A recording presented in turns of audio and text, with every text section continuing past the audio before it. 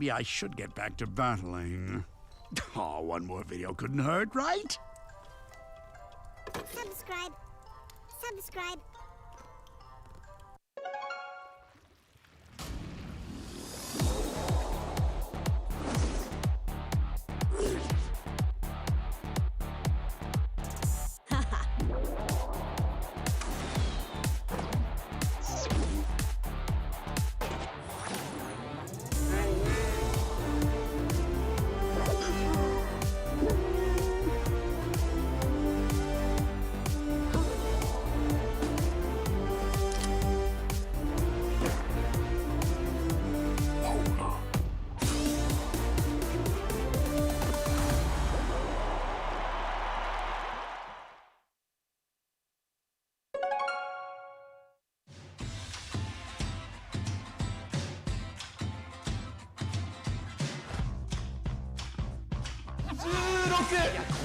直接拔掉了，拉下国卡，拿到一个游侠的位置很完美，还有吗？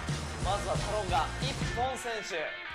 收到第二分这个 tower。Chaos here were able to come back from great response. 하브가 결승을 진출합니다. 球一砸带走。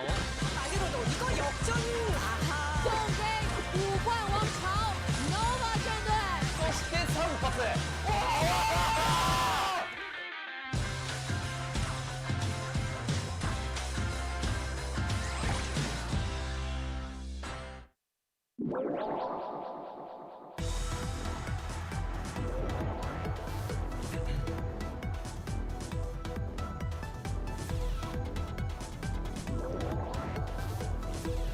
Welcome everyone to Clash Royale League East special season. My name is Simon. With me today is Cheeklef, and we have a fantastic 3-game spread available for everyone to watch tonight. How are you doing, man? Good. I've actually covered a lot from last night too, and it's gonna be wild because East is happening at this time. No Tilt is happening when we go right after we're about to sleep. No Tilt starts, and then we keep on watching. We have no time to sleep, Simon. What's going on? Too much Clash Royale can't be bad. It's always great. I mean, I don't watch No Till live. I can't stay awake that late. I'm an old man. I need to lie down, go to sleep, but I'll catch it up in the morning when I wake up at a nice crisp 7 o'clock because I am quite old. Indeed. And I can't criticize anything for you being old because I'm gonna be there soon anyhow. But a lot of Clash Royale, and actually even without the different patch, lots of new decks are being found out, especially with that Battle Healer and also the Lava. Many different version, different spell, like big spell, small spell, even with the Tornado and without the Tornado. Aside from Graveyard, like Tornado, actually being used a little less this weekend, especially among the pro players. So that's also something to look at because I know we talked a lot about tornadoes, even Supercell talking about tornadoes, maybe getting some changes, a nerf to be specific in the future. So let's see where this goes. So far, I think this is actually the last weekend before the next patch. It should be, yes. Unless they delay the balance update, this will be the last weekend before the patch. So maybe some teams trying out no tornado just to get used to it in the last day. Oh, who knows? Possibly happen. No, not yet. I don't think it's that severe yet because tornado, I actually think it's a high skill cap. If you get used to it, it becomes easier, but if you can't really use it at this exact moment, you don't get the worth. True that. Let's take a look at the standings. WEDGM still top, but this time they are joined by Kicks, a team that many thought would be sitting down there at the bottom, but we have faith in our SEA brothers. They are currently in second. Then it's TTG, Fav Gaming. That makes up your top 4 winners bracket. Then it's going to be Team Timing, Nova, Talon, and Ponos propping up the table. In today's matches, we're going to have Nova versus Fav, Talon versus WEDGM, and then Ponos versus Kicks. Ponos got their first victory yesterday. They're now tied with Talon, 1 and 4, I believe, at the bottom. And now they're going against 1 and 2.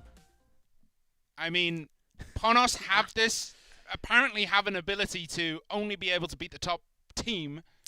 So if WEDGM loses to Talon, Kicks go top, and then Paunos is going to win. In theory, yes, and Panos, they are indeed a very strong team. Yeah. We've seen what KK was able to do. I think it's just going to continue with KK's momentum. And not just KK, if anyone else pops up from Panos, that's a bigger of a problem for all the opponents that are left. And at the end of today, all the 8 teams are going to be done with 6 matches. And with 1 more match remaining tomorrow, which means we have 4 matches tomorrow. So it's going to be an extra exciting day because tomorrow we really get to find out who's on top, who's on the bottom, who's in the top 4 double elimination bracket, and the bottom 4 who does not get their second chance. Top 4 could be decided today. Technically, yes, but we also have to calculate all the plus and minus, the game scores and all that. The order can change, but the top 4 pretty much can qualify today. They can be solidified as long as results go in the right way. But first up, we have Nova Esports versus FAV. Nova not had the season many would have predicted. Currently 2 wins and 3 losses. Yes. Going against FAV, who have the reverse of that, 3 wins and 2 losses. What has happened to Nova? Like, many went into this season thinking they were going to be able to be on top. Their only challenge would probably be TTG and WEDGM. Everyone assumed the 3 Chinese teams would be top of the table. What has gone wrong for Nova? I think first, the roster is putting a lot of pressure on these 3 players that are playing Little Chen King, LCOP.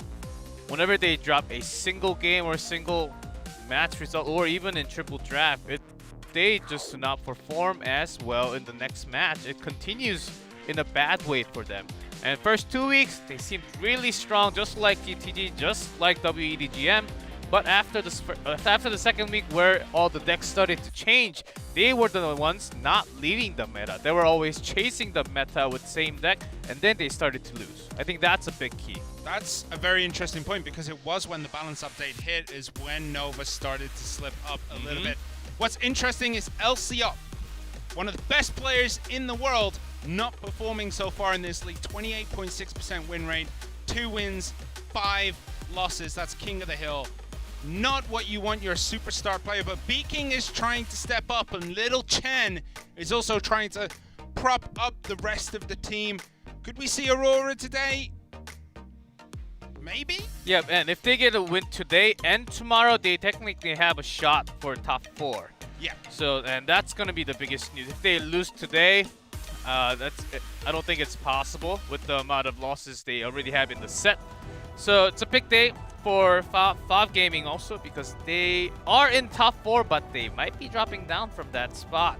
So both teams seriously need a win right now. Only 2 matches left. What's interesting is that, unlike Nova, Kicks are a 2-man team right now. 2 players playing phenomenal Clash Royale. We have Jack at 5 and 4, Expo Master 6 and 2 in King of the Hill. The guy is unstoppable. Yeah, and also Kensumeshi, who just kicked in super great against D-King last night against Hiti Gaming. If he comes out again in triple draft, I think FAV may have finally found the right person in that spot. Look at that, 20 games, 50% win rate there for Jack. That includes, I believe, 1v1s. And sitting very pretty, sitting nice and tight in that middle elixir distribution, 3.5 to 4.0, with 5 games above and below that. So 10 games smack bang in the middle of the distribution, 5 games above, 5 games below. And we are almost into this one, I believe. Here we go. Nova's Little Chen against FAV Gaming's Jack. And as you said, let's get it on. Because Jack's bringing some Jack special Hog Rider decks everywhere. Every Hog Rider with a different combination. Okay, so far Firecracker. We've seen some Firecracker with Giant Skeleton. Yeah, it's been going around quite a bit, and it is a Ram Rider, okay. And this with the Ram Rider. Bomb Tower, King Tower activation due to the Firecracker. But yeah, EQ was expected. Yep, thought it was going to get a big hit in there, just a little bit of damage for Jack. Just the Earthquake, I believe the Ram Rider was completely denied. Only the Earthquake damage. Yeah. Mini P.E.K.K.A to end, so the Hog Rider here So it's Hog versus Ram Rider. What's the G Clef interpretation? Well, of let's this see matchup? the follow-up spell. And the bomb tower has to be near perfect, but if it's anywhere away where the EQ is forced to be out, because Little Chen has been misplacing building from time, not too often, but that's when Nova really started to struggle. Has to be pitch perfect all the time against the EQ, but Little Chen's got a snowball, which is a very good spell against the Ram Rider. Yes, it is, but the Firecracker getting some nice damage onto the tower. That's one of her strengths, is that she can just get damage on everything from so far away. Still very, very close right now. Will there be another bomb tower here? Doesn't look like it is in cycle. Has to use the log. The stab goblins instantly deleted by the Firecracker. No charge, just a little bit of a hit there. But 14-47, Jack definitely has the advantage in this one. Yeah, and that Firecracker kept so much damage to herself. She was alive for about 30 plus seconds. And Little Chen did not want to use any extra spell. Has to use the skeletons. Does Jack with that mini P.E.K.K.A. Just a couple of hits there. Are you assuming both players are going to be playing triple spell? No? Okay, Jack is not playing triple spell. Do you think Little Chen is going to be playing triple spell? Oh, can only hope, but don't think so at this moment, because you really have to just deal with the Ram Rider, and so far you're not really perfect. And the main problem is actually the Firecracker. You can't really use another spell because you have to stop that Ram Rider, and yet you're going against the mini P.E.K.K.A. With the Hog, you can land a shot, but even with a snowball, it makes it really hard to get the second shot, and you're already really falling behind. Yep, Firecracker now against the Knight. Ram Rider, is it gonna get in? No, just the earthquake damage this time around, but that's all Jack needs. He just needs to keep this pressure up and keep those earthquakes rolling. As we see the Knight and the Hog Rider actually coming in here. This might spell a little bit. Nope, log comes in, shuts that down. It was looking rather tasty. Yeah, Little Chen's having a really tough time choosing when to use the log. I thought he was just going to give it up without the goblins, but here we go. He wants to make this Hog Rider push a little more. The Ram Rider was a great choice there, just stopping the Hog Rider completely. And that is one of the intricacies of this matchup, is do you use the Ram Rider on defense against the Hog Rider? Because it can shut it down completely. If Jack wants to, he can sit back, spell cycle, and just keep going with the Ram Rider against the Hog Rider. And also the Firecracker, which can draw out a spell, but Little Chen has been saving it oftentimes, and the log does not kill the Firecracker, everyone knows. And the spread can continue. Ooh, Jack already having a Firecracker set up for the right side. Yep, Ram Rider coming in for Jack down that left-hand side. That is where he needs to make these big money plays. But all he has to do is each push chip another 100 damage, and he might have this. The Earthquake comes in for Little Chen. Mini P.E.K.K.A. Snowball. This might be it. One extra shot. 3:04 remaining. Yeah, Jack used an extra log for his own Ram Rider push. That's why Little Chen was able to do a little bit more there, keeping the elixir for the spell. There's a snowball. No Hog Rider hit this time. The Earthquake comes in. 65 remaining. And with the log, Little Chen waited this long for Jack to overreact and overspend just a little bit more elixir. And drawing that out with the bomb tower to the side. Good patience. Jack could have held his lead and carried this game on. But the push on the left right before, about 15 seconds before, I think that was a little bit expensive for Jack's side. He had too much trust on his mini P.E.K.K.A. Slight overcommittal is all it takes. This is a game of inches when you're playing at this higher level. Good snowball there to completely prevent the Ram Rider. That was nice. So here, ooh, nothing. Yeah, EQ and snowball, which also got all the bats. So in terms of trade, Little Chen got a little bit more, plus an extra shot with the Hog. Yeah. We see spell usage. Both decks coming out 3 versus 2.8. And obviously, Little Chen taking the victory here against Jack in a cycle game. Not what you usually see against Jack, because Jack is known to be one of the kings of cycle. Yeah, Jack, this is basically a Hog Rider deck with a replacement of Ram Rider. It's the Hog Rider Firecracker. And then Jack somewhat predicts a possibly a Hog from my opponent. And Little Chen in this game, he looked like the Little Chen from week 1. Yeah. When Little Chen was absolutely scary. Then he had his run-in with Icelaw. Kind of wavered a little bit in week 2. Week 3 came back a little bit, but this week it's looking like Little Chen is completely back now, back to 120%. Why would Jack go for the Ram Rider over something like a Hog Rider or even Hogs, like the Royal Hogs? Yeah, right now, I think a lot of players, not just in spell choices, in your win condition, you do want to have some kind of a twist. If Jack actually decided to play the Ram Rider pretty early on because he had the right combination of cards to begin with, but when you don't at the beginning as with your starting hand, then you actually play all the other cards and pretend your deck is a Hog Rider deck. Okay, this must be a Hog Rider from the opponent's thought. And then suddenly you go with the Ram Rider to sort of go for the counter, like the one big punch that's going to do maybe like 800, 1,000 damage when you don't expect that card to come out. Because when you have a wrong prediction, you start to cycle in a bad way so that you can't really match your opponent. Okay. Makes sense.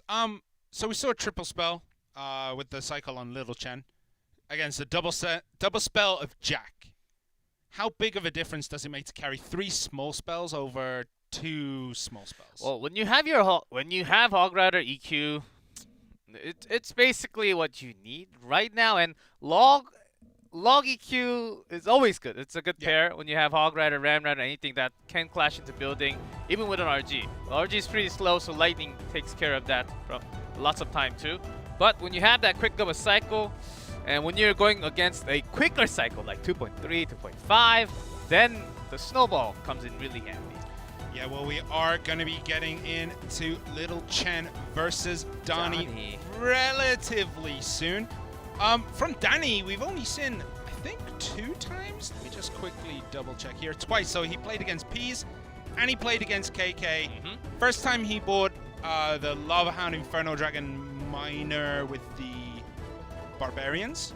And the second time he bought a Royal Giant Furnace deck. So we haven't seen much from Donnie, which can play into Fav's favor. Was that with the Giant Skeleton or without the Giant Skeleton? For which? For Donnie. For Donnie. The RG? Can't remember. Without. 100%. Okay. He played the Valkyrie Archer's Log Lightning Baby D. the Make him in your it's been a while. It has. Can we see a bandit from Little Chen? Is Little Chen preparing all the Brit spam decks on his own? Could be. It doesn't need to be bridge spam. We do see the occasional bandit in a few other decks. Yeah, man. Ram Rider Bandit has been super popular just within the last week or so.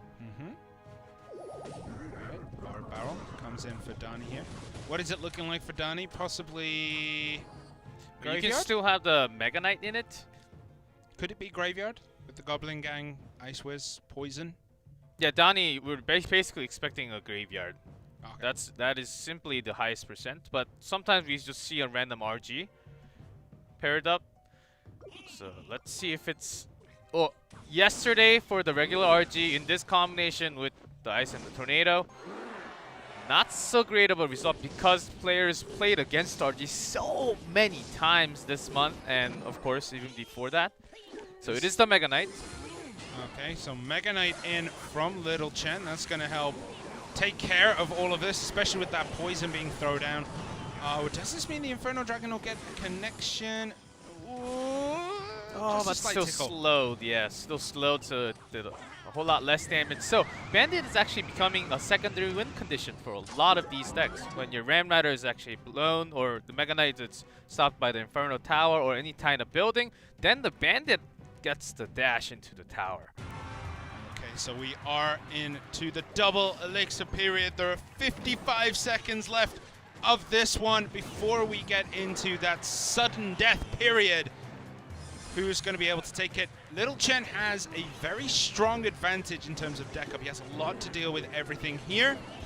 He also has the Goblins and the Bandit when it comes to that graveyard timing from Donnie. But we see Little Chen just pushing up, making sure that he is on the offense, trying to deny a graveyard timing. Yeah, the final tick did not, poison tick did not hit the Spear Goblins, but it's okay still. Musketeer, good defense mechanic for Little Chen, so I think he still has a way good of an upper hand.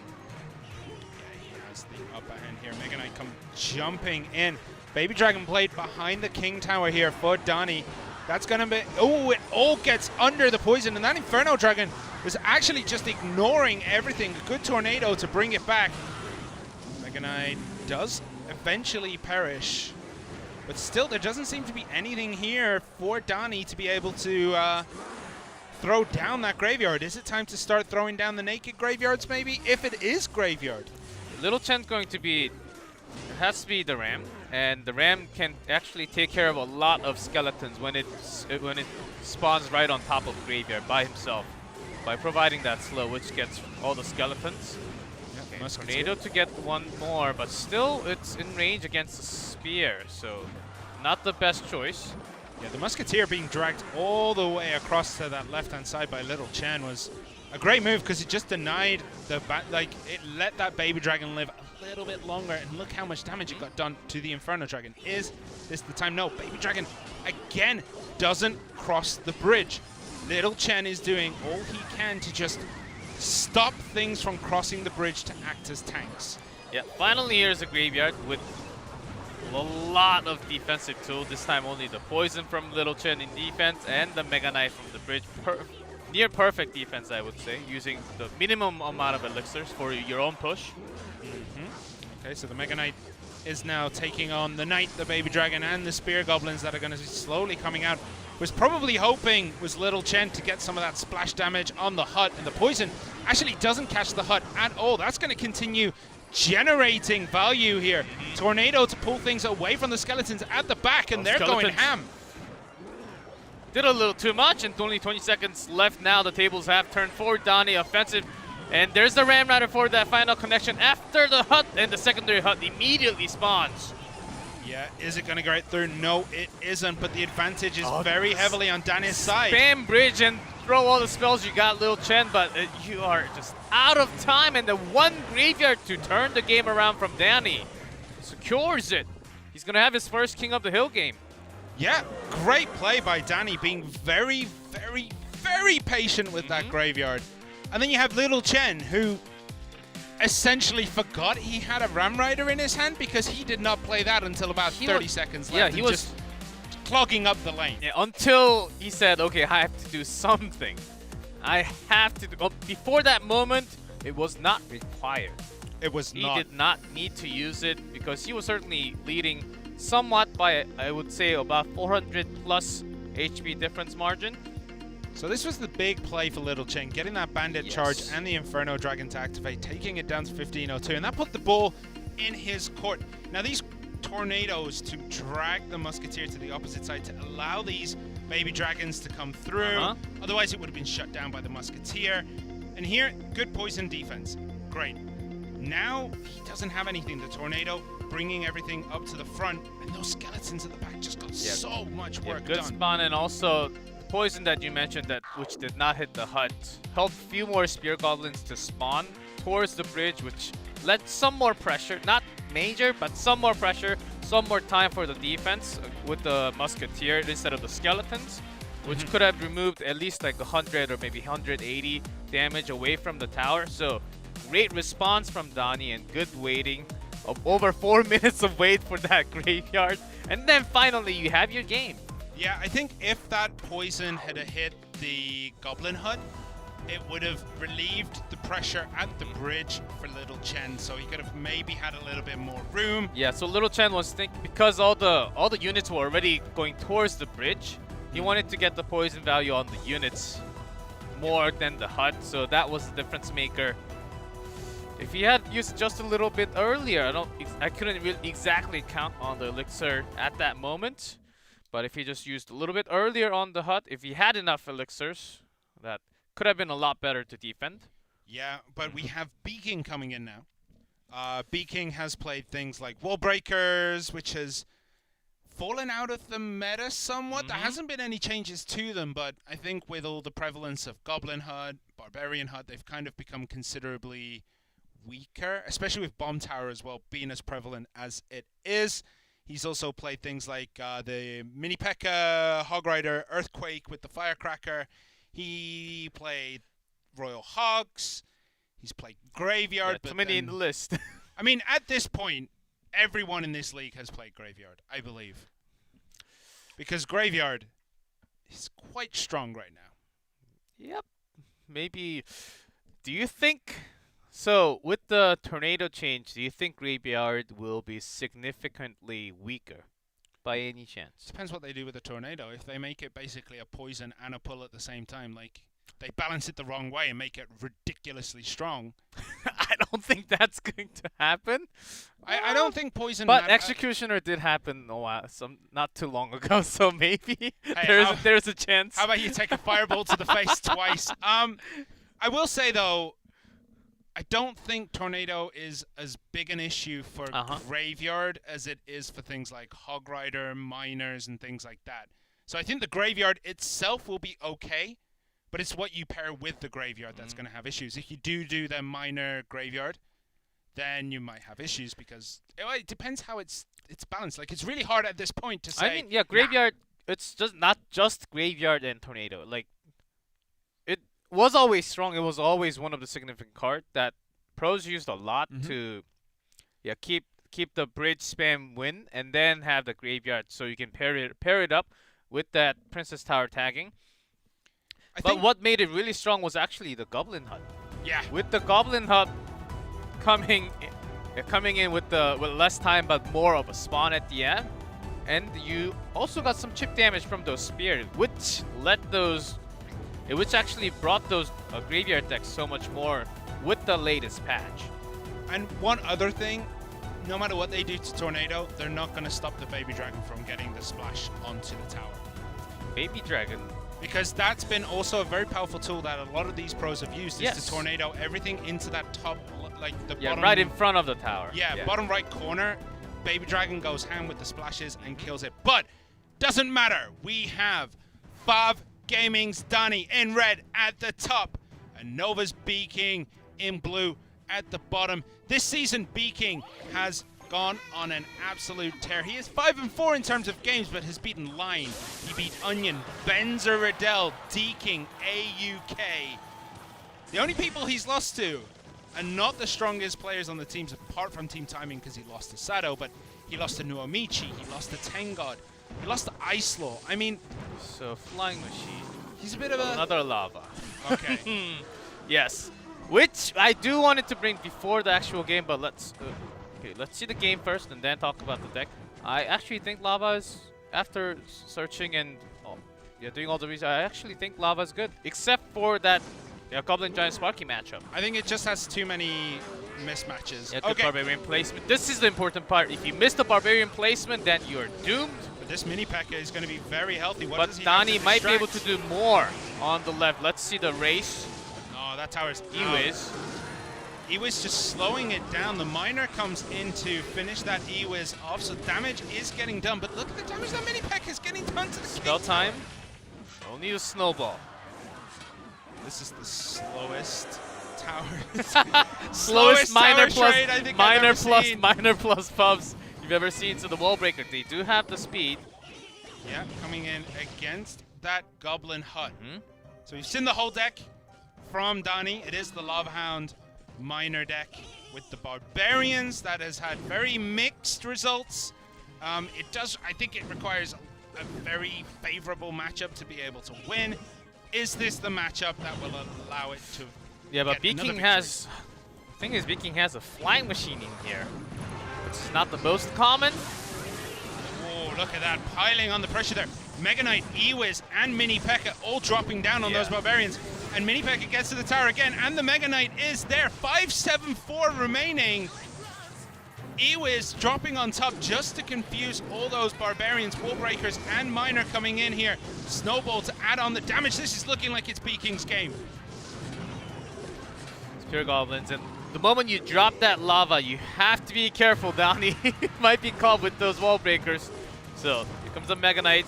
No Inferno, no other real big tools to melt that down. Even arrows. Yeah, but this time, Beaking didn't support that Mega Knight with the Mini P.E.K.K.A. and it might Good be snowball. bad news for the tower. The Fly Machine going to absolute town, though. Doing so much That work. miner. This is such a good card. Late miner from Donnie. Okay, but still. He let that wall breaker connect. 193. And with a miner, it's pretty much done. Fly Machine Connects, and that's GG. Beaking takes it. Of course, he had the speed. Lava could have worked okay because this wallbreaker miner MK usually with just a single spell. So what was I saying? I don't know. So before this, something lava Lava's is pretty not good. that bad. It actually has a pretty positive win rate. It has a in very ladder high and- win rate, but it doesn't seem to perform well here. This was, look, that E was there. I mean, that just sealed the deal on that King Tower. E was then just slows down the Mega Minion, does get the jump and the Mini P.E.K.K.A. hit, and the Fly Machine just cannot stop that quick enough. And this Fly Machine here, I love watching Fly Machine. It's one of my favorite cards in the game. Just finishes it off. And with Beaking, I see, instead of the flying machine, I see more of bandits or more of the ground tool with that deck. But flying machine actually helped so much, eliminating all the barbarians one at a time with the mini P.E.K.K.A. So I think that actually became the winning key for Beaking. Well, I mean, what you want as Donnie is to have those barbarians to come underneath, right, and just cause trouble. But with the Mega Knight and then instantly dropping the Mini P.E.K.K.A. behind it, it just gets so much done because it takes Mini P.E.K.K.A. 2 hits to kill a barbarian, but with the Mega Knight drop, the Mini P.E.K.K.A. just cleans them up instantly. It is 2 hits from a Mini P.E.K.K.A., right? To the barbarian. I know Royal Hog's a 2-hit. Yeah. Am I getting confused between two things I don't think like? barbarians. Two things that you don't like. I think barbarians are actually 1-hit, and EU just stops it from doing the Oh yeah. damage. The EOS was just to finish everything up and to finish anything that Mega Knight was splashing on that the Mini P.E.K.K.A. wasn't. I keep going to say Mega P.E.K.K.A. Too many mini, too many royal, too many. There's only of the one same mini, names. no? There's only Mini Yeah, P.E.K.K.A. mini P.E.K.K.A. That's too many? We need a mini golem now. That's the E Elixir golem. Yeah. What about a mini Elixir golem? Let's just do that. Okay, so Donnie does fall to Beaking, and it was Expo Master coming in next. Yes, let's see him on the screen. So Valve Gaming for King of the Hill, they did change the roster, the active roster for King of the Hill. It was usually a player then Jack or Expo then Jack. But I do like this change in the order. I think you can create better matchup, something that you don't expect from the opponent. So Valve Gaming really being ready. So Donnie taking game, Jack losing the first game against Lil Chen. I believe, of course, Valve Gaming wanted a few more wins for having Jack to start with. Because after Beaking, Icelaw, But I think we'll be waiting. Expo Master is not scared of anyone in this league because he is playing like an absolute animal right now. So I mean, what does he have to do? What Expo Master comes in, he's gonna have to beat Beaking, then he's gonna have to beat Icelaw. It's scary for most players, but for this guy who has been around the scene almost as long as Icelaw, I don't think it's gonna be an issue. We'll see. He has to bring down Beaking first. And that's still a high mountain to climb. Yesterday's lava, somewhat different version of a lava. Yeah. Well, Bandit coming in from Expo Master. Is it going to be the same deck that Beaking just played? Or it can still be wall breakers. You see Bandit just sneaking in to many different types of decks. Bandit, Battle Healer. Interesting. Okay, Skeleton Barrel coming in is dealt with by the Barb Barrel. And then this Battle Healer is going to just clean up the lane and slowly just be an annoyance. on Beaking's side of the field. And Cannon Cart. Yeah, with okay. the cart. Giant. With lots of spam. Expecting lots of spam here. Yeah. One version, we saw the Ram Rider version with the Bandit or the Cannon Cart. Yep. So another version with both. This could be... There's also a different version without the Ram Rider, actually. Yeah. Where you just put the healer in front, and you spam that Ram Rider or spam that Bandit on the other side. Well, we're gonna have to see which version it is. It's hard to call right now. There's another bar barrel to clean that up. What are we seeing from Beaking here? Is it gonna be Minor Graveyard? Yeah, Minor Barrel. Minor Barrel? Yeah. Minor Barrel to cycle and try to land those skeletons. That's gonna be the main key. But he does have the Knight to tank the shots, so not too bad against the healer. But when you try to have that duel, the healer might actually provide more heals for Expo Master. So let's see how well he uses that tool. You have to be kind of careful against the battle healer not to give her ammunition, free ammunition to heal everything up. You have to try and pull her far, far out the way. So Beaking loads up on another skeleton barrel down that left-hand side. Battle healer played at the back, and Minor played very deep for Beaking. Just to probably protect the hut as much as possible. Does manage to protect it completely. And both players kind of just still feeling each other out. The last card is Log from Beaking.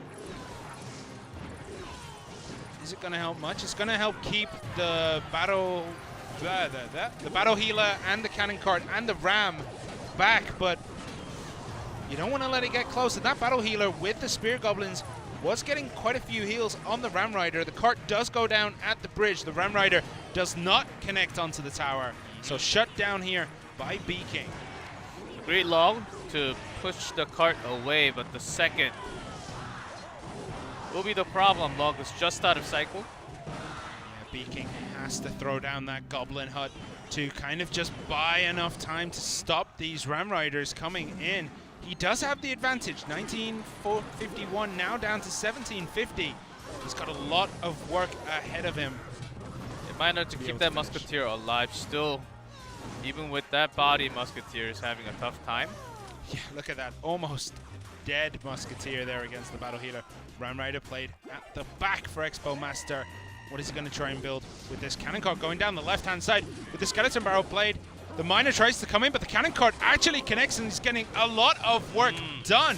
That is what Expo Master needs to get back into this game.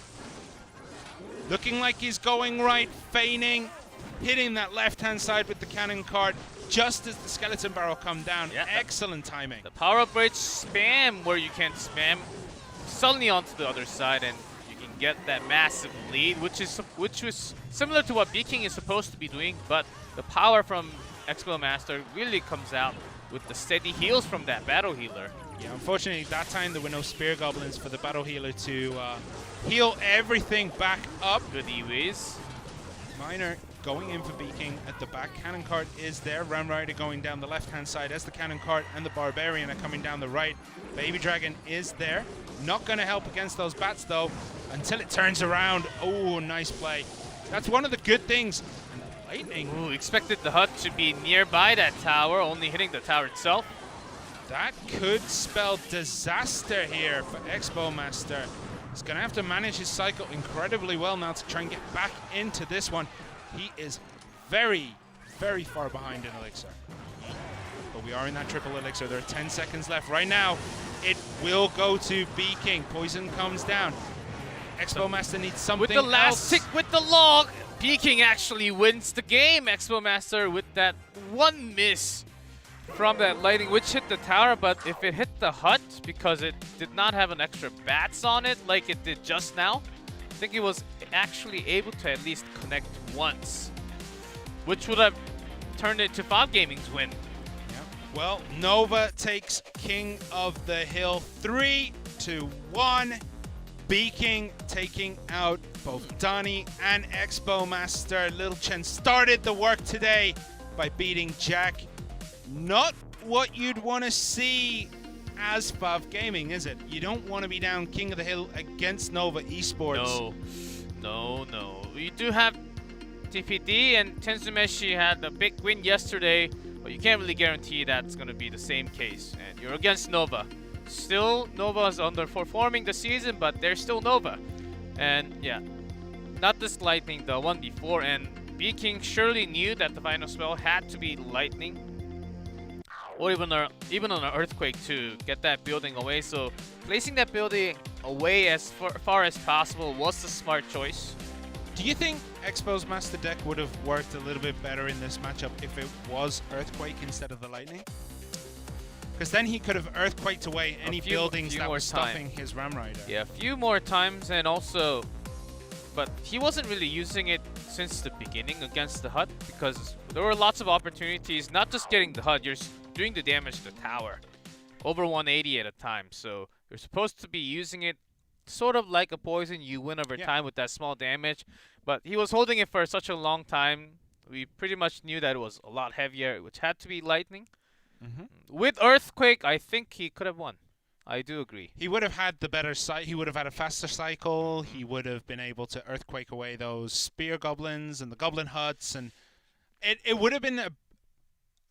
Hindsight is 2020, right? Hindsight is just the best. I think Earthquake would have worked better. Why would you bring Lightning over Earthquake, knowing the prevalence of Goblin Hut when you're going Ram Rider? Well, are you expecting things like Bomb Tower? You're expecting not just the Bomb Tower, you're expecting a lot of those. Earthquake doesn't get the Musketeer when the Lightning does. So when right now, Musketeer is another card that's basically in every single charm, like the Bandit. So I think Expo Master was trying to get more value out of one spell and then have one big attack with the Ram Rider. Okay, you're having the Hut plus the Musketeer in defense. Oh, against the Ram Rider, it seems okay, but when that Lightning hits, you have nothing else but the Spear Goblins from the Hut. So I think that's something you would expect to have in a match for Expo Master, which did not really happen. All right, so it is triple draft. Both these teams struggling to find footing in the triple draft. It's time for Aurora to kick in for Nova Esports. One could hope. Okay, so in terms for Nova, they've had Elsia 1-1, Little Chen 1-2. But then you look at the other side, I mean, Fav have only had one person on their team win a triple draft, and now they really have to win it. So it might not, well, set Kensumeshi from his play yesterday, but things can still change for Fav. Like Kitashan can totally come out. I think that's also a great chance. Or if Jack or Expo Master not playing that 1v1 could also come out for triple draft. Yeah, but neither have really found success in triple draft. I don't think triple draft suits someone like Expo Master or Jack. Because once you okay, it is Little Chen from Nova, but when you start practicing triple draft, you really have to like get deep down with it. So it does affect your 1v1, as you have to really focus on a different style. It is going to be Kensumeshi from Fav Gaming. So, at the beginning of the season, we thought that triple draft would really help Fav because they've got Jack and Expo Master. Neither of those players have actually had a very good time in triple draft and seem to be now more for that last 1v1 set or to try and anchor the team in the King of the Hill. And they've pushed Kensumeshi into that triple draft zone. He was really good yesterday in triple draft. He was. He sorted out a deck that actually looked similar to all those meta decks. Well, triple draft, that doesn't happen all the time. And what you get, you just have to work around with it. All right, so with Little Chen coming back into the triple draft after taking 1 week off after a very shaky week too. Kind of excited to see what fresh perspective he is going to bring today. Nova Little Chen in blue at the bottom, and Fav's Kensumeshi hot on a victory yesterday in red at the top, and we see Snowball. Small spell for Little Chen. And a mortar. Okay. Bomber from Kensumeshi is going to distract that just a little while. What? He's going to finish it? Okay. It actually does. Bomber does a whole lot more damage than you think. Yeah, considering the card. Ooh, Fireball. Yeah, Fireball. You're limiting no hit from the Hog Rider. A lot of elixir spent, but next cycle you're gonna have that snowball back. Okay, so what do you think Little Chen has drafted here with this Mortar Night Witch? Does have the Fireball, but won't have it in cycle this time. And the Royal Recruits Had to have some kind of body and like no Giant, no Royal Giant because they're also a win condition like the Mortar. does decide to draft Royal Recruits. We don't get to see them all too much in Clash Royale League East. We have seen them a few times in CRL West at the end of last season. We see them occasionally in Asia and China last year. Little Chen has anything like Bowler? That would be great against the Hog Rider. Don't think he would have. Or any other distraction. He drafted Night Witch, so he can't have drafted Bowler. Oh yeah, that's right. That's another tank support. Okay. A Bomber is also a pretty good combination along with the Hog Rider. It takes care of those small ground units. A Knight. Okay, so what is Nova Mini Chen's tank. last card going to be? Small spell. Alright, so it is Hog Rider with some tools available. Hog Rider Bomber with the Furnace. If it gets set up and doesn't get destroyed, it can be very potent. But there are a lot of tools here for Little Chen. Yeah, to final just make from it. Little Chen is a cheap anti-air, I believe. Could be like a Mega Minion or like an Archer.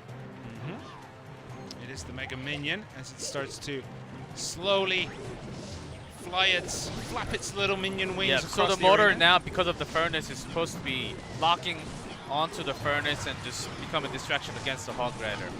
But Little Chen's own win condition, when your win condition is in a defense mode, Well- let's see, it's very, very slow.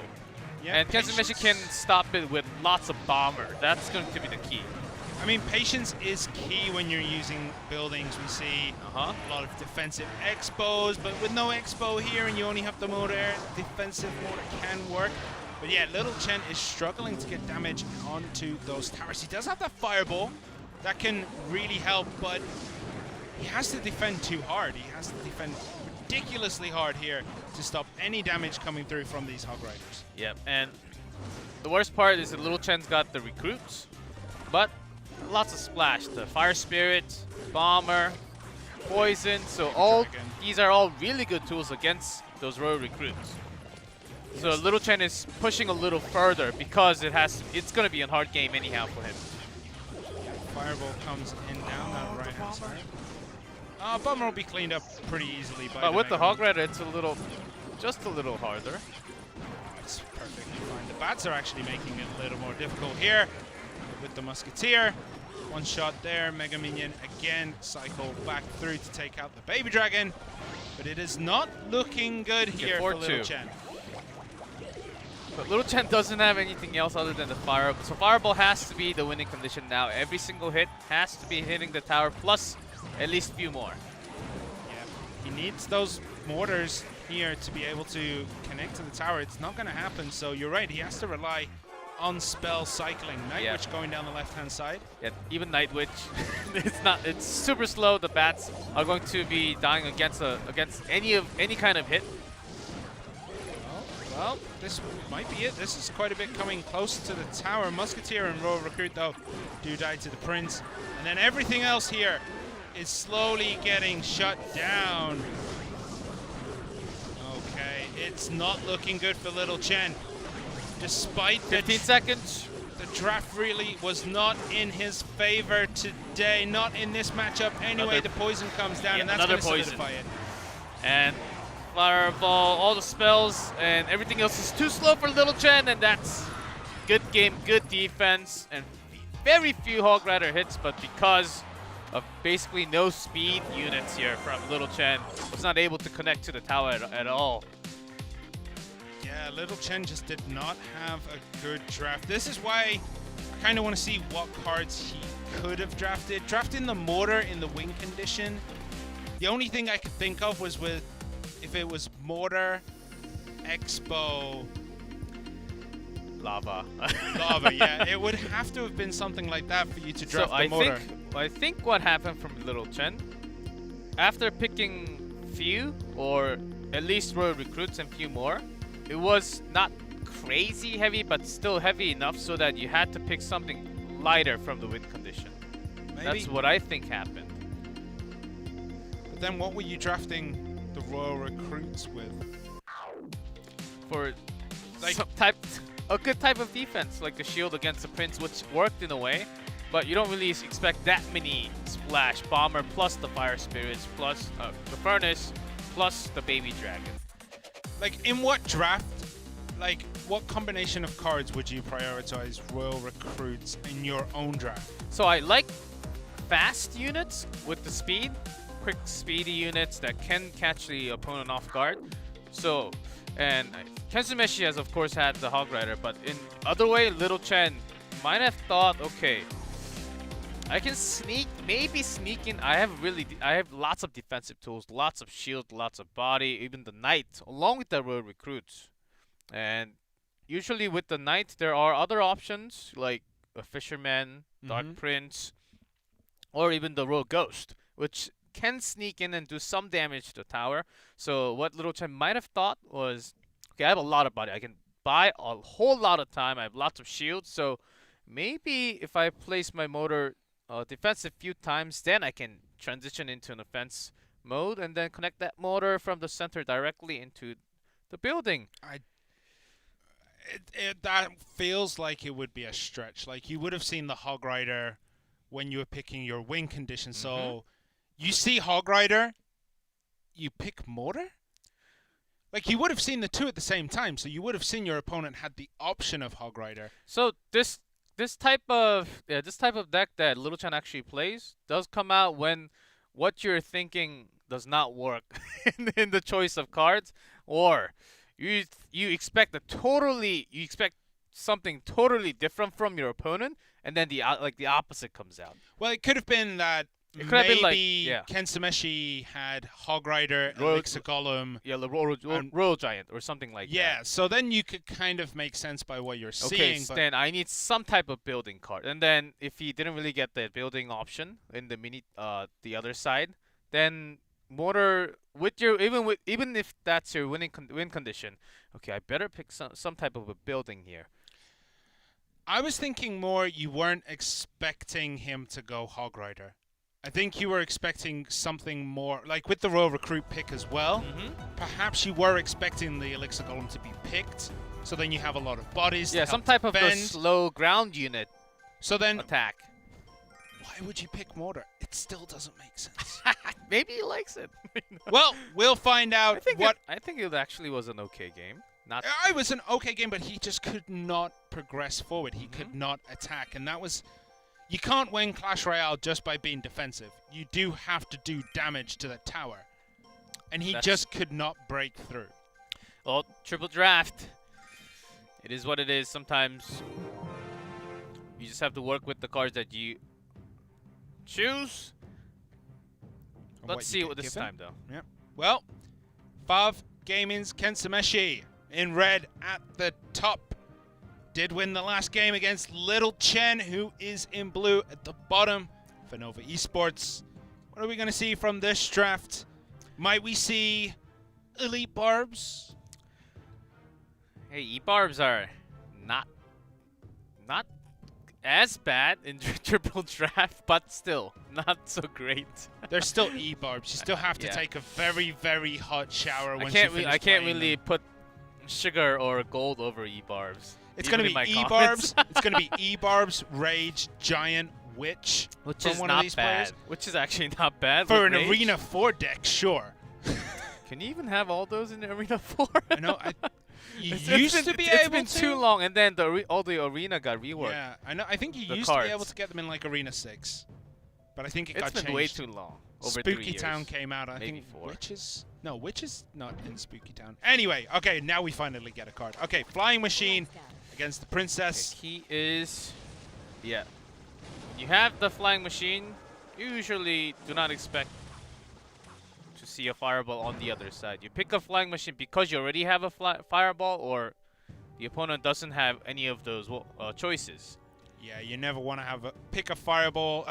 Pick a Flying Machine into a Fireball. It is a terrible, terrible trade for the Flying Machine player because It's Flying an Machine even can- trade, but oftentimes Fireball hits something else along with it. That's Exactly. why. And I was going to say it's a terrible trade because the Flying Machine is usually your sole source of like single target air damage. Yeah, like the Musketeer in a way.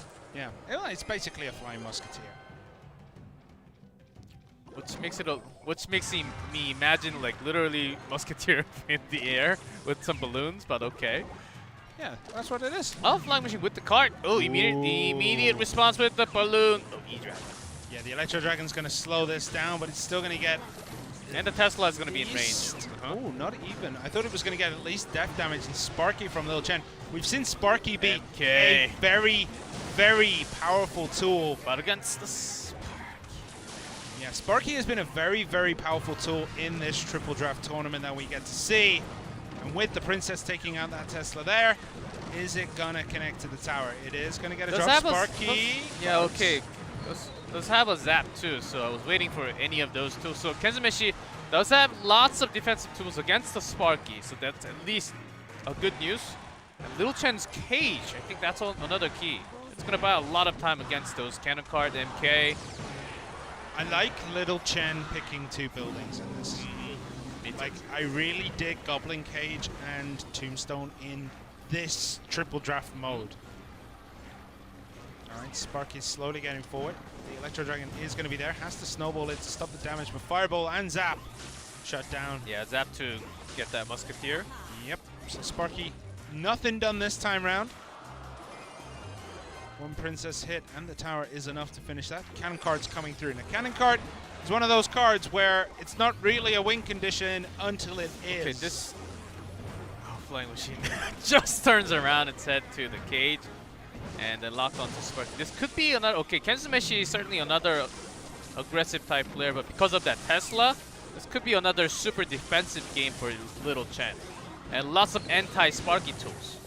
Yeah, he does have a lot of bodies against the Sparky. He does have the Electro Dragon.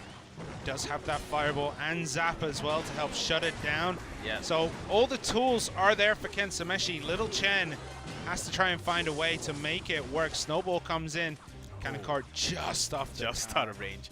So that's defensive poison, which Kensumeshi is okay with. As long as that poison's not hitting on Kensumeshi's tower, might be okay. Only 100 apart in HP. Yep, well, Balloon, Sparky, Musketeer coming down this lane. The Mega Knight does jump Oh, in. the Sparky gets that Tesla! Has to use Zap the extra finish. zap. Just the death damage this time round. That's not too bad. Poison comes down for Lil Chen just to try and make things even worse for Kensumeshi. But this Cannon Card might get to the tower. Tombstone comes in at the last minute, but now it does In range. connect. And this is where Cannon Card becomes a win condition, except it is pushed away. But that Still has the given card. a heavy advantage here to Kensumeshi with the last 6 seconds. Last 5 seconds, it looks like Lil Chen is all out of ideas. Kensumeshi throwing down the Dancing Goblin Giant emote as he takes triple draft. Again with the 2-0. Oh, Kensumeshi's like Valve Gaming, they need to make a special chair for him in TPD mode. He's bringing down these results, keeping his team alive for that set 3. Let me just look at him. He looks like like a demigod in a mode. Like beams coming out of his eyes. I'm so confused right now. So this zap saved Kensumeshi's, and Little Chen this was a big risk play to put that Sparky along with the balloon. Said, okay, not much time. All I'm doing is defending. I just had my defensive poison. I had to make something. So that, which almost connected. If that balloon connected, I think it was down to like less than like 50 HP apart. Yeah, the Cannon Cart connecting onto the tower, then getting pushed by the Goblin Cage. But with the Cannon Cart still in range of the Princess Tower, allowed the guard just to get a couple of good scratches. Yeah, in. guard did a whole lot too, even without the shield. Cannon Cart is such a tricky card in Triple Draft. It seems to do very, very well. Would you like, you've got Flying Machine, Cannon Cart, and you have the Fireball. I mean, that is a very scary trio of cards to have in Triple Draft because each one is difficult to deal. You can't deal with Cannon Cart and Flying Machine if you don't have the Fireball. So lots of players, and the more you play, you just have better time to react. And set of cards, you might be out of cards, the perfect cards to counter, but if you get more time to prepare, even within the game by like few seconds, these pros, they're on top. They know exactly what to do. Put this here, that there, and then next to building right there, so you can buy all the time. But if you go against all the spam, like the balloon that we just saw in the cannon cart, the spams on the bridge, you only get like less than a second. Yeah. If you're late by like 0.1 second, they might be in range, like the RG, the cannon card, the bandit, and so on. So those type of cards, we're seeing a lot of pros just picking those up to have the surprise factor and then immediately win from that one play. And yeah, in this time, well, Kensumeshi had it ready with lots of E-Dragon, the Tesla, lots of good defensive tools. That also goes well against Sparky. Yeah, that's very unfortunate. We did see Zap E-Dragon. the desperation tombstone at the end. Oh, yes, after the cage. Like, unfortunately, it's just not enough. If it wasn't for the guards, it would have been a good distraction. I think so, yes. But with the guards there, they, like, you know, the little skeletons, even the little Larrys come up. Yeah, guards are actually really good against Sparky, too. Guards are just ridiculously good. Yeah, if you just have a perfect split, Sparky just goes away. Okay, triple draft, done. Bye. Let's put that to the side. 1v1, final set 3 between Nova Esports and Fav Gaming. Now remember, it cannot be little Chen today for Nova Esports in this 1v1 because he did play in the triple draft. It's gotta be Icelaw, right? Could be B-King. I mean, either or. But then you look at what Fav have got. Did they bring Jack? Did they bring Expo Master? I don't think they're going to pick up Donnie and Katashian this time round. But Jack or Expo Master, that if you're the coach, it's literally that's a 50-50 right now, I think. And from yesterday's matches, or the King of the Hill, including King of the Hill games, they both did not perform too well. I mean, you say that. Jack is 2-1, and then Expo Master is 1-0. So, I mean, they're all performing really well. Jack lost to Higher at WEDGM, but so have a lot of people. And in terms of wins, he beat Nuri on team timing. AUK, that's Jack. But Expo Master beat Rad on Ponos. So the heart leans Jack, but the head says Expo Master from Fav. Ooh, it is Expo Master. So if I were the coach, first thing I would try to do before choosing a player is try to guess who the opponent's going to be, who our player is going to face against. So if this was a right prediction, let's see. This is a big matchup. We've had these two matching a few of those world-class title matches. Yeah, this is very much reminiscent of CCGS. Long time ago. 2017. I mean, Expo Master went out in the first round then, but he was like even in 2018. 16. Like, it was a ridiculous tournament. But Expo Master has played things like Graveyard, he's played Balloon, he's played Minor Skeller Barrel, he's played pretty much everything and the kitchen sink.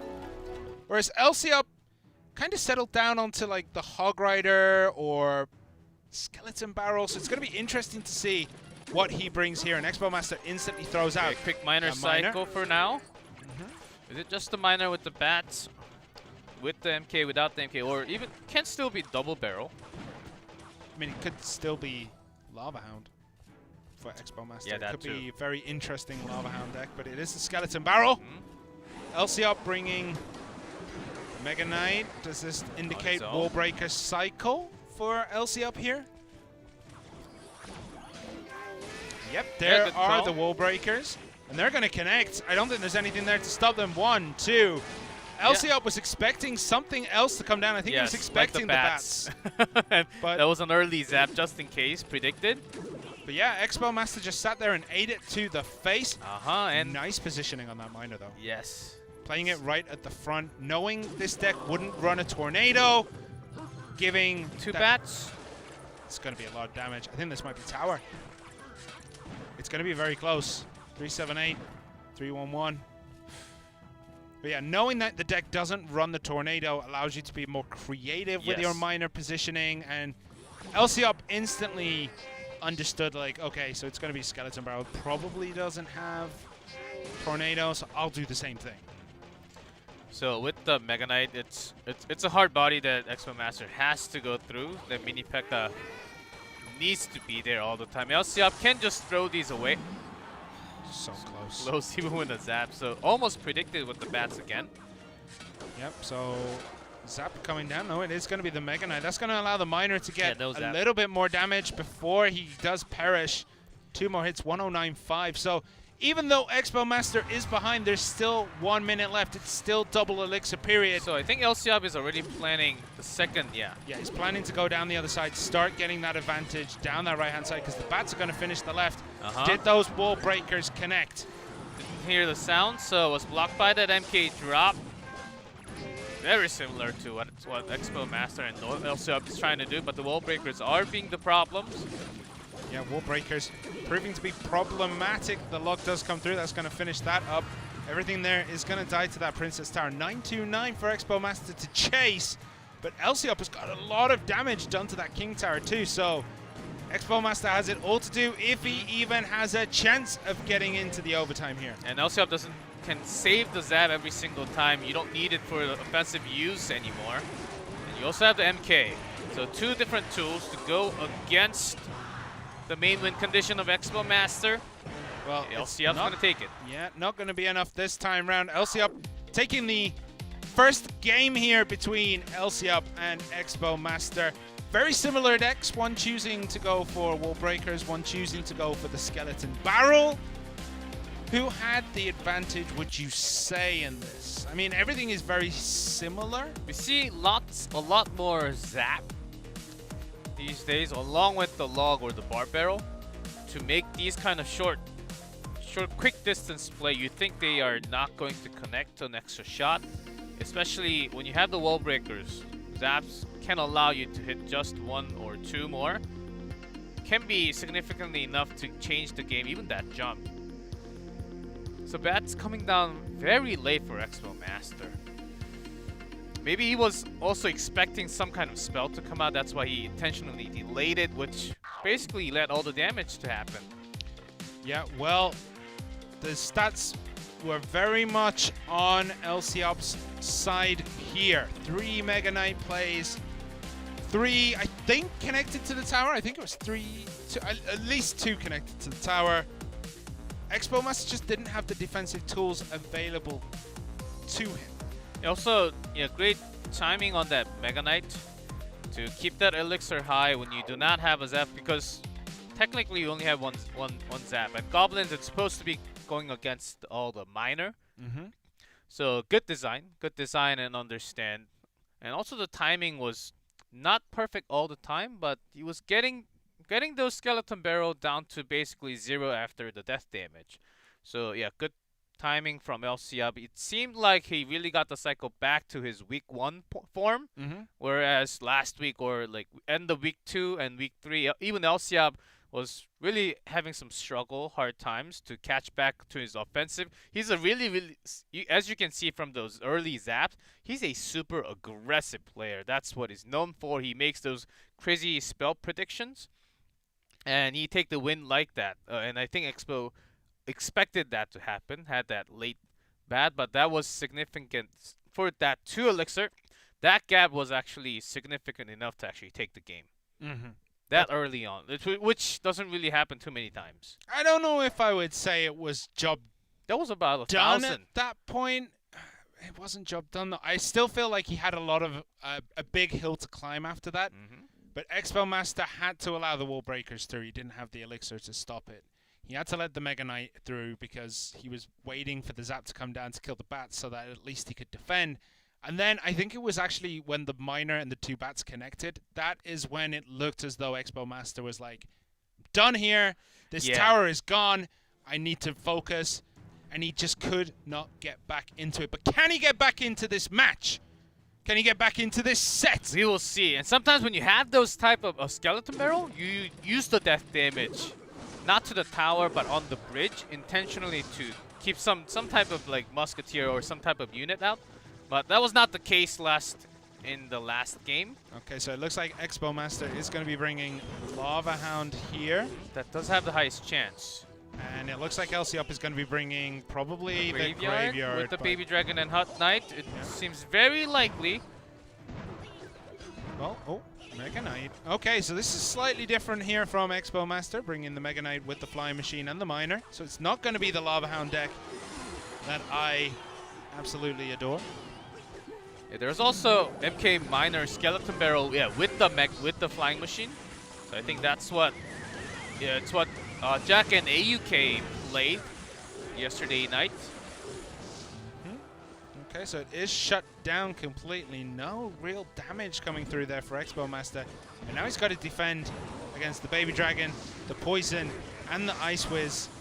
It's going to take a couple of hits here from the Ice Wizard. Just take it down to just below 1900. 1825 remains on that tower. The Miner, the Stabby Goblins coming through.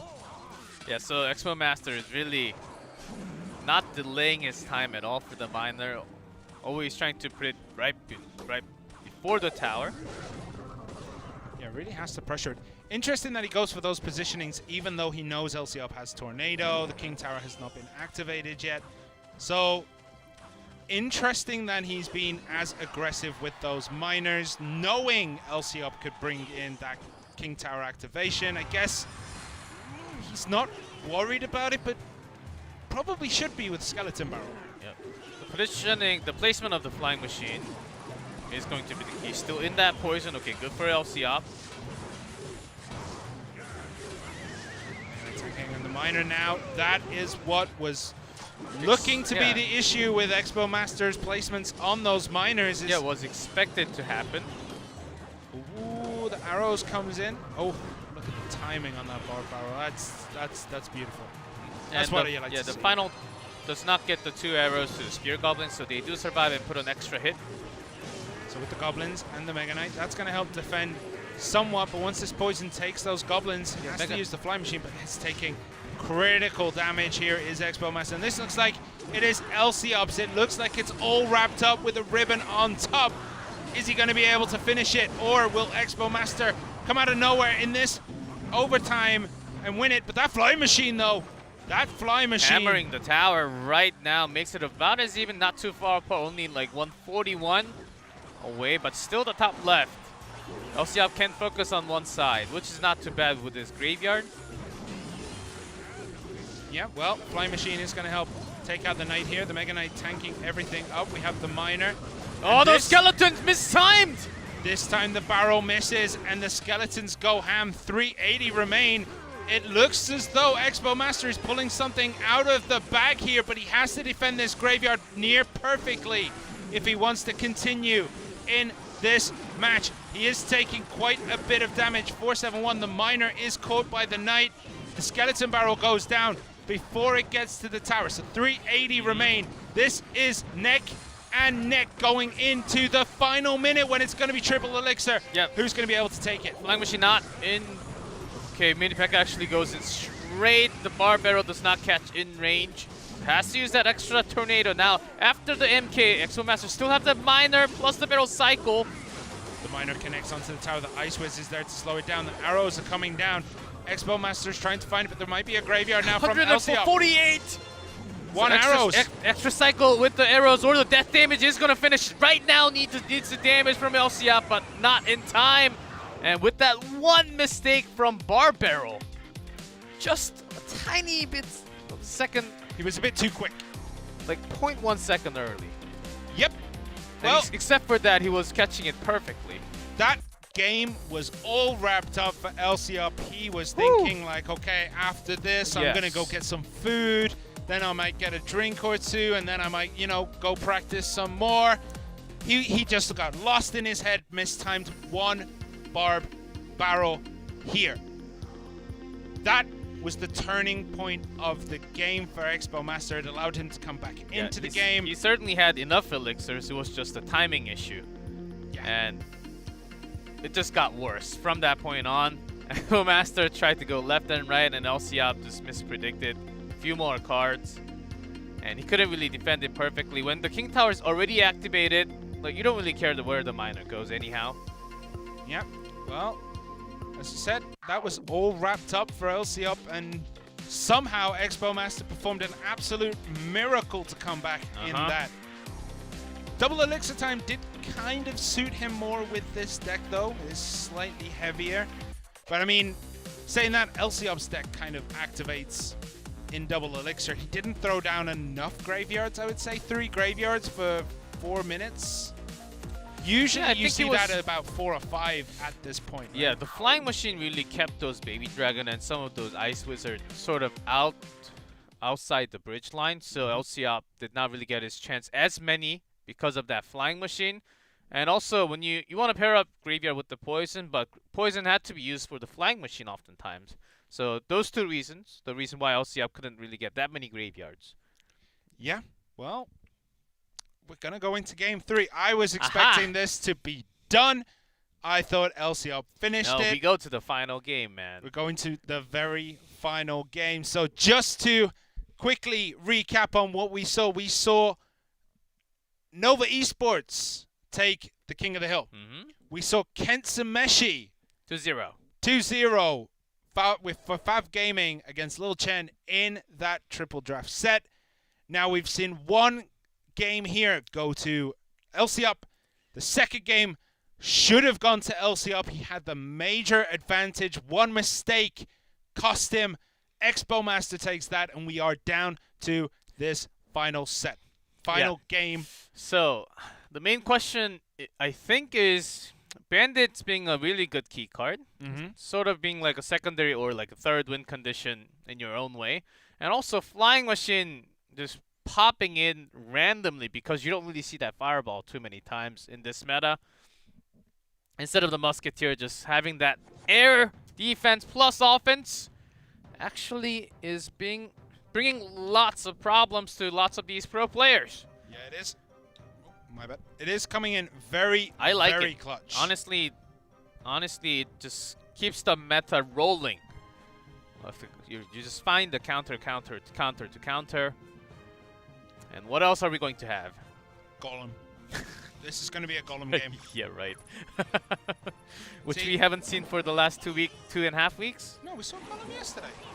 TPD. Oh, this isn't triple draft, bro. We've seen Golem in normal, regular play, all right? This isn't last Pick out year. Ps. Then how many do we have? KK played that E-Golem like deck with the Golem. Less than 4 in total. I've seen it 5 times. Okay. All right, Graveyard comes right? in. Okay, Baby Dragon.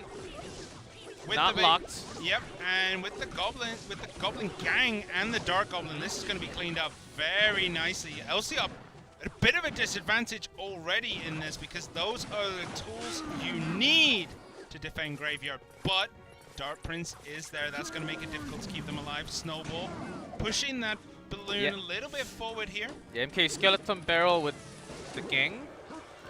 Ooh, he doesn't have anything to defend here. 4 Elixir has to throw down the Baby Dragon, but that's not going to be quick enough. No. Lcob was caught there with his pants down a little bit. Absolutely caught off guard. Lcob loses a very, very quick tower. Sometimes you don't expect the miner with this combination. No, you kind of do. I feel like Miner Goblin Gang with the Mega Knight Skeleton Barrel is a very popular deck. I think this is the one that Dandelion, now Blizzard, made very popular. That was with the Inferno Dragon. It was, but he did have an Inferno Dragon-less version as well that he had. So the Dark Goblin signed that it was going to be a miner, but still Lcob was out of cycle with that spell. So how do you come back from this game? Well, it's going to be rough. You've got to try and find that timing where you can put down that graveyard with the Baby Dragon tanking, but I think that graveyard was a little bit too soon. It absolutely was. The Princess and the Dark Goblin. But the double Musketeer, they are pretty scary, and the MK is still out on the left. Throws down a very late poison, does Lcob, and these skeletons are going to clean that up near perfectly. It is not going right for Lcob now in game 3. 20 seconds left, and Expo Master, he knows as long as he has his defense, he's got this game.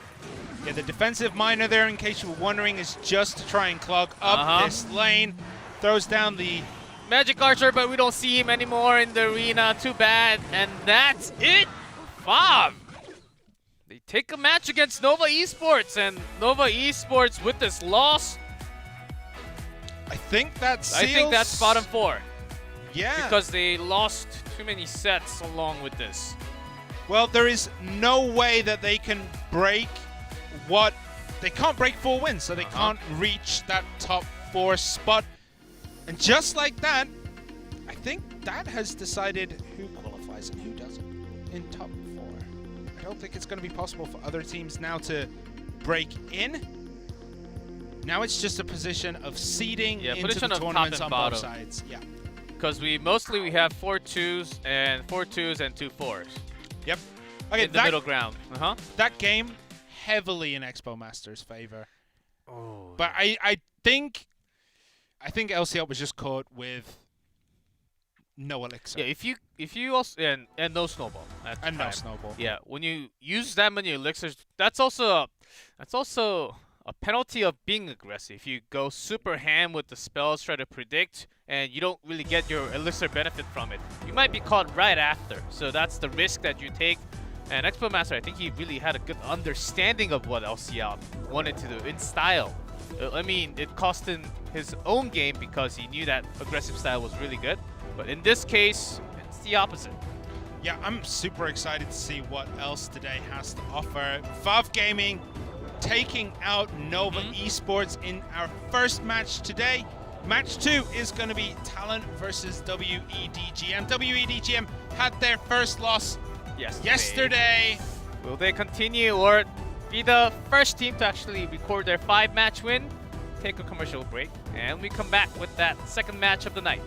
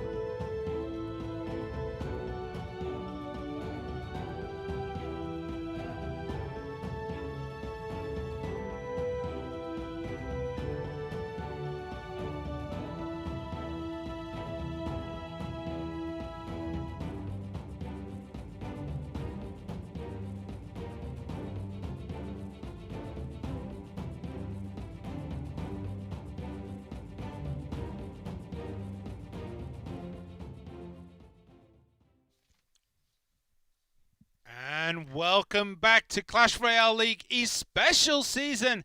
We're in match 23. Lots of matches has been played already, but only 4, 5, 6 matches left now in the regular season. So then we've already had the division between the top 4 and the bottom 4. Now it's the matter of where you go, who do you face, where do you start, and how well informed do you actually start the playoff. Of course, we do have a break. We do have that weekend break before the playoff, but it'll still be a good test because still I think some teams does not have that dedicated TPD player. Well, Fav now with Kensumeshi, I think we can sort of guarantee that he's going to be in. But with this is best of 3 until tomorrow, but starting from the playoff, best of 5. So I have that solid person for TPD, and then just 1v1, it's going to be the real deal. I mean, the thing is, for the playoff part, Triple Draft takes up a considerably less important role. So I don't think you're a Triple Draft player, but it can mean that you will be on match point by that 1v1, that first 1v1, because it will go King of the Hill, Triple Draft, 1v1v1v1. Yeah. So just to confirm, this does mean WEDGM, Kicks, TT Gaming, and Fav will be at the top of the table. All have 4 wins, which means they cannot go below bottom 4. As you said, sorting out the order, it will probably be first versus fourth, second versus third. Yeah, that's so that'll be the winner's bracket. Then the loser's bracket is 5 versus 8, 6 versus 7, and then they go on to play the losers, I believe. Makes sense. I'm sure.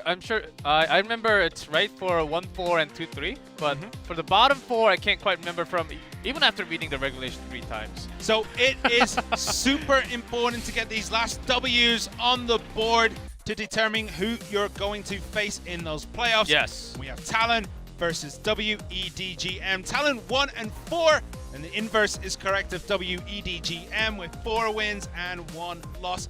King of the Hill, though, that is where Talon shine. 80% win rate, yet they can never close it down in that triple draft period.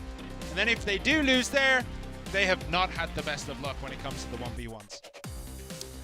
And they need line for 1v1.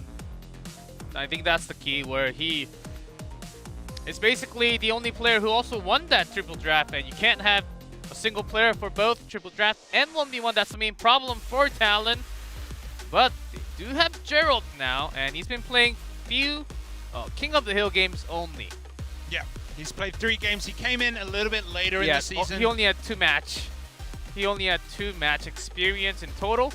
So overtime, overtime, maybe he can kick in for a triple draft or even 1v1 if line really has to go in for that triple draft. Oh, Blizzard, I think he's another really good candidate for triple draft, but the result does not really say so. Yeah, it does not. Anyway, on the other side. Yeah, on the other side, everything's bright. Everything's bright, shining, colored, and rainbow. And WEDGM has too many candidates. That's another problem for But I mean, now. if you look at only the King of the Hill, this is going to be an epic match. Once you get to that triple draft and 1v1, it is heavily in WEDGM's favor. But it is going to be Peas against Gerald here in the first match. Peas has a near perfect record of winning 1, losing 1, winning 1, losing 1. The only time he didn't do that was yesterday against Ponos when he really needed to. That was the first loss that the WEDGM team recorded. It was against bottom-placed Ponos Esports. So how are you? I mean, Peas, just bring that lava. And it was actually the opposite, where Lava went against the Japanese players who played Goblin Giant Sparky. So it was the opposite of what happened in the earlier part of yesterday. I mean, I just want to see Peas go Golem. But I guess Gerald would know this, so it would bring out something to counter.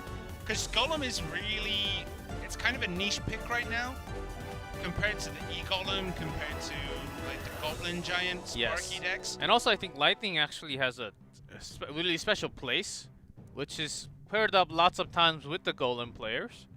But also, there's no Inferno Tower, and we see Yeah, a close couple enough. of decks with Inferno Dragon.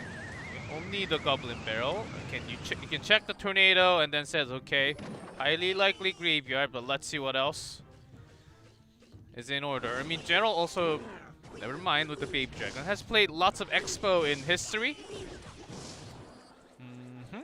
Okay, Minion Horde. Now that is an interesting choice. Yeah, do see lots of Minion Horde, along even with some Motor decks, lots of hot combination with some specified players. Only, but not as much, for sure. All right, it is going to be Elixir Golem here for Gerald. And Cannon Cart, nothing there to Hard stop push. that. With 4 Spear Yeah, that Goblins, left that side is tower gone. is out. That is a very quickly disappeared tower for Gerald. He needs to make sure that his push builds up. There is Oh, the but Electro Dragon. And a mirror from Peas. A mirror. Mirror to get that cannon, and the rocket to take care of those dragons in the air. That Cannon Cart, though. The Inferno Dragon connects. Will do 500-ish damage. But Peas took a lot of damage there. But the Cannon Cart, now level 10 compared to everything else being level 9. Tornado to pull it back. Will that stop the Cannon Cart from crossing the bridge with the Fireball? Yes, it does. This is certainly a mixed up. Can't expect what to come out from Peas. And Gerald was caught. Even that Inferno dragged onto the left side from the Spear Goblins. This is an incredibly interesting deck by Peas. We never really get to see Mirror in competitive play. We've seen it. Even in China, I believe less than twice the entire year last year. That's including West as well, right? I think we saw it. I was only talking about China, but never really seen from Asia for sure. Sometimes in China, not many times. Well, now Peas has a lot of defensive Rocket work. Mirror! That's expensive. That expensive, but if you can take those dragons out. He needs to take out that Battle Healer before anything else, though. That is priority number 1. Those 4 blobs are going to get to the tower, and that's going to do a lot of damage. That's going to put him into spell cycle range. Fireball will finish that tower. So all that advantage that Peas has carried from the beginning until now, it's not good. But that healer is going to die quick. And now the Cannon Cart connects onto the tower. And then the Princess Tower and the King Tower were also locked onto the tower for that time being. 56. That finishes even with a zap or a snowball. Arrow is enough, more than enough to finish. That pocket play immediately responded with the Tornado. I like that part, but after that, I think Gerald was somewhat out of elixirs and all the best tool to go against those.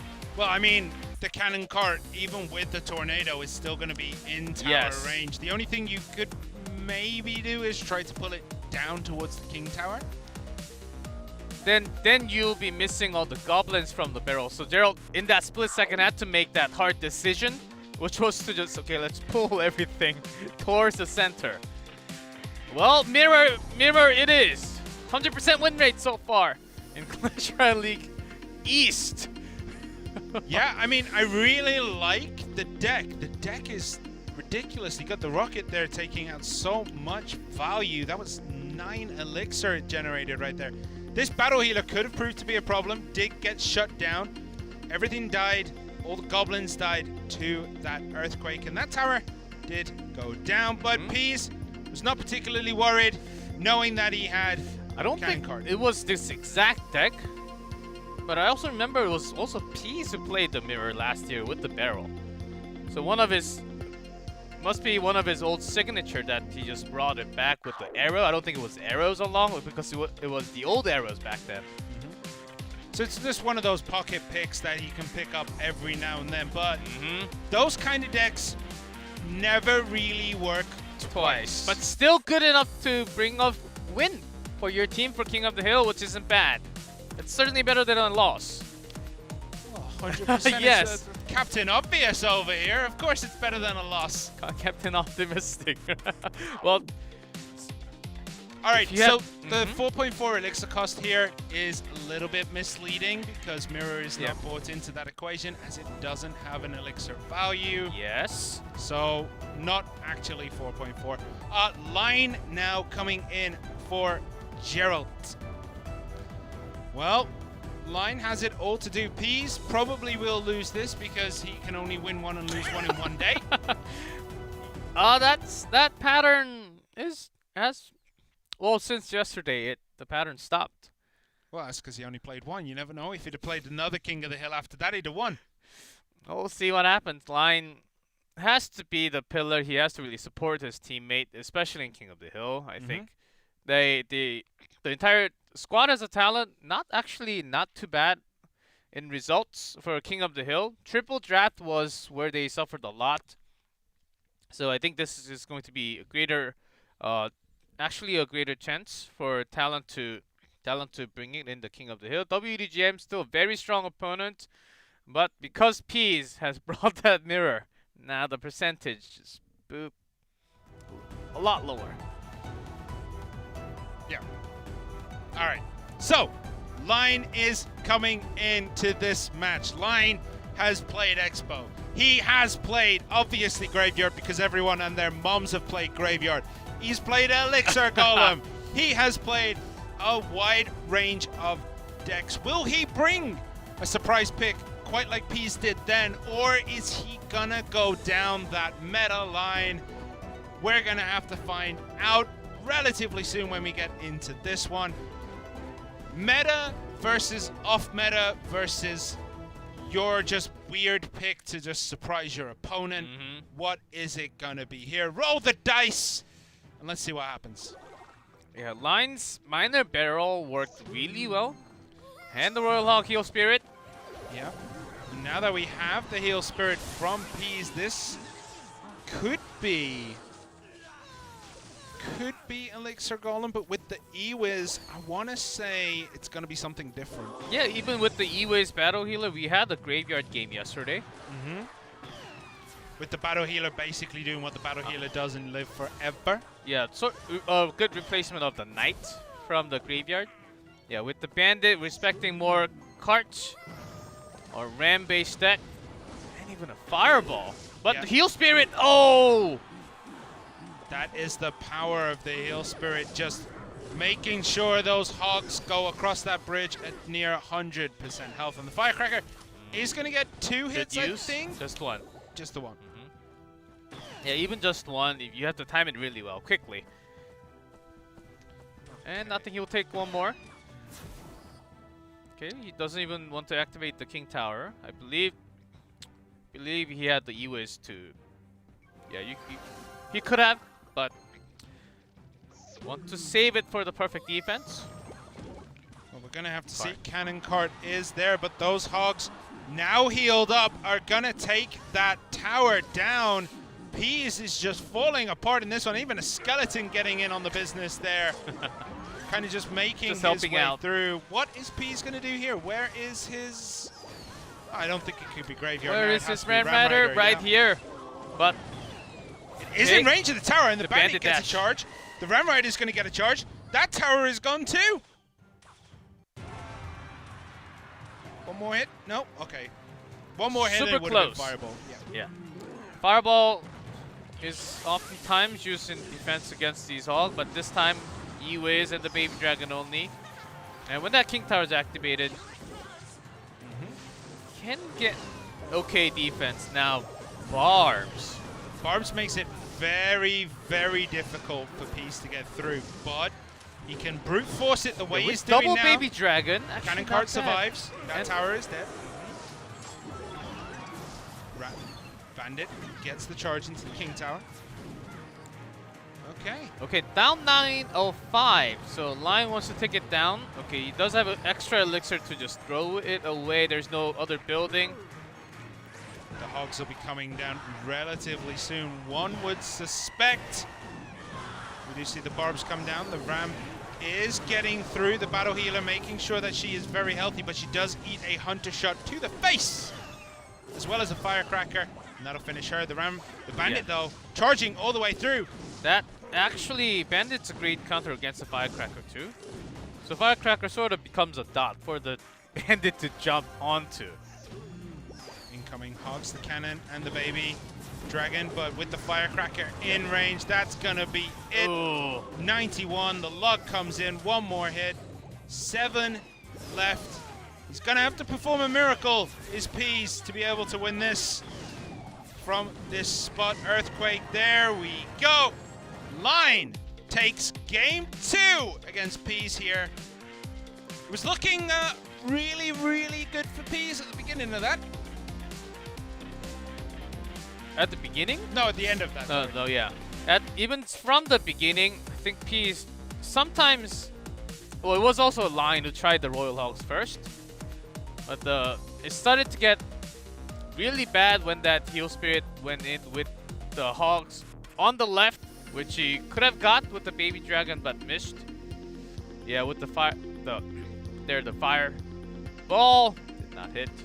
Peas knew that like putting that Baby Dragon down was a mistake, but it was a mistake he could have avoided if he played maybe half a second later. The Heal Spirit wouldn't have got the heal onto the Hogs. Yeah, so I thought he also had the E-Wiz at that timing. I may be mistaken. So I think he was just choosing from the options that a few options that he had. Well, this cannon card did turn it around for Peas. I thought this happened at the beginning of the game. I have no idea why. But look at this. The Firecracker proving once again that she can generate value from anywhere on the arena. She's just an incredible card. Very risky, but incredible. Line closed it up with that Earthquake. And that finishes that. Good game. Advantage was definitely in Line's favor, though, I think, with the Barbs, with the Hunter. And especially as you only have the Ram Rider really to try and get through on damage, and the Cannon card, which can easily be shut down by the Hunter and the Barbs. It's a very, very difficult matchup for Peas. Yes, with the not just with the Hog Rider, with the Royal Hogs. With Firecracker, you see less of that mini P.E.K.K.A. and instead you see the Barbarians, which is actually one of the best tools against all the spam. It delays the track and gives at least some more time for you to defend. Yeah, well, it is gonna be higher against Line here. Now, what will Higher bring today? I don't think we've seen him for quite some time. Saw him against Team Timing, where he did win in that 1v1. He did lose, though, to Nuri. He did beat Sado.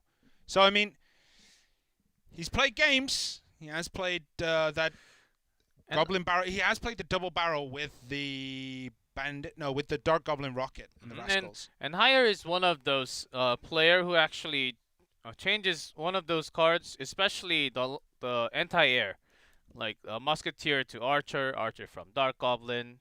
These kind of small changes, sort of like Expo Master, which he does a lot with the Dark Goblin, because that's his, along with the Bandit, those are his signature cards.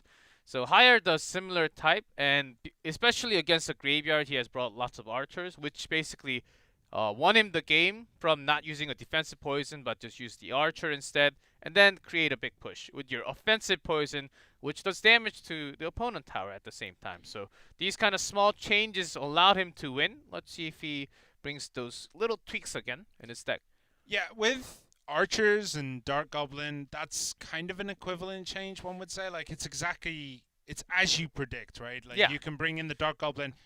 I think Dark Goblin works a little bit better against Graveyard, which is what we've seen, as long as you can keep it alive.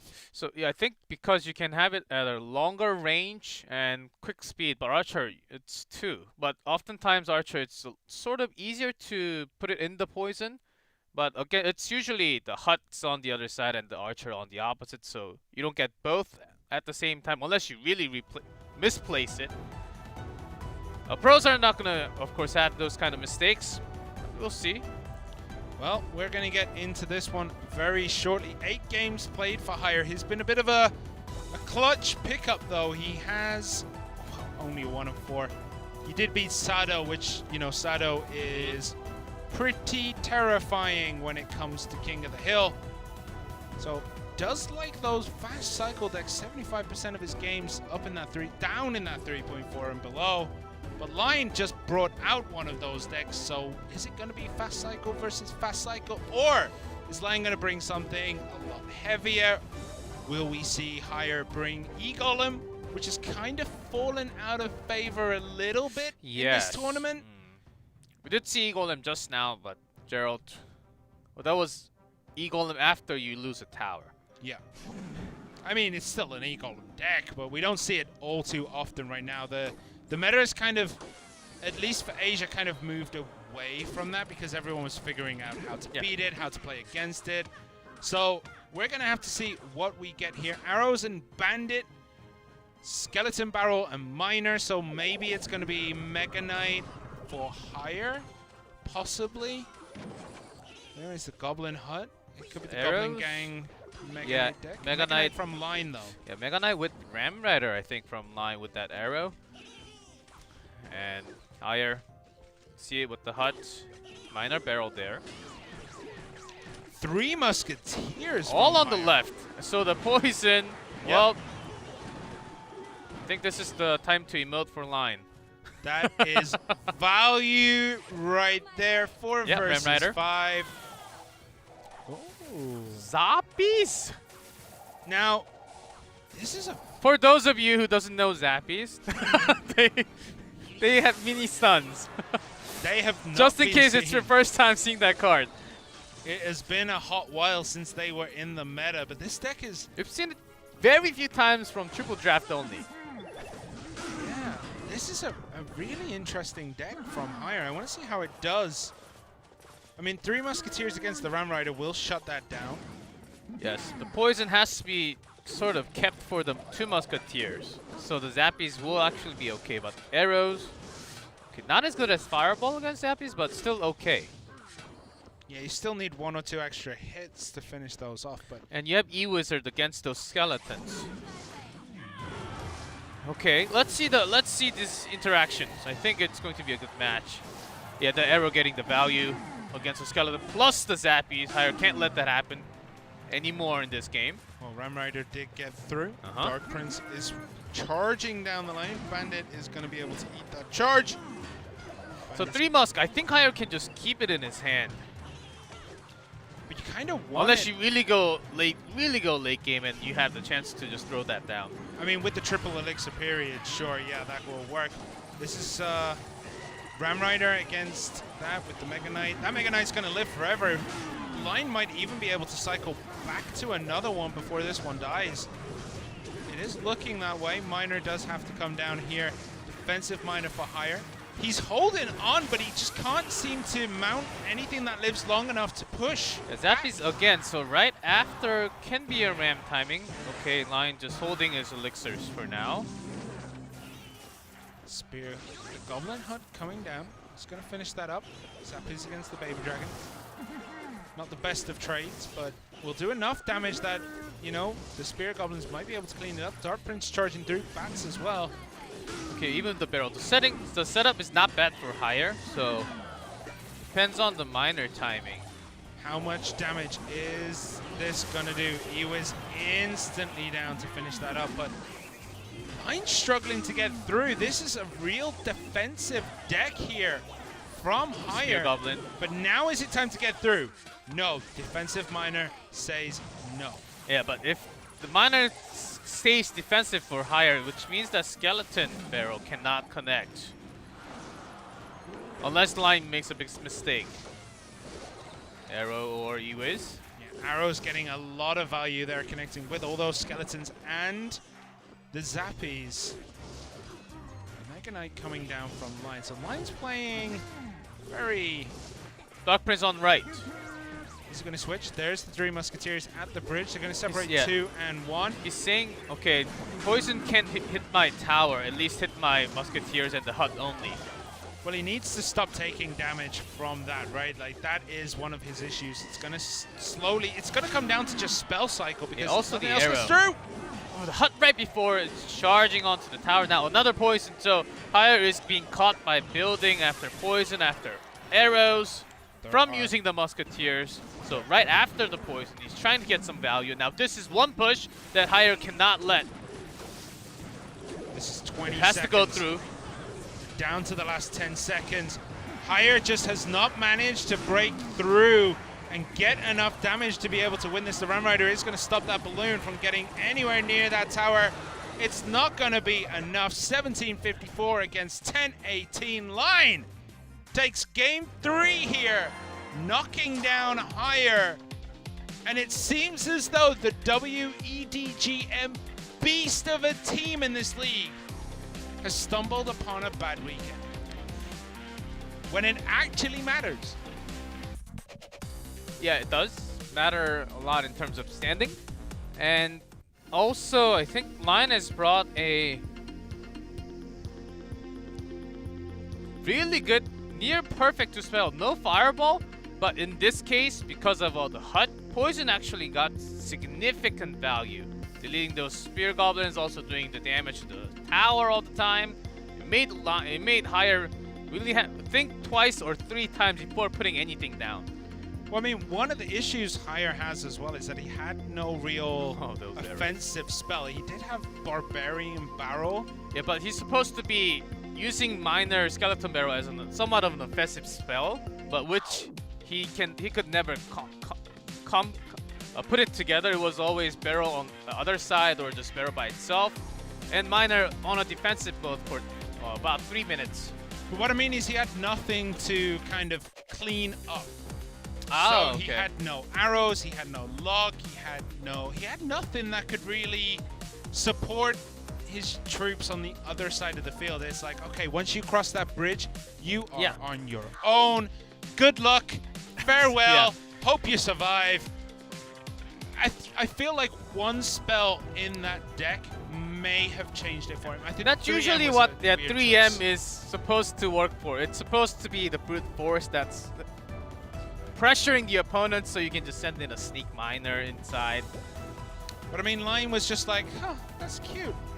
Take a poison to 3 miners at the beginning of the game. And not just that, arrows.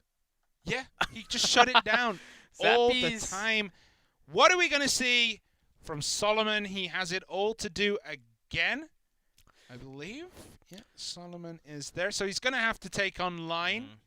Then he's going to have to play whoever Talon throw out last, which could be Blizzard or One Crown. Yeah, Blizzard or One Crown. Thinking about it, we haven't seen One Crown much. Just 1 day of play, I believe. Let me just quickly check. He played against... 2 days against Nova and Team Timing. Team Timing, yeah. So, and he's got a winning record, so you'd expect to see more of One Crown, but yes, what if he comes out last? I don't know. Well, since Hal was there, Hal was there in the roster, but he's now a coach. Now the coach for the team, so maybe it depends. I mean, if Lion, Blizzard, Gerald, if they're doing just performing better than One Crown, maybe can be the TPD. Well, we're going to see Lion against Solomon here in this triple draft. Set point is currently on Lion's favor, but Solomon is kind of known to just shut people down after taking a couple of bad hits. Didn't work yesterday. The headshake of doom, the headshake of destiny did not help him out anywhere yesterday as he got manhandled. Yeah, oftentimes when he's shaking his head, he's losing. That's the reason why he's shaking his head. But he turns that around into opponent's mistake sometimes, or some surprise pocket plays that leads him to 2 crowns, 3 crowns. But that doesn't happen all the time. I mean, you're shaking your head because you're losing, and you can use your magic a few times, but your opponent doesn't make a mistake. You just don't come back in this pro level. Yeah, well, we're going to have to find out. Can Lion channel his inner KK, finally defeat Solomon, and take this King of the Hill set? Or will Solomon be able to just shut down everything after the first 2 minutes, head shake his way through, get himself back into the zone, and close out Line? We're going to have to see relatively soon. Deck selection, Solomon really does like to play mid-range decks. Nothing too heavy, nothing too light. Line very much down the same way. So where are these games gonna take us today? Let's see yesterday with the cart push. Solomon did lose. Minor bats. Nice opening hand. Yeah, Line does play a lot and also practices lots of minor barrel play. Night Witch. Is this going to be Night Witch Lava Hound that we saw occasionally yesterday? Or Eagle and Rage. Ooh, boy. Okay, well. Know what I was expecting to see, but the Ice Golem tornadoed back in. It's like, where are you going? But I think it's going to be too late to be able to help out the Elixir Golem here. There's the Rage. Nothing done this time. Solomon just wasting all that Elixir, giving some more to his opponent with the Elixir Golem death. The Battle Healer still lives until that Ice Golem dies. Okay, got a little bit of damage. I do really like this Night Witch Elixir Golem Rage deck, but it is very, how can I say, clutch. Skeleton's getting a lot of work done on that left-hand side. This deck would probably not work on ladder very well. Yeah, with the Rage, you only need one shot. I don't know if I agree with that. I think he used the Rage just to try and get a little bit more damage done to that tower. Just to cycle to begin. Sometimes you end up holding the Rage and never use it. Well, Elixir Golem going down that left-hand side, not supporting the Night Witch against the Hunter. Very good choice because Elixir Golems melt in front of the buckshot of the Hunter. Minor Skeleton Barrel from line. That's going to do a lot of damage. There isn't anything there to defend. There is no barrel. There is just nothing. And this might be Crown Tower, actually, with the Hunter, with the Miner, with those Skeletons. He might be able to take it. Rage comes down. No, not so close. Only the Hunter and the Rage. Hunter is not good against that Battle Healer. The heals are actually really good from the Battle Healer. Yep, that's going to be the first tower down for Solomon. Okay, more. The Battle Healer is still alive. The Luck finally takes it out, but Solomon has time to reload with another E-Golem. And the Rage here allows everything to stay alive as the E-Golem starts to take damage. 1-1-4-6. So now we're kind of equal. That was close. If that Heal Spirit attached to any of those other units other than the Skeleton Barrel, that would have been a lot more scary. Now here comes the line. That's the tornado, but he lost.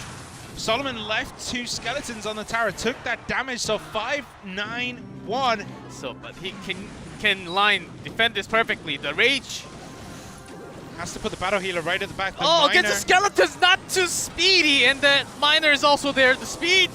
The raised up Golem is enough. Solomon playing that very, very interesting. I love the gut. Like, I have the Rage. Elixir Golem is slow, but still I can sort of win. Battle Healer against the Skeletons, he was having a tough time defending all the way there. But Elixir Golem, sometimes we underestimate how much damage it does. Insane amounts of damage. Yeah, it does absolutely insane amounts of damage. We saw that yesterday in No Tilt as well. Surgical Goblin used it yesterday, but I think Solomon here just, I don't know if he read the deck instructions or something, but played it near flawlessly. Look how much damage. Look how fast the raged up Elixir Golem goes. That's insane. And the heals from the Battle Healer under that rage will just keep everything alive no matter what. Yeah, this log was important getting that Battle Healer, and then the Heal Spirit actually jumps on top. If it jumps to the bottom, it was going to be game over at this moment. Keeping those dragons alive. I have a question. What heals more? 2 Battle Healers or 1 under rage? What? So what would heal more? 2 Battle Healers going at it, or 1 Battle Healer that is raged up, attacking something that has health? That's a good question.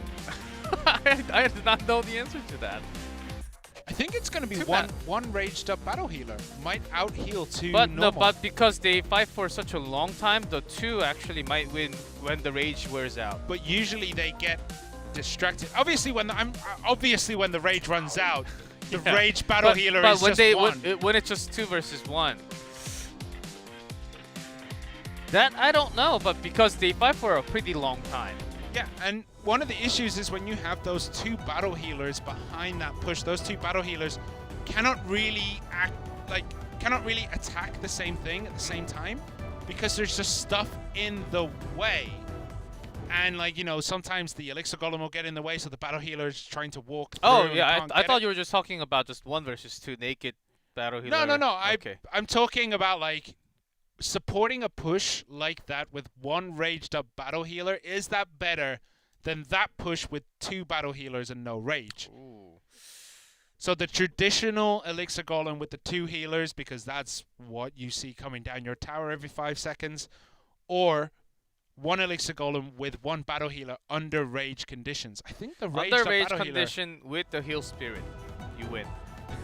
even without the heal spirit, I think that 1 battle healer can just keep everything alive It's hard. It's hard because most of the time it's paired up with lots of other tools like the baby dragon and the E dragon oftentimes. So that's hard to calculate. But here comes Blizzard to see if he can save Talon before we jump into triple draft. And Solomon usually, and not just from Solomon, from all the players around the world, you just not use Elixir Golem Rage twice. It's oftentimes just once, you win, okay, let's move on. It's a surprise deck. It's not the kind of deck that you would use repeatedly in one day, because once your opponent knows it, they could probably outplay it. But what are we gonna see? Blizzard, it's a pretty good win rate. Minor and minor with minions for Solomon to clean up the other. Clean up Blizzard's minor. So far Mega, which could hint for more, possibly more lava, but Talon, it's not really a style of too much lava. Cannon card with the baby dragon for Solomon. Cannon card, barbarians. So this Okay, might I'm hinting. be Yeah, the lava hound. I'm smelling more lava now with those barbs. They know smell a lot. You know what lava hounds smell like, right? No, I don't. They I don't know how smell like barbs eggs. smell like. Smell like eggs because of the sulfur. How about the? Lava smells like sulfur, dude. It smells like All rotten right, eggs. all right, Mr. Scientist. You sure know a lot more about rocket science than I do. That's not rocket science. It's natural sciences, dude. Okay. Oh, arrows of comes course. down. Giant push with the cart. Yep. We've seen this work multiple times in the past Flying Machine. I believe Tangod played this. Yeah. Tenga played it, yes. No, last week. 2 weeks. Yeah, a week ago. So with the flying machine, this is actually one of those, I would say, better lava matchups compared to what we had last night. But the bridge spam has to be careful, and the barbarians can get out of touch if you really don't have that in your hand. So Blizzard need to save that for the perfect time. Okay, just to clarify, you are saying this is a Lava Hound favorable matchup. Not bad No. compared to what we had You're yesterday. saying it's favorable because if this goes to Sullivan, I'm gonna All start right, all talking right. about this deck. All right, have it your way. Let's see. There's the Lava Hound at the bridge, the cannon card immediately underneath, and after that zap, this is gonna get a lot of damage in. One more hit. Beautiful zap there. Let's see the Does Counter. Solomon have something to defend? He needs to minor throw down. timing. He has nothing to defend. Solomon is looking for something, has to lose that tower. With the Lava Hound still alive. Giant all the way back, but still flying machine already locked. Lava's still there, and arrows can come. Yeah, this Lava Hound hasn't even been popped yet, and there's a Flying Machine and a Mega Minion here. Minor all the way on the back, 600. This That's is, GG. Yeah, this is over. You were right. That is the kind of matchup that deck really likes. Line takes game. Oh, sorry, Line. Blizzard takes game 5 against WEDGM. Does beat Solomon, and it will take us to the triple draft with Talon looking like they might be able to record another victory. Lava usually against another slow, except for Sparky, because the barbarians can be gone with a single men right after a shot, and this giant push higher is sort of new. Okay, I can't really break this lava. It's super hard, and minions not bad. Baby Dragon, but the arrows can also counter those minions. The anti-air was just lacking from Solomon in this deck. So he had to make a bigger push, but the card was always being blocked by the Barbarian. Unless with the perfect heal, it was going to be a tough matchup. So yeah, perfect matchup for the Lava Hound. It has to be a perfect matchup in my opinion, because I really don't like that Lava Hound. Yeah, Barbarians, if you can really just throw down the Giant, and then make your opponent use the Barbarians for the Giant only, and then have a card on the other side or something at the perfect timing, then you can get your win condition like that. But that's about the only way you're going to win that matchup as the Giant player, because he just did not have enough of anything really to stop the Lava Hound Baby Dragon flying machine. He could have put down a Giant to distract the Baby Dragon and the flying machine earlier before they connected to the tower, but the miner in the back still would have done a lot of work. Yeah, so and then if you're thinking about those interactions, you're really going for the 3 count, 3 crown count. And if you cannot break that lava until that moment, there's game.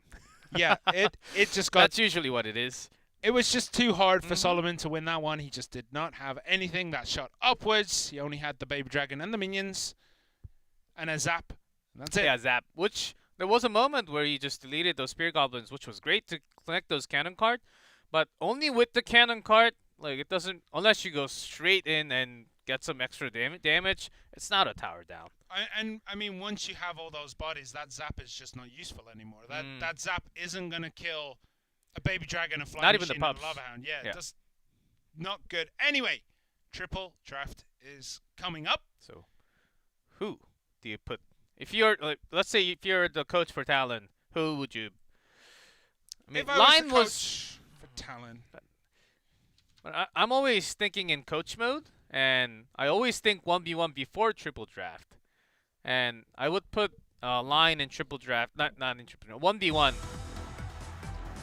No, I think about 8 out of 10 times.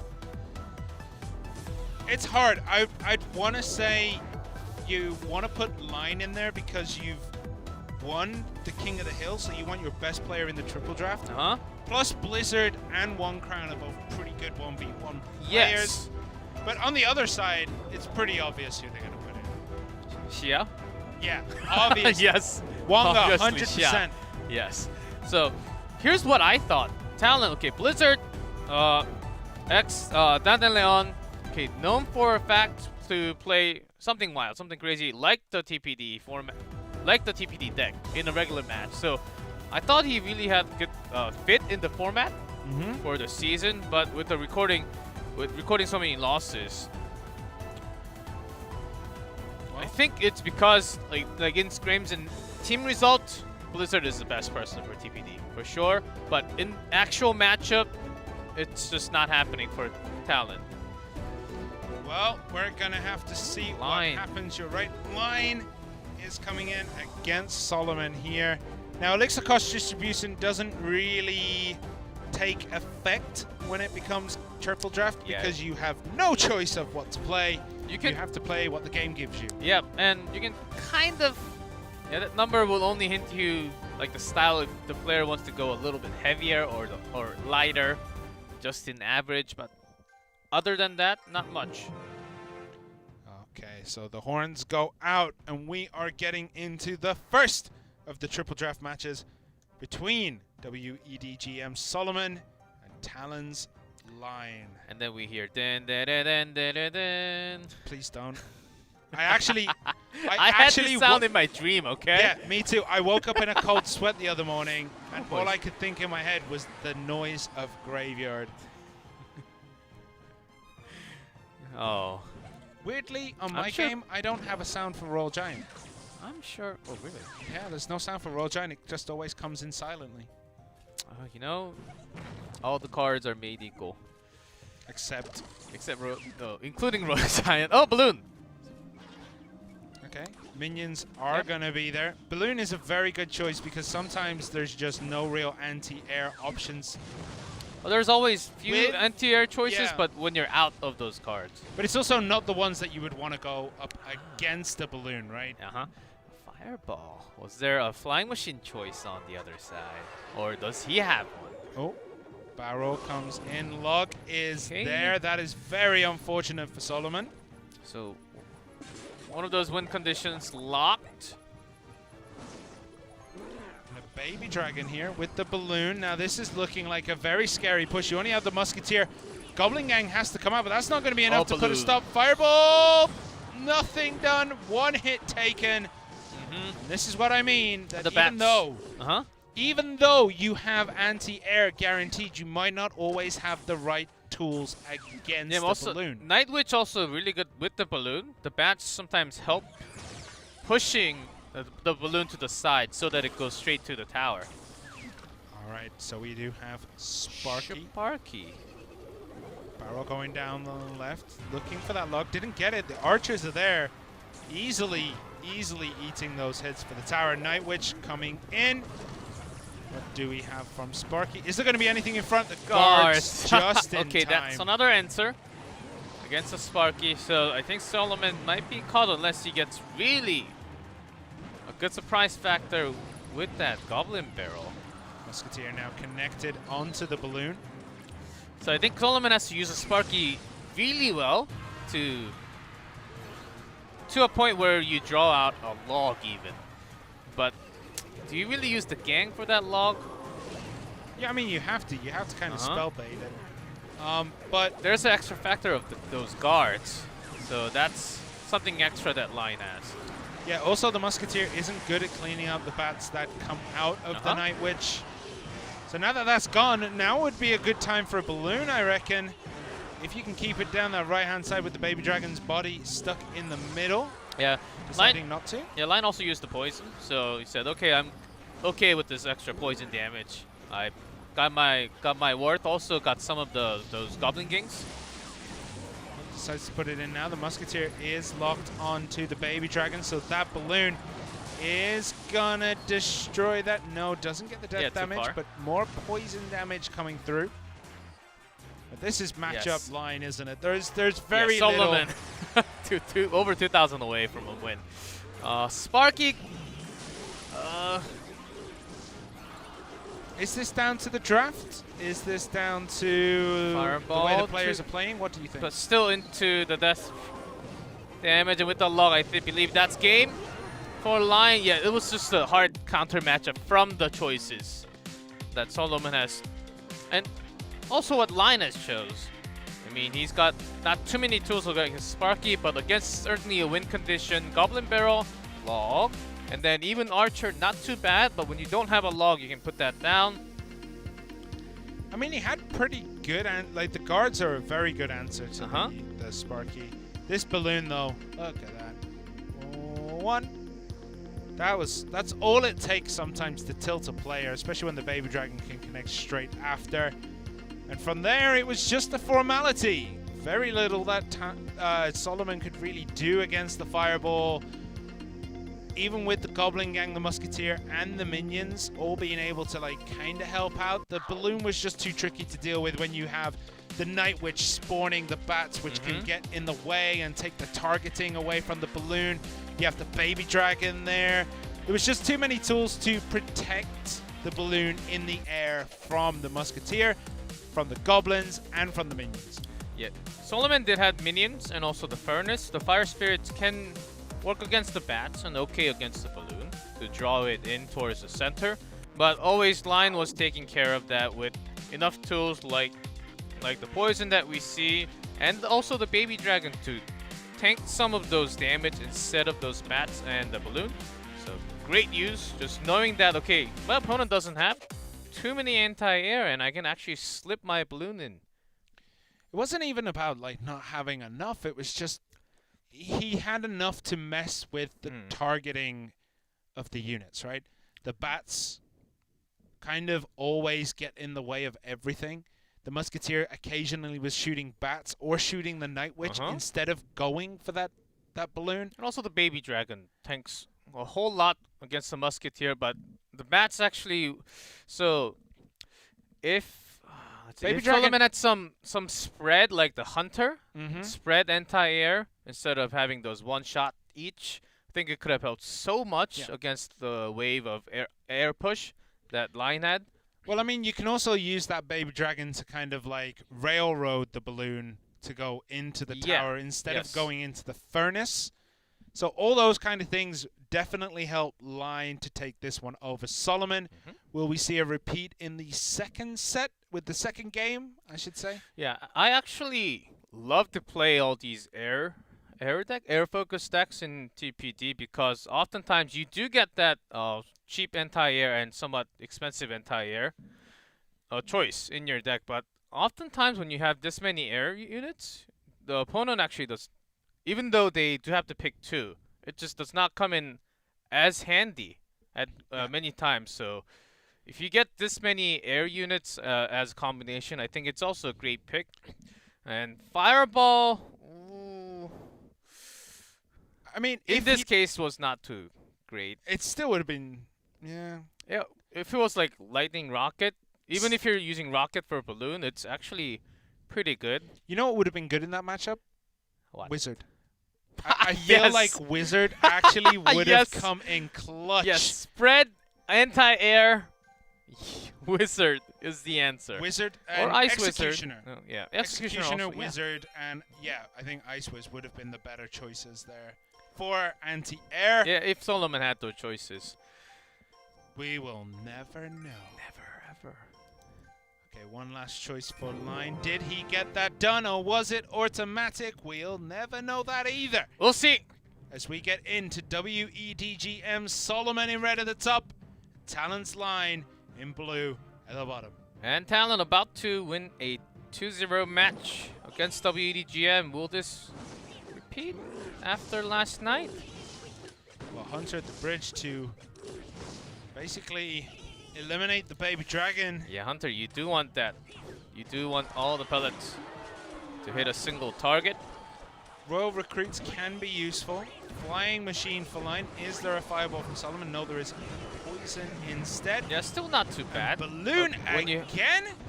Yeah. Solomon I really think Line has the air focus, but Snowball, not too bad. Okay, Archers. Just. But still the death. Damage does go in along with getting those Archers and a Sparky balloon deck. We've had one game like this in TPD last week. Yeah, this is reminding me of a ladder deck I've seen. Now that itches a lot. That's like a taser gun. With the battle healer as well underneath that balloon with the Sparky behind. That's a 15 elixir push. But that's a scary push if the battle healer gets in front. If you can keep that flying machine alive away from the hutch and then have a Sparky with the battle healer or balloon when you get the chance, it's actually a good push. Royal Giant from Solomon here. So how does he deal with this? Hunter. That's the Hunter. Yeah, because there was no Baby Dragon or delivery with it. You mean Recruits, right? Yes, yes. It's alright, we only really see one these days. Okay, Royal Recruits come in a little bit late. The Fly Machine connects onto the tower, gets a lot of work done. Solomon is slowly losing his grip. Slowly losing footing, slipping further and further down this mountain that Line has built in front of him. I mean, these recruits are doing close to no work, actually, against the battle healer. One Archer and the Baby Dragon, just enough with the tower's help. That's more death damage connecting. Zap comes in to weaken them up for the Fly Machine. Which also pairs up really great to when Balloon goes super close to the tower. You can have that extra shot having that zap. Battle Healer has to go against 4 recruits. And okay, this is a chance for Solomon. Fireball from Line. Grabbing that Fireball and Flying Machine combination. The Prince, though, doesn't even get the charge. Zapped at the last second. Sparky against Nightwitch. Sacrificial Lamb there, but did defend the tower. Yeah, 6, 8, 9 remains. Yeah, Nightwood actually really good with the bats against the Sparky. He needs a shot, and the bats usually just take care of it before the second shot. Poison comes down. That is slowly going to tick away, but you don't even care when you have that battle healer. Flying Machine can sit in poison all day against the battle healer that is healing up underneath. And this Sparky is getting dangerously close to hitting the tower. 10 elixir, there is that, but nothing there.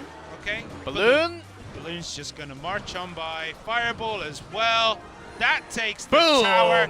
Line closes out the game. WEDGM once again fall to a team in the bottom section of the table. All Talon right. take it 2-0. Okay, before the final match for all the teams, we do not have any team hitting that number 5 in match record. Okay, I thought WEDGM had a real good chance, real good shot today. Kicks can do it after this. That Because is Kicks true. play next against Ponos. We will see if that will be a flop. Kicks number 1, WEDGM number 2. But I mean, we've seen the bottom teams come back. They seem to have discovered what was wrong in their teams. They found that point. Past the halfway point, they've come back into it. We had Ponos winning yesterday, Talon winning. Talon did beat Ponos, and then now they've beat WEDGM. Is WEDGM solved? Have the teams discovered what is up? Are they slowly going down? We will see. We have the last match for tonight. Ponos versus Kicks team. That's our last match for tonight after the commercial break. We'll be back soon.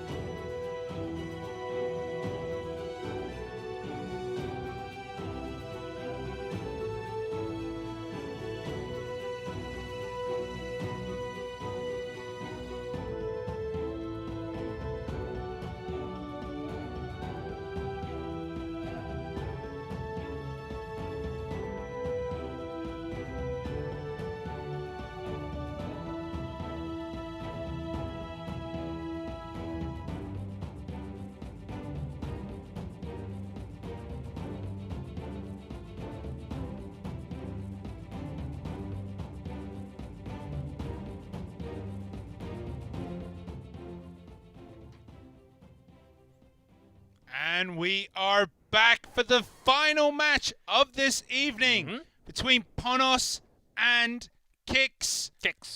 Kix can become the top team in Clash Royale East tonight if they beat Ponos today. I mean, they started up at the bottom, near the bottom, right after the Korean team, the 6th place. And then they slowly, one at a time, came all the way to 2nd place. Now it's their real chance to hit that number 1. Of course, the playoff, and that will be happening later, but still placing yourself first. Before that, it's going to build up your team. It's going to build up your energy and everything that's going to matter in that playoff spot later on. So I think this is going to be an important win for the entire team, for Kix, and also Ponos, because they just started to win last night. They beat WEDGM yesterday, who we just saw lose again. With another 2-0. Yeah, and they were looking unbeatable until this week. So lots of drama is happening. And let's see where it continues. So Ponos on a slight rise. Kix has been on a rise for some time. And when they clash, what's going to happen? Well, we'll find out very shortly. The one loss that Kix had in the first week, because they only played one game in week 1, was against WEDGM. Then they had that back-to-back where they demolished Nova and then had a very close game with Talon. The week after that, they played FAV and Team Timing. It's going to be rough. Sorry, week after that was FAV and then Team Timing was yesterday. Yeah, and then the key always has been Icelaw, but not just Icelaw. Yeah, because Benzer also kicked in hard with the triple draft. Yep. Yeah, those two big gears really running the engine hot for Kix team. And whenever I think Legend also has a real good chance, but just underperforming in King of the Hill whenever he comes out. But he's given lots of opportunities and chance. But maybe when it comes time for the playoff, I think he can also kick in along with JTB. So this squad certainly has that big power wherever they play, whatever format they play. And I mean, they have been playing good in every format. They play very, very well. But we got to look at Ponos. They had one win yesterday, but still there are so many questions about this team that have to be asked. Can they keep relying on KK to basically save their bacon? Or have they got to start doing better as a collective? Rad, Reiki Jones, Tangod, KK, and Yakuri. Only one of those has a very, very positive record. Tangod actually, if you include triple draft, is over 50%. But they got it all to do. Rad shown up on the screen. Rad in triple draft beat Nuamichi and then lost to AUK, Expo Master, Little Chen, and Wonga. But if Legend can pull himself up out of this slump, he lost to Peace, he lost to Blizzard, he lost to Sado. He has a slump. There is a mental block somewhere in this guy's head, somewhere in his playstyle that is just stopping him from being as good as we know, as good as you expect a former CRL world champion to be. Yep, and also Onion has been grabbing everything together in that middle slot for King of the Hill, actually helping the team a lot when Legend fell down from the first runner. That's another reason why Kix team has been really strong in terms of overall match result. Ponos. Look at KK. 9-2. Yes, lots of wins. At least 2 wins at a time or more. So he all killed WEDGM. He reverse sweeped, I believe, against TT Gaming. No, he only has two wins there. He only has others, 2 wins. he only played 2. Others, he only have 2 or 1 win. FAV Gaming, he almost reverse sweeped. That was it. FAV Gaming, he almost reverse sweeped. He beat Donnie, beat Jack, and then lost to Expo Master in the end. So Yakuri is going to be up first here, and it's going to be against Onion. Now, this matchup I like because Yakitori just won his triple draft yesterday, but only got a single chance in King of the Hill. And give him more chance as the first runner-up. like this change from Ponos and also kicks. Onion has been showing up oftentimes, at least with a win, or sometimes more.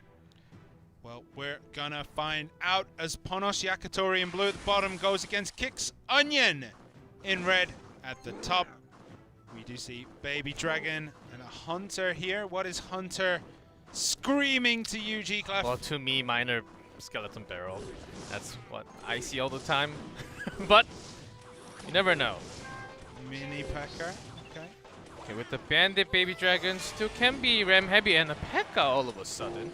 That was that's very not a good mini. catch. Yeah, this is going to be Royal Hogs, and with that P.E.K.K.A., I believe... No, it's not going to be a bridge spam deck, surely. That could be. Yeah, it still could. Yep, it is a bridge spam. So we don't really see bridge spam much Log. these days. How is it going to do here? The Ram Rider does connect. The P.E.K.K.A. Oh yeah, Musketeer survives. Oh. Is that broken? It looks like there is no HP there, but Yeah. loading up with this big push. Now And the it Hill will with the Spirit, Heal Spirit. Assuming That's it's in away. range. No, that's away from the range. Ice Golem connecting to the tower. You don't see that all too much. And Onion loads up with the Royal Hogs down the right. And Yakitori has no elixir to stop this at all. He's gonna let it go and try to build a big push down the other side. There is nothing he could do. By the time those Hogs were on his tower, he had 2 elixir. So oftentimes, without the P.E.K.K.A., it's the Mega Knight in this deck, which could have been really good against the Royal Hogs. Trying to be a bit clever. Assuming, I guess Yakitori was looking at it going, I guess there's going to be Hog Rider or a Ram Rider. Yeah, or So any type of counter cart or bridge spam heavy. P.E.K.K.A. would have been really nice.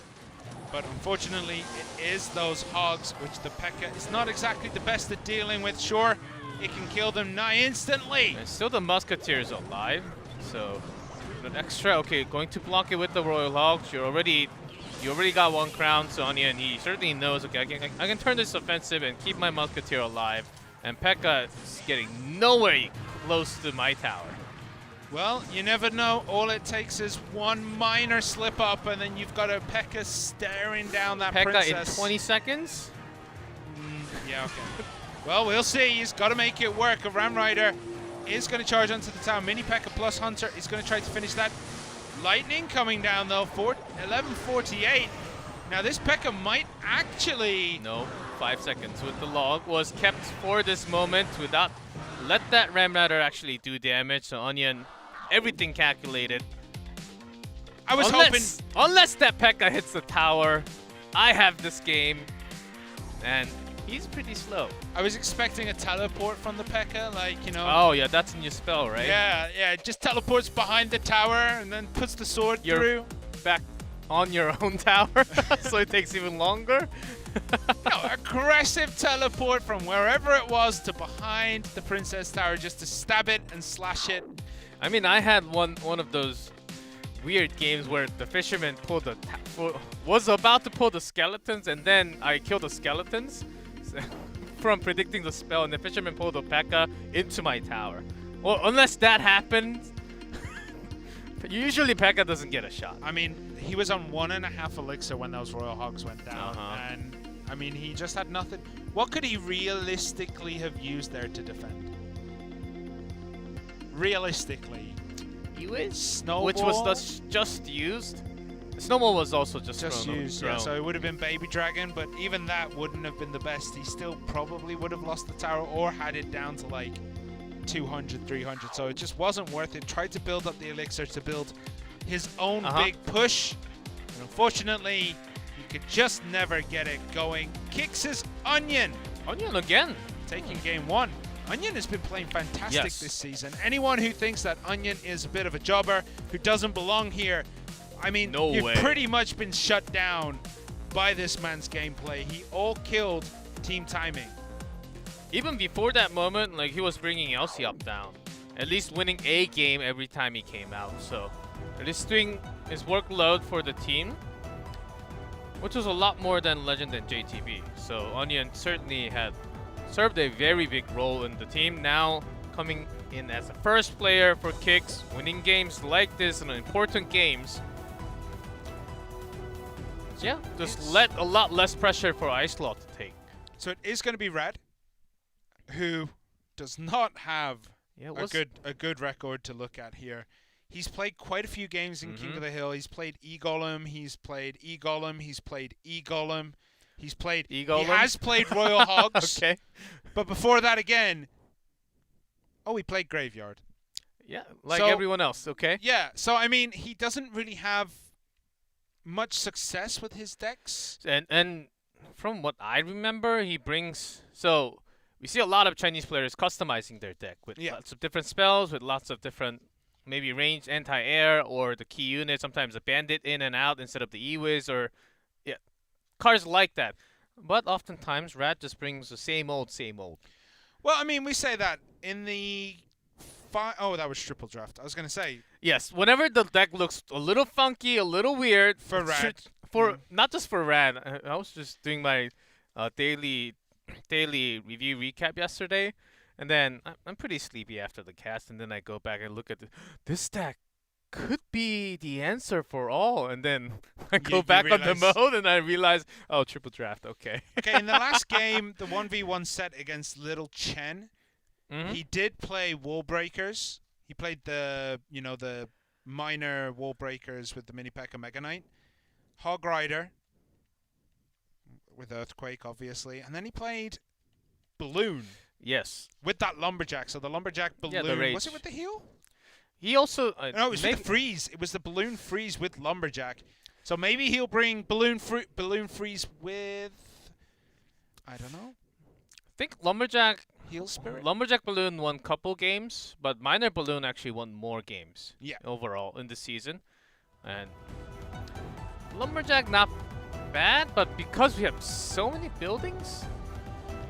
I do really like that Lumberjack Balloon Heal Spirit deck that's been knocking around. Yes. It's a real fun deck to watch. To play, I am awful with Balloon decks, so I don't really play it. And sometimes with just one spell, you need to keep that Ice Golem and Musketeer really intact with the Lumberjack. And then you can just surprise the opponent Balloon on the left side instead of the right. Well, we're going to get into this one relatively shortly. Game 2 of this King of the Hill between Ponos and Kicks. Kicks took game 1. Onion beating out Yakuri. Will he be able to do the same against Rad? We'll find out relatively shortly. Throwing out the bandit emotes that we were just able to get from the previous event. There hasn't been much emoting in this tournament. We haven't seen those 2-minute emote battles, and then we have to go to World Finals for that to happen. A lot more. All right, so it is Dark Prince with the Ice Golem and Dark Prince with the Musketeer. G-Clef, what are you feeling? Maybe 3 Musketeer? Ooh, good shout for Red. As you say, maybe 3 Musketeers get dropped. And I was thinking Japan does like...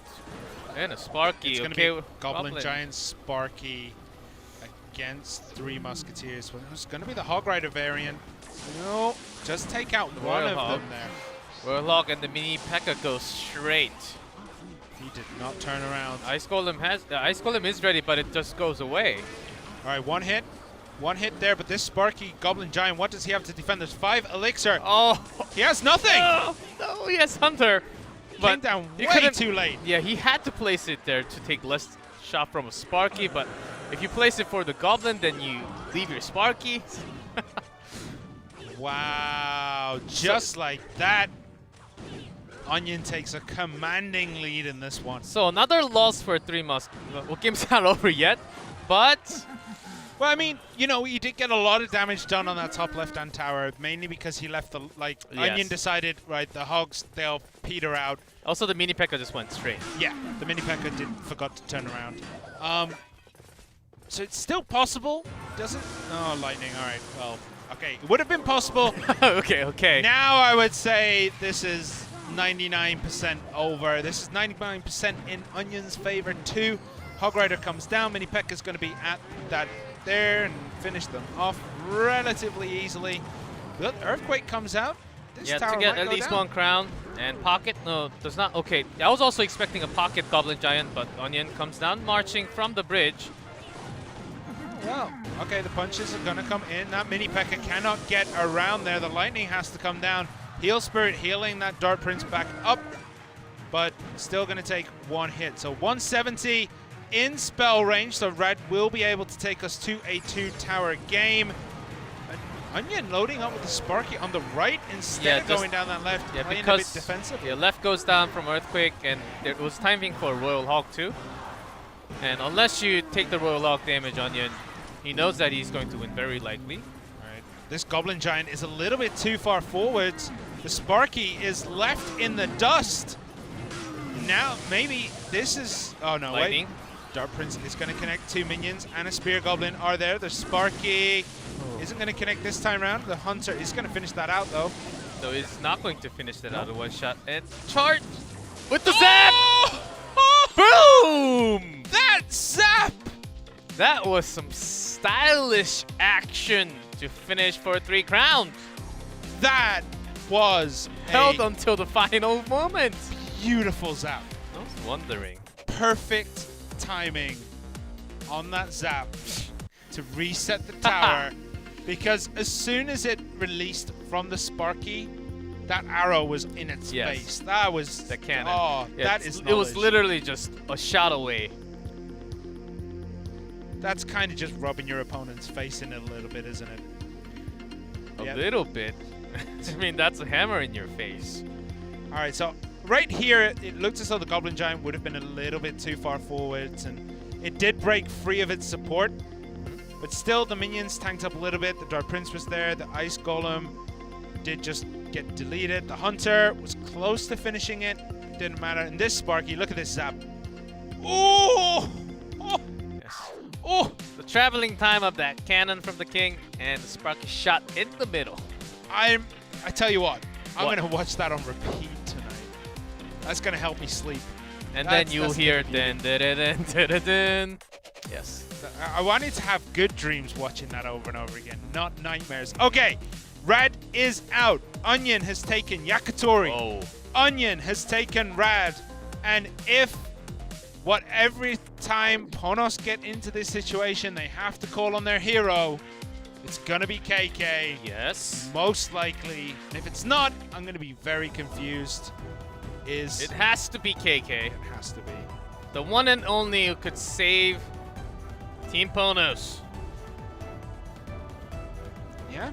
I mean, from the basement. They are surely in the basement. As still has to go through, starting with Onion, and I'm pretty sure Icelaw or even Benzer. Oh, so what with KK was possible last night. Yeah. Can he do it again? well, Yesterday he also brought us some signature decks like the Goblin Barrel that we see at desperate times only from KK. but I mean, this whole season is desperate times only For for Ponos. KK and Ponos in Yes, general. that is true. It So hurts. It's gonna be, it's a mountain to climb, because you're gonna have to go through Onion. Yeah. Then you probably got to go through like Benzer, who usually appears in that second or slot, Legend. and or then JTB. Icelaw, who always And then comes in Icelaw, that third basically. slot. Yeah, Uh-huh. it's rough. I don't know what KK can do. He can win. Certainly he can win. He has some chances. It's just you just have to win 3 games, but the opponents that he has to face through, starting from Onion, it's Mount Everest It definitely without is. equipment, with minimum equipment, Not even a respirator. He's just going up and hoping for the best. without the GPS, so he can't be rescued. Nobody going to- gets rescued from Mount Everest. They just leave you up there. Oh, I haven't been there, so I don't Oh. know. I got left up there as a child, and then I came back down on my own. I You're rolled down lucky. like a snowball. Okay. You still have that snowball around you. Moving on. Moving on. What do you think Onion's going to bring in this one? Do you think he might bring So Sparky. something tricky? Mm, Do you think we might see Night Witch Lava Hound? I'd like to see his own barrel type. Not just the double barrel, Mhm. just the traditional goblin barrel with Goblin Barrel with the Knight, even sometimes with the Firecracker or the Hog Rider Firecracker can serve its role, but Onion didn't really play that type too much. Or bring a lot more bridge spam. I think that's the trend that we are going towards since this week. Bridge spam, maybe with the cart, without the cart. Mega Knight Bandit heavy with the Ram. I think that's one of the highest chances of winning right now. Look at this. This is why it's hard to prepare against Onion. 33% in every elixir cost distribution. It has to be exactly 1-3. Like, how would you prepare against that? What would you think? Oh, he's going to bring a cycle deck, and then he brings something heavy. He's going to bring Graveyard Hut. It's going to bring Graveyard Hut. Graveyard MK. I would be surprised if we don't see Graveyard in this game. Let's see. Last chance for Ponos in King of the Hill. This KK. He can make miracle happen, just like last night. We're gonna have to wait and see. Listening to the coach of Kicks talking about like their strategy going into this week. Yeah, Melanton was talking about like he wants to try and give everyone a chance at 1v1 because knowing that we're gonna get into that playoff period, that's another good become chance. more important. So maybe we're gonna see something a little bit different today. In terms of roster, maybe Icelaw will not be. Onion wanted to activate the King Tower, but did not get that Chain Lightning in time. Yeah, well, Onion is kind of putting a spanner in Melanton's plan right now. If he all kills Ponos here, nobody else gets a chance to 1v1. That's a problem in a good way. All right, Dark Prince, Electro Dragon, baby. Ooh, yeah, Lava. It is the Lava Miner. We haven't seen the miner yet. It could be something completely off the wall. This Inferno Dragon is very healthy. There is the Electro Dragon, the good E-Golem connect from KK going down that right-hand side. The Inferno Dragon completely distracted there. Gets taken out by the Electro Dragon. Guards to face E-Golem. Damage getting done here for Onion, but has to defend this very carefully because those blobs do a lot of damage. And look at that. The baby dragon actually targets the other baby dragon. The blob's getting a lot of work, and that baby dragon connects. KK taking a commanding advantage in this one. 8-4-7 on Onion's top right tower. That was really smart by KK. His dragons were split apart, so you can't really have one big push. That's why the healer is not even out yet. So okay, so why not just make both of them strong at the same time? So, which is really hard to defend when you have the Lava Miner deck. So we're expecting the Electro Dragon to come down on that left-hand side to stop that Inferno Dragon. So he gave up on the left. No, he's given up. KK's given up, and I think it's going for 3 crowns. It is going to go to a 3-crown game. Inferno's locked up. As long as the lava doesn't pop, KK does have the speed. Does indeed, but they need to take out this Electro Dragon, trying to take it to the skies, but it's not going to be there. The Battle Healer and the Golems got a lot done, but that Inferno Dragon connected onto that bottom right. Elixir Golem now on the left. Miner to defend. That's 2 Electro Dragons, a Baby Dragon, a Battle Healer, a Dark Prince, and an E-Golem. This is an undefensible push. Yeah, Poison. KK's going to take it. Poison is a little too weak when you have that heal and Tornado to pull everything together. That's the 2nd crown, and KK 1 down, 2 more to go. E-Golems, man. E-Golems. That push reached critical mass. That is one of the problems, I think, with Onion's deck choice in this matchup. You want the Lava Hound. You just do not like Lava Miner. I know, that but too. in this one, what I mean is you have your Lava Hound, and you have the Baby Dragon and the Inferno Dragon. What that allows your opponent to do, so this is what KK was allowed to do because of the Lava Hound, is build up a massive Elixir push on the defending side. 2 Elixir Dragons, Baby Dragon, Dark Prince, Battle Healer, Elixir Golem.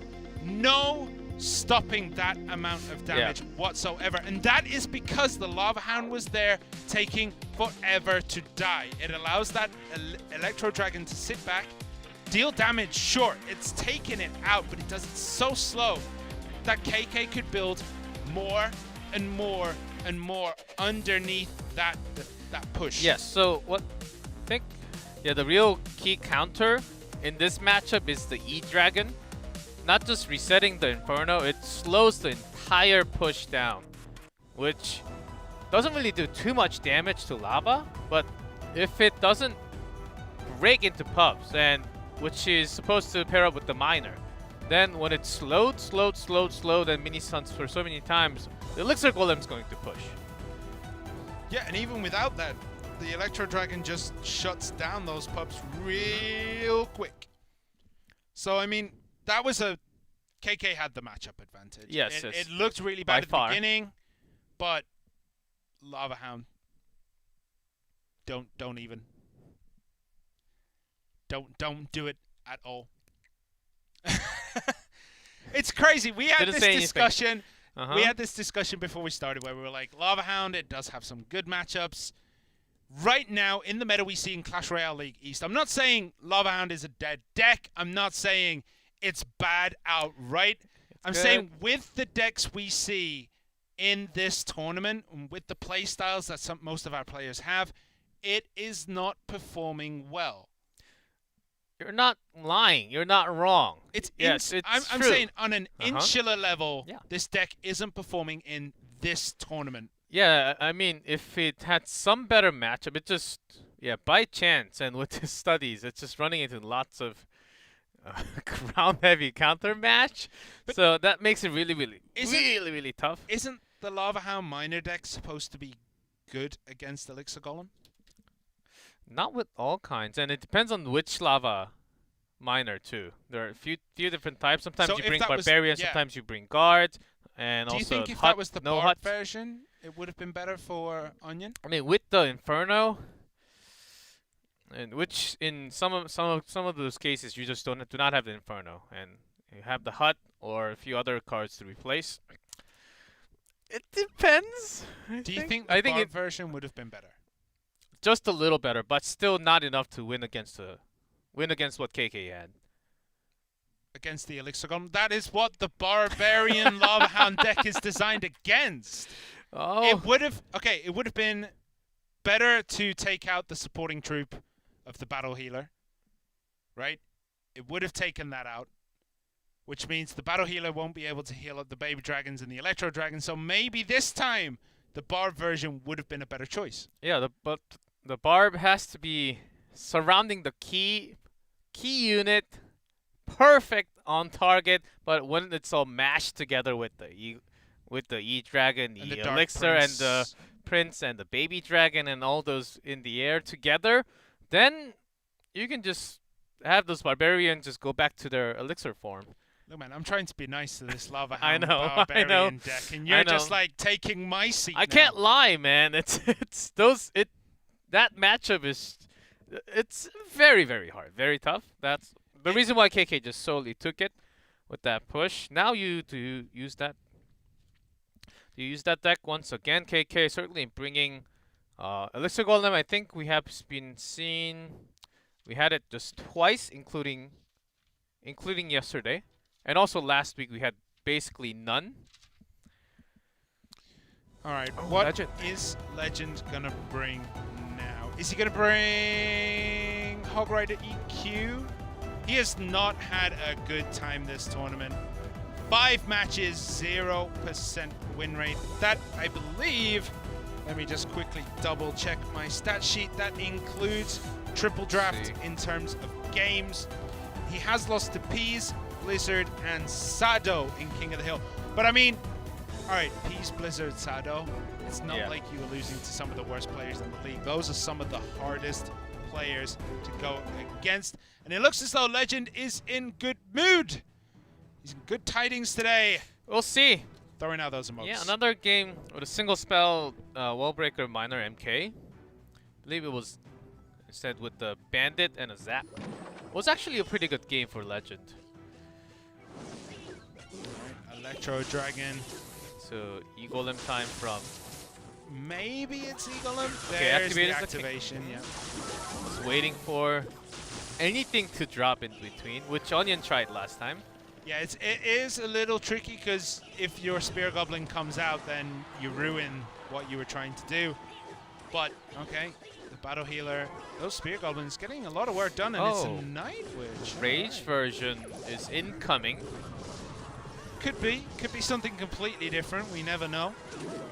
Oh, well, there it is. Okay, no surprises there. It is the purple monstrosity. That is the Elixir Golem. Poison coming down from KK. That's a real good nice choice. Timing for the heal spirit. Still keeps everything alive. Now that witch dies. The bats completely get melted, but the blobs here doing some work, getting it done. 8-1-3 remaining in one push. And it's not like Legend is too far behind. Sure, there's a baby dragon left on the field. That's 4 elixir down. But with Legend's deck, you just don't care. You could just build a push that will take 3 crowns. Poison does make it real difficult, though, because it does shut down the Night Witch and her bats. The Barbarians. Oftentimes, the bats do a lot of damage on the tower, but as long as you're eliminating the bats after the Night Witch, you are okay. But in this case, where the Night Witch survives a lot, it wasn't with the rage this time. Yeah, that E-Golem was just completely shut down. Didn't even get anything done. And here is the Lava Hound. So this is the kind of the reverse matchup of what we just saw. It is the Lava Hound with the Barbarians against the Elixir Golem deck. We're gonna have to see how this performs. Rage can certainly provide the speed immediately. The poison timing is crucial. You got those bats away from the poison zone. Yeah, blobs are going to get just a couple of scratches in here, and that Lava Hound for KK is getting a lot of work done. Loads up with it at the bridge. Lava Hound is piling on the pressure right now. Double elixir time is where KK's deck truly shines, and right now it is shining as bright as the sun. Takes that tower, 10 seconds left, 7-6-1 to do. It looks like Legend's woes continue in this tournament as he goes down to KK. KK taking game 4. That Lava Hound deck is good against Elixir Golem. Yeah, with Barb and also the poison timing from KK. Deciding not to use it offensively since they're uses it defensively, just puts it on top of the Night Witch, shutting down those bats, shutting her down too. Yeah, too scary, and also the Mega Minion placements, making sure that to connect the poison with the death bats that comes out from the Night Witch. Those were the key from KK. I mean, look at the critical mass. 2 baby dragons, a Lava Hound, and a Mega Minion. What do you do against that? Well, I'll tell you what you do. It's exactly what Legend did. Yeah, and also actually activating the King Tower helped KK a lot in defense. Especially because oftentimes it was dragged, even with the rage, it was dragged towards the hut after the first initial push. And then the cannons actually do take out the blobs pretty easily. Would you say that single elixir would benefit Legend? Maybe Legend should have pushed harder in single elixir? There were a few more chances with the heal spirit, but because of the poison further placed, it was going to be hard. I think that's what KK intended to make it just a little harder for heal spirit to kick. Also, and no Icelaw in King of the Hill. Yeah, going for Benzer Riddell. I heard they wanted to shake things up, but I didn't know they wanted to shake it up this much. Icelaw has been crucial for kicks in closing up the King of the Hill. Putting in Benzer Riddell there was also good, but hasn't had the best. I'm going to say this again. For 1v1 results. Very much like Legend in the fact that his King of the Hill record, it's not as good as you would expect. He's lost to Solomon. He's lost to B-King. He lost to Blizzard. Beat Jack. Lost to Expo Master. I mean, Benzer has not had the season we would expect him to have. Triple Draft, sure. Triple Draft, he's just dominating everyone. But he hasn't had a good run in King of the Hill. He has to bring it on now. Benzer has to do this. Can he do it? Oh, can he beat KK? Yeah, can he break KK streak right now. He's unbeatable. Actually, this would be back-to-back reverse sweeps for KK if he beats Benzer Riddell in this one. Yeah, Imagine that. Game 5. And KK has been dominant in first 2 games. Yeah, he didn't even look challenged, did he? Well, the matchups were pretty advantageous. Gave advantage to KK initially, but also his form and his spell usage and the timing and the placement of those Mega Minions poisons has been crazy good. Not just today, yesterday, and also last week. That's why we're also always saying KK is basically carrying the team right now. Against Benzer. 73% win rate. All right, that's misleading because it looks as though Benzer has had a good season at 50%, but that is including triple draft where he has been absolutely dominant. He beat Little Chen, beat Blizzard, beat Expo Master, did lose to Sado, but it was 2-0, 2-1, 2-1, 1-2. So, I mean, sure, triple draft seems to be Benzer's speciality. King of the Hill, not so much right now. But he has to be tried. He has to get his first taste of blood. So I actually want to see the matchup of Goblin Giant Sparky versus Lava with these 2 players. With Benzer playing Goblin Giant Sparky and KK with Lava, with Barbarians. What if it's double Goblin Giant Sparky? What? Yeah. Ponos. You mean KK? Goblin Giant with Giant Skeleton? No. KK plays Goblin Giant Sparky. Benzer plays Goblin Giant Sparky. Never But mind. with the Firecracker, it looks like it's going to be Royal Hogs for Benzer. Some Royal Hogs, some Hog Rider, some even RG with Royal Hogs. Is that going to activate? Yeah. Just around.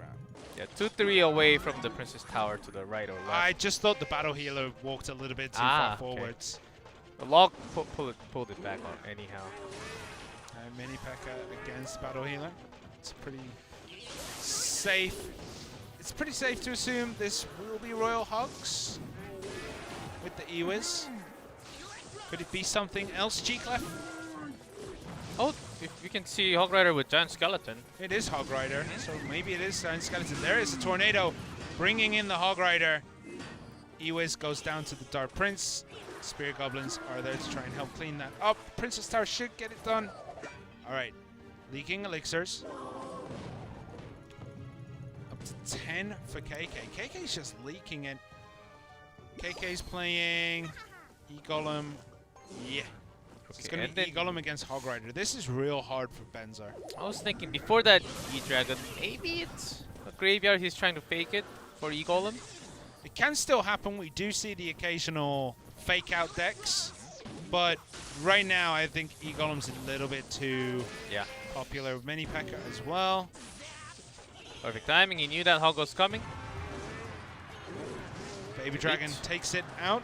Takes out those Spear Goblins. Mini P.E.K.K.A. Ooh, Giant Skeleton, so you are right.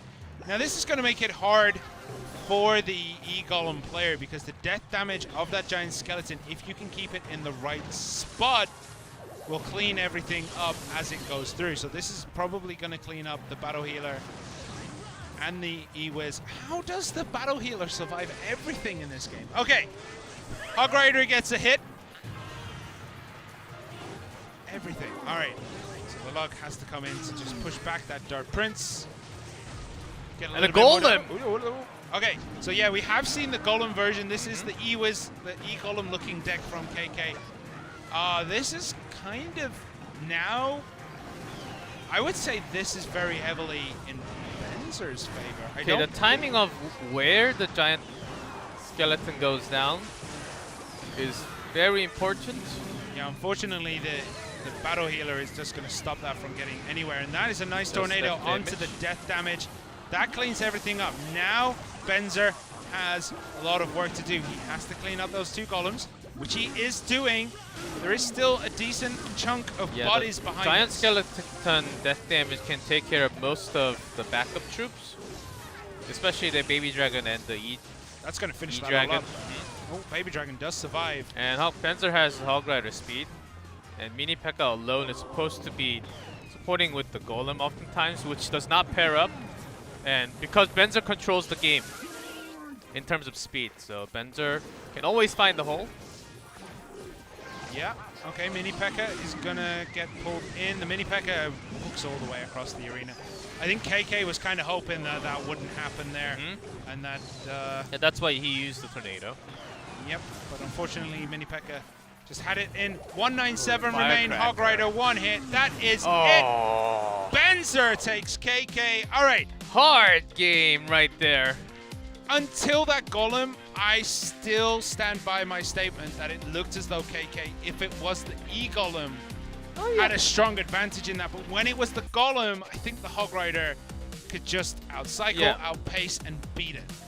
Yeah, Golem, E-Golem, they both suffer a lot against the Giant Skeleton. Without the Giant Skeleton, oftentimes not too bad. You can find some lots of openings, even if the Hog Rider, because you have the Mini P.E.K.K.A. But with that Giant Skeleton, it becomes so much harder to actually create a backup push. Yeah, especially near the bridge, those dragons and the Dark Prince. With the E-Golem, I think it would have been fine. I think he would have been able to overpower Benzer's defense. Even with the Giant Skeleton, there's still some advantage for Benzer, but not as much as it was when it turned out to be a real Golem. So KK's Golem, I think this is his second time using the Golem. Third I think it's the third time he's bought the E-Golem, but not E-Golem deck. Okay. And I think he won the first two, and this is the first loss with it. But the Hog Rider Giant Skeleton is just... It is a difficult matchup, even with the E-Golem. Yeah, also the Firecracker onto those dragons, they do a lot of damage. Especially when they're all clumped up, they just spread out in a cone to get more damage from the Firecracker. And there's not a good tool, to be honest, from the E-Golem side or KK's side to get that Firecracker alone. Yeah. Well, it's over. The King of the Hill's over. Now, triple draft time. Triple draft. Are you ready to go home already, man? Nah, I just want Super Sunday to begin. I want this 4-game day to start as soon as possible. 4 match, 4 games, 4 dinosaurs. I don't know. But the triple draft, we're going to expect Benzer versus. I'm gonna say it's gonna be Yakitori from yesterday. Yes. Kind of has to be. Yakitori is the only one with a win rate. Tangod. Tangod? Yeah. Oh yeah, just Tangod by one. beat Jack. Yeah, just by 1. Yeah. Okay, so we're assuming it's going to be Benzer from Kicks, and they're going to sit top. Which is actually... It has yeah, to that's be, going to be... That will be fun. Yakitori yesterday created like real good-looking triple draft decks. If there is such a thing. Yes, there are. Well... We'll see who is going to come out this time. Not many people on the Kicks team have actually attempted triple draft. It's just been Benzer, who turned out to be a savant at triple draft. And then we have Legend, who played, I believe it was the first week he played it. And then after that, yeah, it was the first week because it's against W4D2. And then after that, it was only Benzer, who just basically took it as his own and was like, this is mine. I'll do it for you, don't worry. Yeah, exactly what you would expect. When we'll see. Today, we're talking about the previous game for TPD. Even yesterday, Solomon, it seemed like if you don't really get the type of deck you wanted with the last remaining few cards, wherever it becomes a winning condition or a spell, usually a lot of pros pick super defensive style. Because you're expecting those few cards to be maybe like the Hog Rider, maybe the Ram Rider to be, or a Balloon, to be putting it in right at the bridge. You go for that speed with that final card, and everything else defensive because you don't really know what you're going to encounter. Just have that sort of balance with the remaining card. But when you don't have that key card, and you get a motor at the end, then, okay, let's wait 5 minutes and see what happens if I can do more spell damage. Yeah, so it is going to be... Was that Tangod? Against... Ooh? Yeah, but no, this is triple draft. Icelaw. Oh, okay, that's the... Is this the reason why he did not come out on KOH? Could be. It's going to be Tangod versus Icelaw then. We were expecting Yakuri against Benzer. Okay, Icelaw's getting greedy, okay?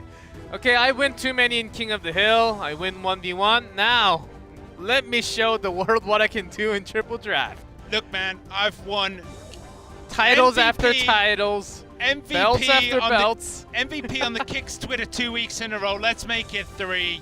I'm going to go out in the Triple Draft. So what is it going to be between Tangod and Kicks? Remember, Kicks in red at the top, so Icelaw will be your Triple Drafter at the top, and Tangod will be your Triple Drafter in blue at the bottom for Ponos. This match just got what? Interesting? I hope that was what you were trying to put at the end of that. I'm trying to think how many times. About 80 more percent. Alright, look at that, 85.7% win rate when playing first.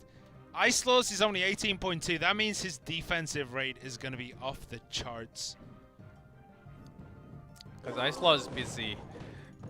Oh, 18%. But this is the Icelaw has 18% chance of winning in this one because he played the first card. Okay. So, cheap spells out.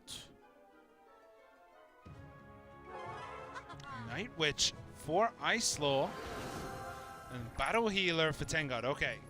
What would you have drafted with the Night Looks like Witch? Golem Rage. A flying machine. Are you assuming that they're just not playing Triple Draft right now? Which is a good pair with any kind of big body like Giant, Golem, E-Golem, or even RG, not bad. Yeah, alright, And Musketeer. Cannon card, though, for Tangod. Cannon card is a particularly tricky card to deal with in Triple Draft because you just never know if you're going to have the tools to face it. P.E.K.K.A. from Tangod, okay. We don't really see Big Mama P.E.K.K.A. I already see this as a very challenging game for Icelaw, even though we did not see his win condition. Because not just the Knight, you would expect another strong body to come out from Icelaw. And if that P.E.K.K.A.'s ready to reload every single cycle, then Icelaw might be trapped.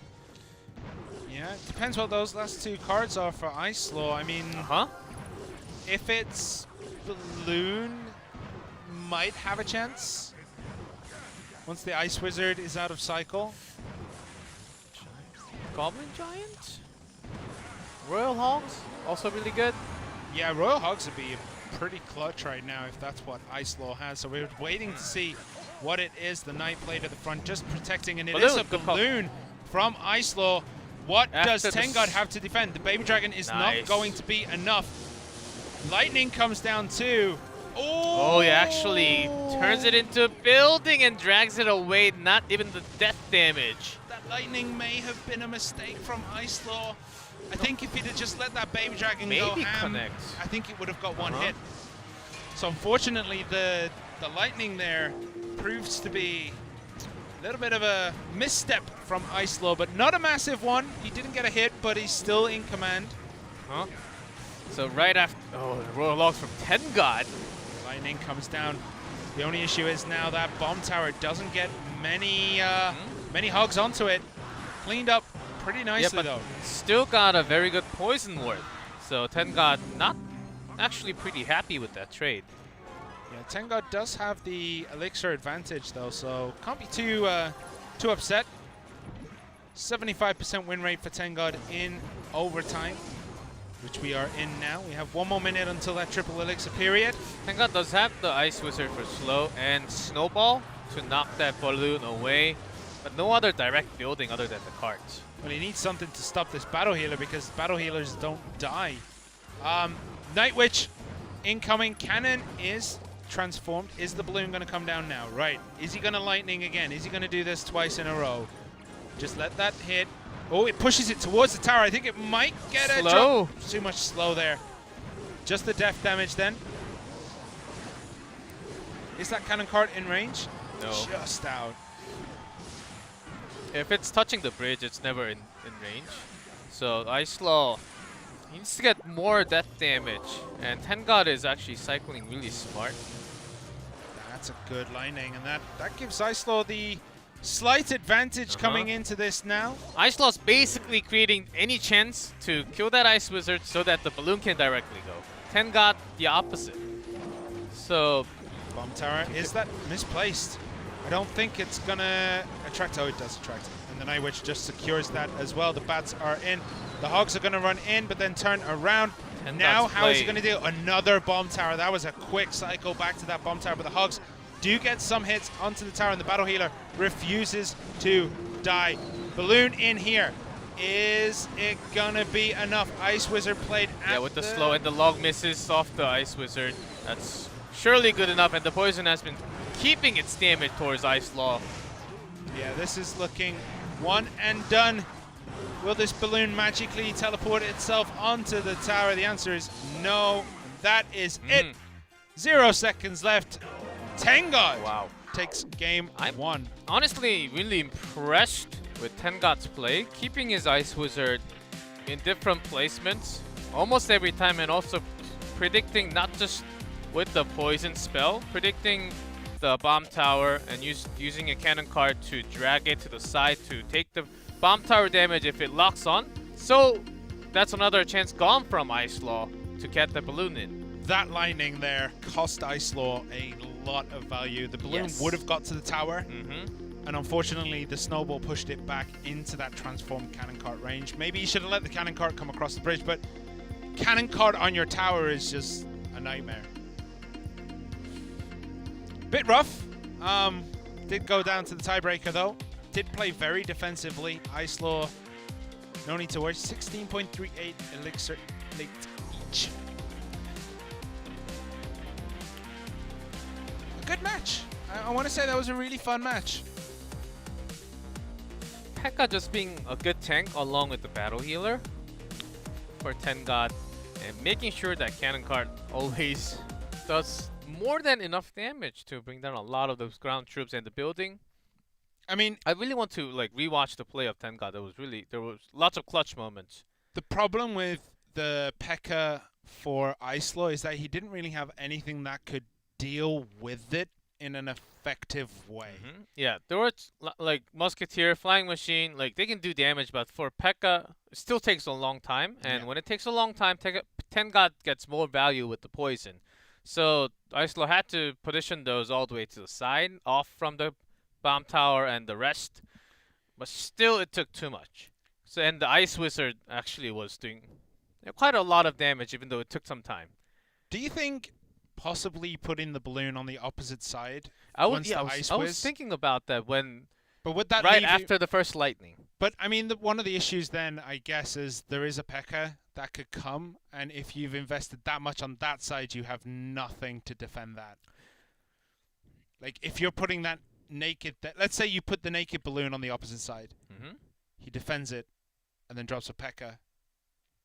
in front of that, and your Musketeer is down on the other side trying to deal with everything else. It depends how much elixir you have at that moment, and also if you dropped anything before towards one side or not. I think there was a chance, but because once you drop that much on the other side and with no backup, there was always a chance for Tangod to actually sneak in a cannon cart. That was also another threat that he had, not just the P.E.K.K.A. So Icelaw was pretty much locked down on one side. Well, the second draft should be starting relatively soon. Or it should already started. We'll find out. It should have been already started, I think. We'll find out. Will Icelaw be able to bring it back to match point for his team, or will Tangod take us to that 1v1? Thinking about it, if Tangod takes us to the 1v1, there's no Icelaw to close it out. Then it's KK versus Benzer. Or maybe Legend. I don't know if you'd risk Legend. He's not. Mind you, he has played some of the best players, and he's only done King of the Hill. Only King of the Hill, and one triple draft. So, and just thinking again from what Malenton, the coach, said, maybe a different player for 1v1, I think. But I think Benzer also needs a little bit of a confidence boost in 1v1. Yeah, so when he got a chance already in King of the Hill, I think he's a better fit in the third set. We'll find out if we go to that third set. I think we're putting the horse before the cart here because we still have at least one more game of triple draft. Don't start this game again. Don't. Yeah, triple draft. Card selection music. I wish we get few more. Few other extra. Or something that doesn't repeat every 4 seconds. You know what I really wish? Oh, there we go. I'll skip on that. There we go. All right. Oh, still we have time. Okay. Just Go on. because we have some extra time, I really wish we can control the volume. The volume level. Like, at least like 2. Like 0, 1, 2, 3, 4, or 5. You can. It's called the side of your device. No, I mean in the game, like percentage-wise. You can turn down the music. You can turn off the music. You can turn it on, off, but you know what I'm talking about. Do you not have buttons on your no, phone? but it goes down with the music that I'm listening to. Amateurs these days don't know what they're doing. Okay, we are here. It is going to be Kicks Icelaw in red at the top and Ponos' Tangod in blue at the bottom. This is triple draft, so anything can happen. What is going to happen in this game? Is it going to be Tangod taking us to that 1v1 in set 3, or will it be Icelaw who's going to take us to game 3 of triple draft? Fire spirits, but yeah, 3 of them jumped up to 1 of those Royal Hog. Yeah, but shuts it down nonetheless.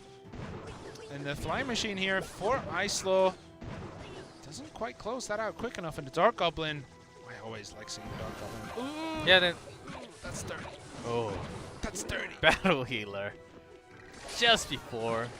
Battle Healer is just too tanky. And the Dark Goblin actually stays alive for some more time, even after taking some baby dragon damage. That's funny.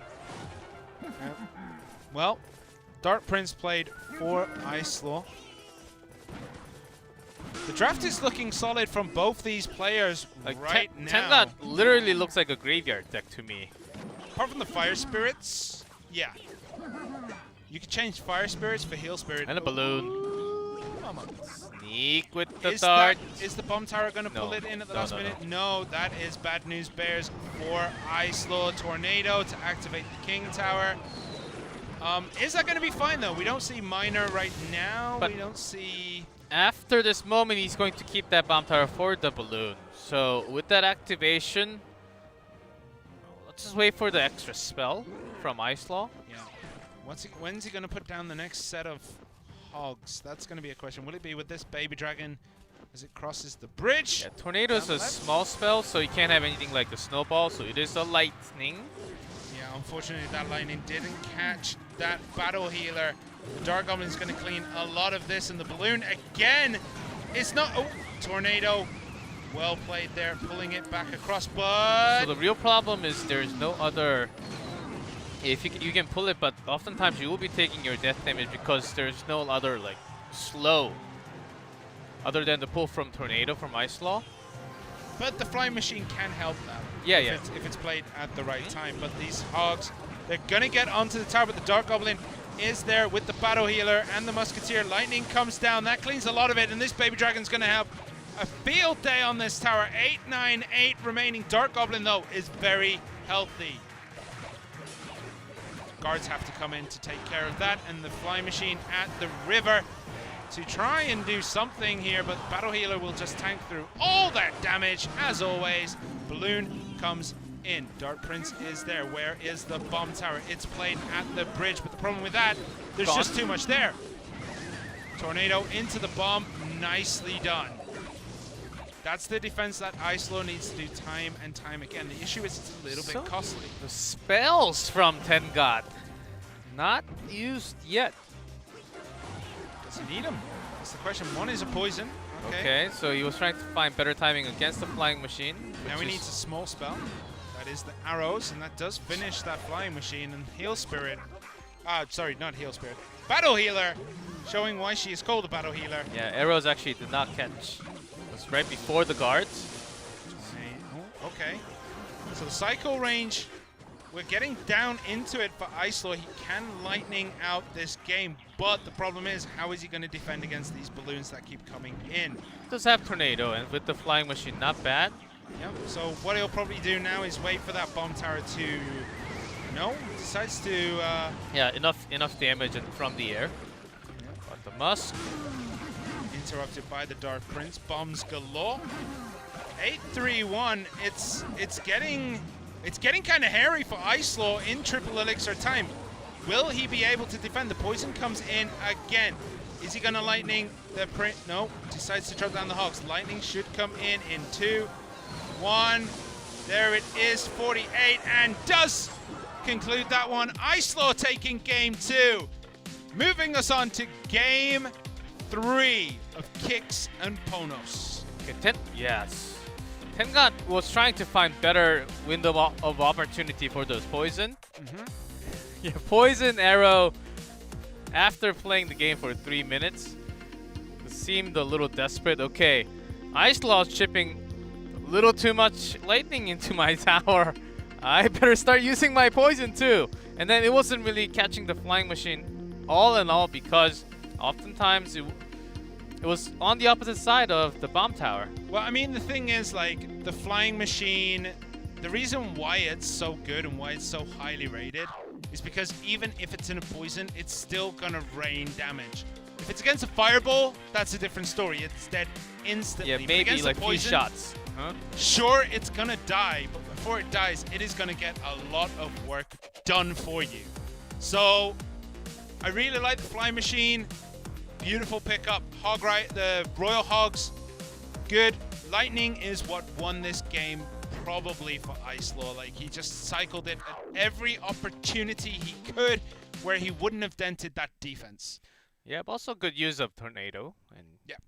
yeah, first pull, you already have your tower there, so you had to take one shot to activate the king tower, which actually was a very defensive good game after that moment. So Icelaw sorting out all his card against the win condition. That's all you need. Battle healer, if you can't really take care of that early on, then the balloon actually becomes a problem. But having the musket, I believe he also had the musketeer with the flying machine, right? The flying machine plus, Yeah, I think so. sure. Because musketeer actually went down to the poison. So those two targets hitting on the battle healer, yeah, still good amount of good output DPS from those two units, and then the balloon after. So nice. You don't really have too much slow or those zaps or stuns from the E-Wiz. Still good amount of damage and good pull. It was really well thought of to go for the early game. Okay, I take some damage, but still over time I have the damage, so I should probably maybe take the death damage from the balloon and then keep all of my units to create a better way for the Royal Hog. Yep. 100% correct. Right. Right. Between these two, so far, Yes. Uh-huh. both games have had good drafts, very balanced drafts, I would say. No player really gets a huge advantage in the drafting phase so far. Like, we saw WEDGM's game. Solomon kind of had a game where he drafted maybe just by clicking on the left-hand side card, right? It didn't look coherent. There was no real synergy between the cards. This matchup between Tangod and Icelaw so far, there's been really good synergy with the cards.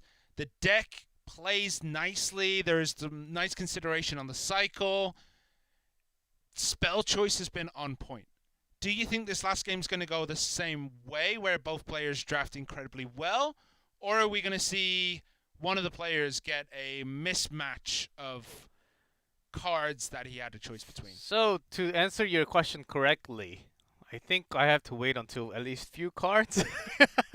I'm just saying, It is triple draft, do guys. you think it's going to be a bad draft, or do you think we're going to get another solid draft? Because part of me wants to say that, like, triple draft is down to luck, it's down to this, that, the other, but we've seen that some players definitely draft better than others. Like, they have a balanced draft. And I think you need to think more than twice on balloon.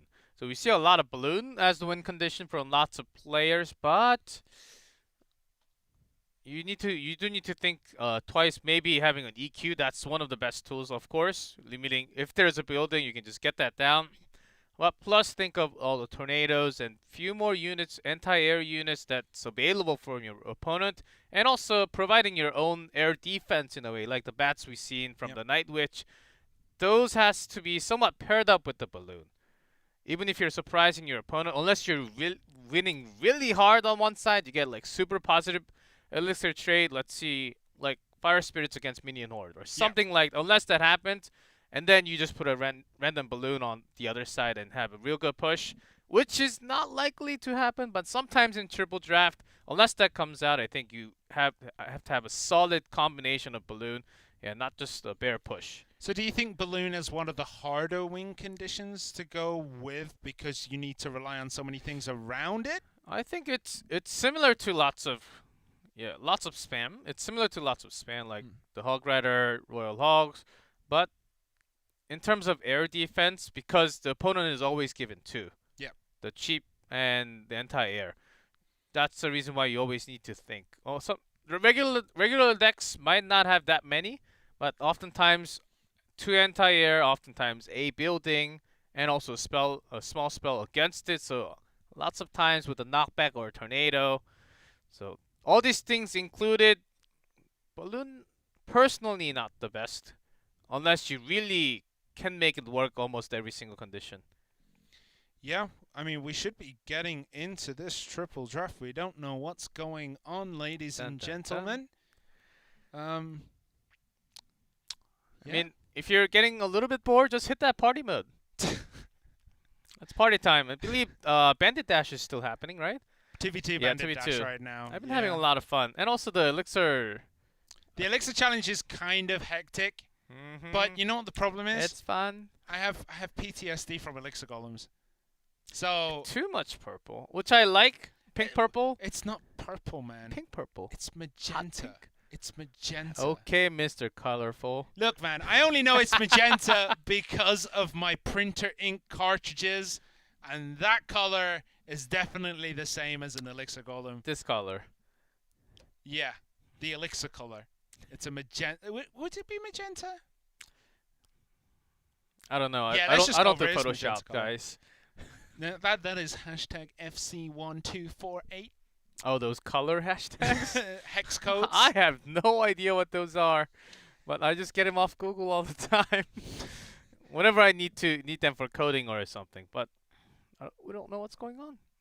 We're gonna get into it soon. It might have already finished, and maybe Icelaw is done. No way, no. Maybe we just completely missed No it. way. We'll find out relatively soon. Okay, what do you think about this current meta then? Like with the Goblin I Hut like- being in every deck. Nearly every deck. E-Golem, did you say? No, Goblin Hut. Ah, Goblin Hut. I'm actually okay with the Goblin Hut because I'm using it, and the Skeleton Barrel too.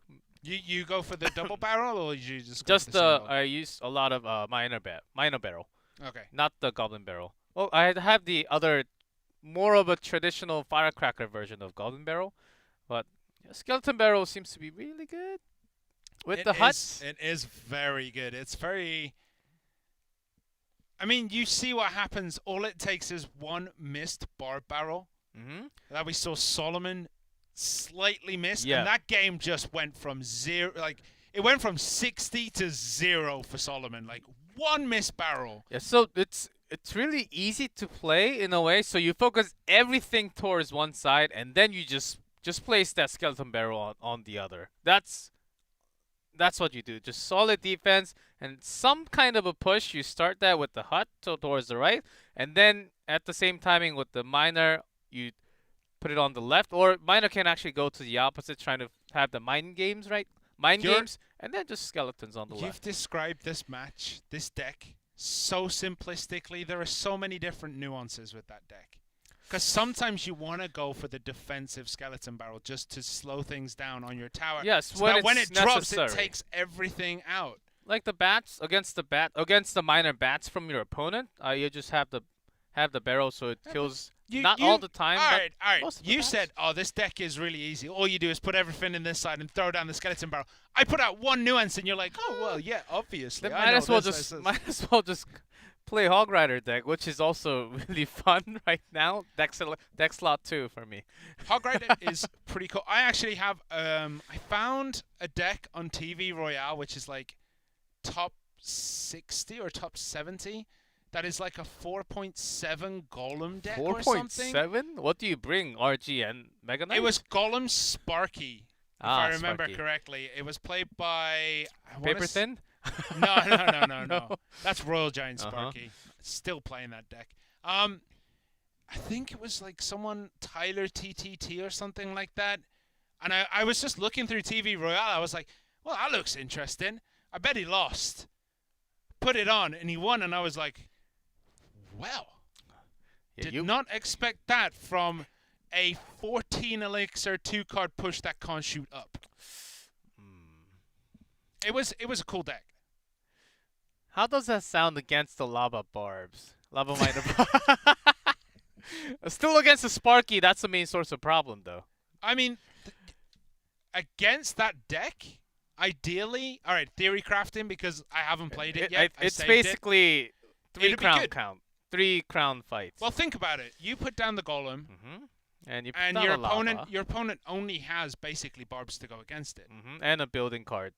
Yeah, but basically barbs to go against it. They have to put out those barbs. So the Sparky then cleans up the barbarians, then cleans up the building with the Golem, and then the Sparky goes onto the tower, or it kills the spear goblins out. So I think the basic philosophy of the deck made 100% choice to me. The card choice, I think it depends.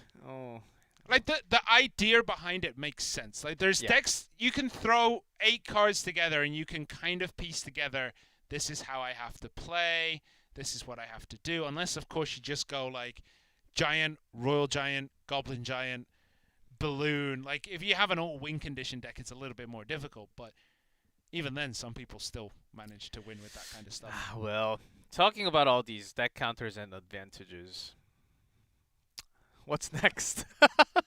So what? Remember the challenge where it just went from. The challenge right now seems to be a pattern of let's spawn a random unit on the left and the right. So this time it was Z-Golems. Before it was. We've had barbarians. Royal Delivery. We've had Royal Delivery. Which wasn't. The recruits wasn't delivery. Oh no, there wasn't. No, it was delivery. Actually, it was dropping down 1 by 1. Oh yeah. Yeah. I don't know. Maybe it's time for a. We had balloon. bandits.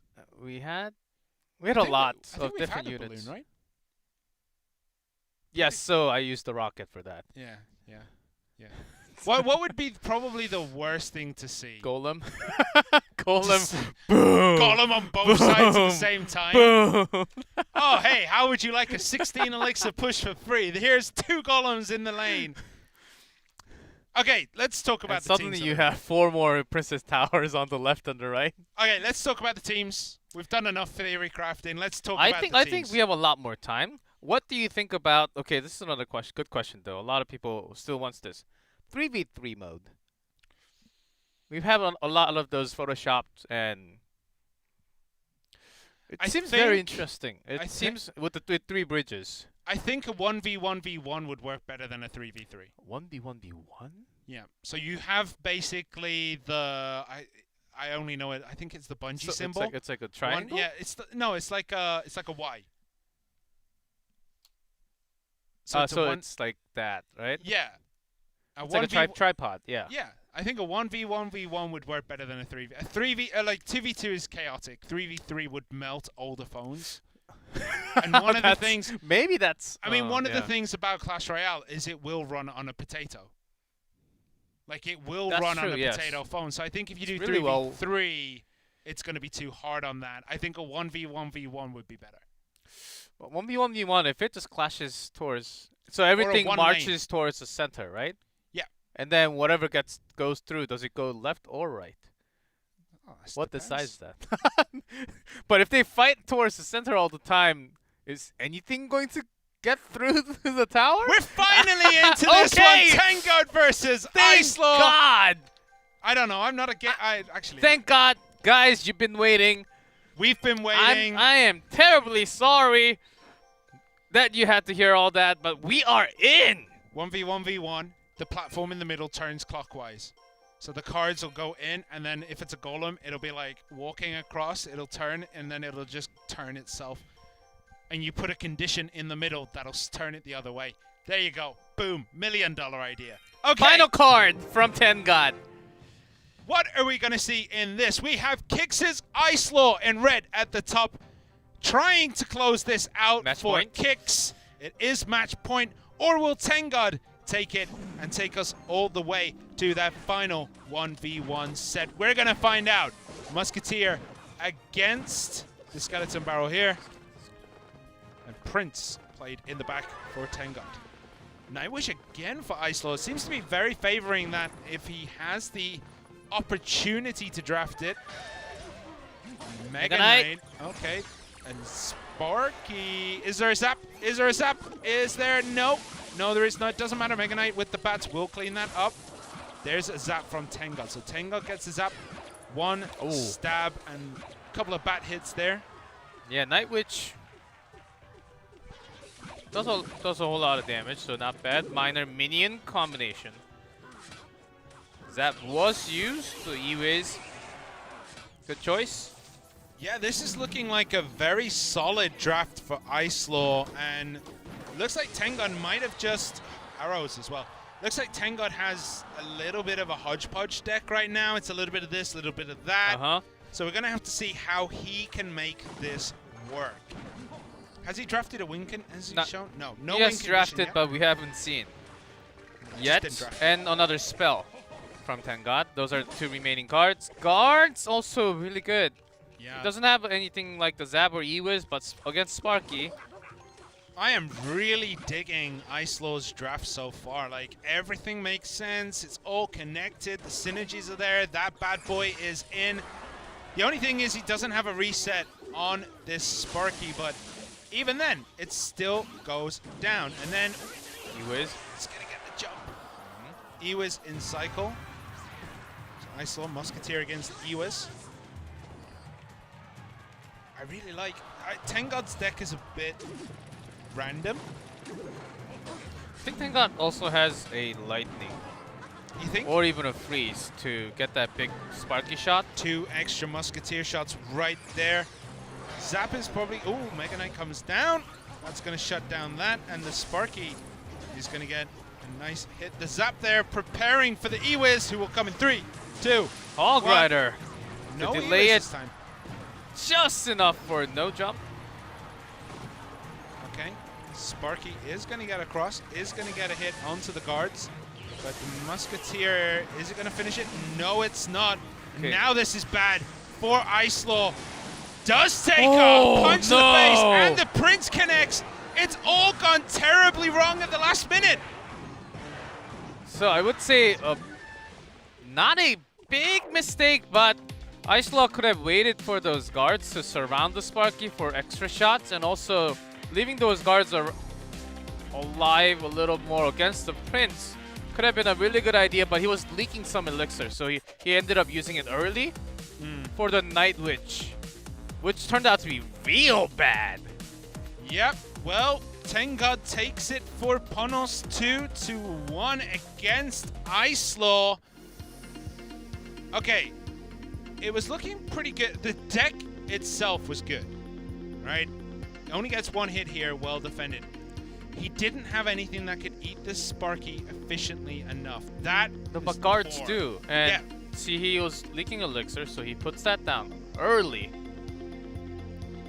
And then he just had nothing. And then the Prince also is just like, yeah, LOL. With the skeletons there as well. So, I mean, the guards were mistimed. Earthquake. Okay. Earthquake seems like a really weird choice in the big spell category.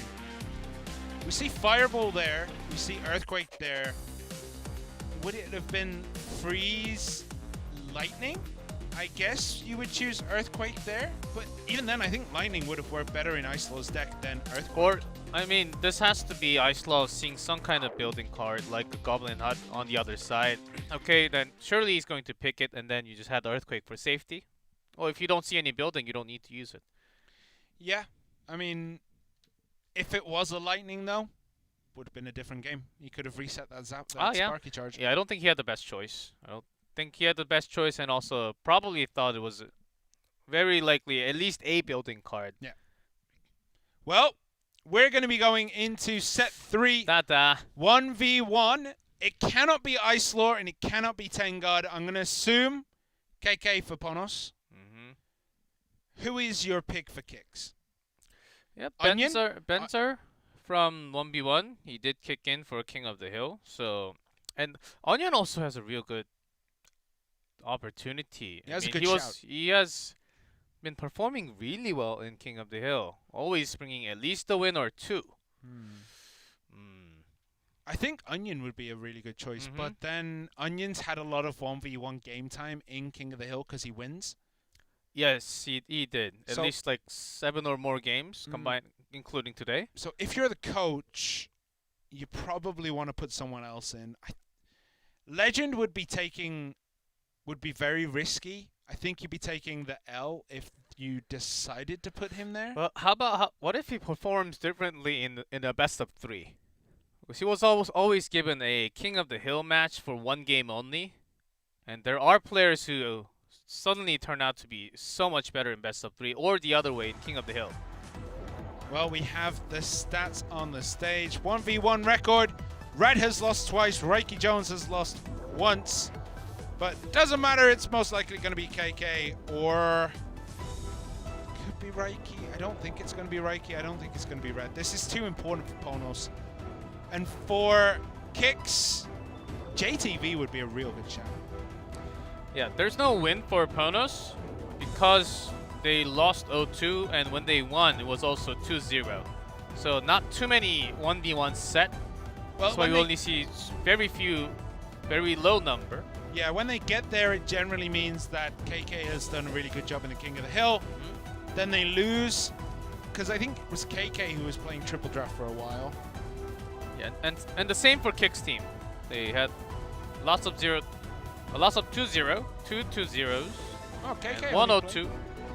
Oh, okay. KK only played once in the triple draft against D-King, but never really came out for that 1v1 set. Well, there is KK. Yeah, no doubt.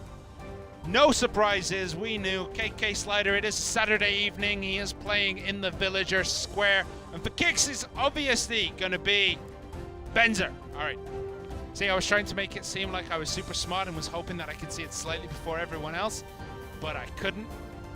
But a good shout. Benzer most likely is going to be there. Played lots of. It says total game, which Benzer has more, but a lot of those games are triple draft. Yep, which explains, everything. Okay, KK against Benzer. So this is an somewhat of a classic Clash Royale League Asia big matchup. Yeah, this would be the kind of game where when we come in to have makeup and get changed, When it was Game With versus Chaos Theory, we'd be like, oh man, I can't wait for KK versus Benzer. It's going to be amazing. It's going to be such a good game. And then they never really played each other. And it was really annoying. You get super hype for KK, who is in blue at the bottom, and Benzer in red at the top. And then they would never play. So I'm excited. Ooh, just in time.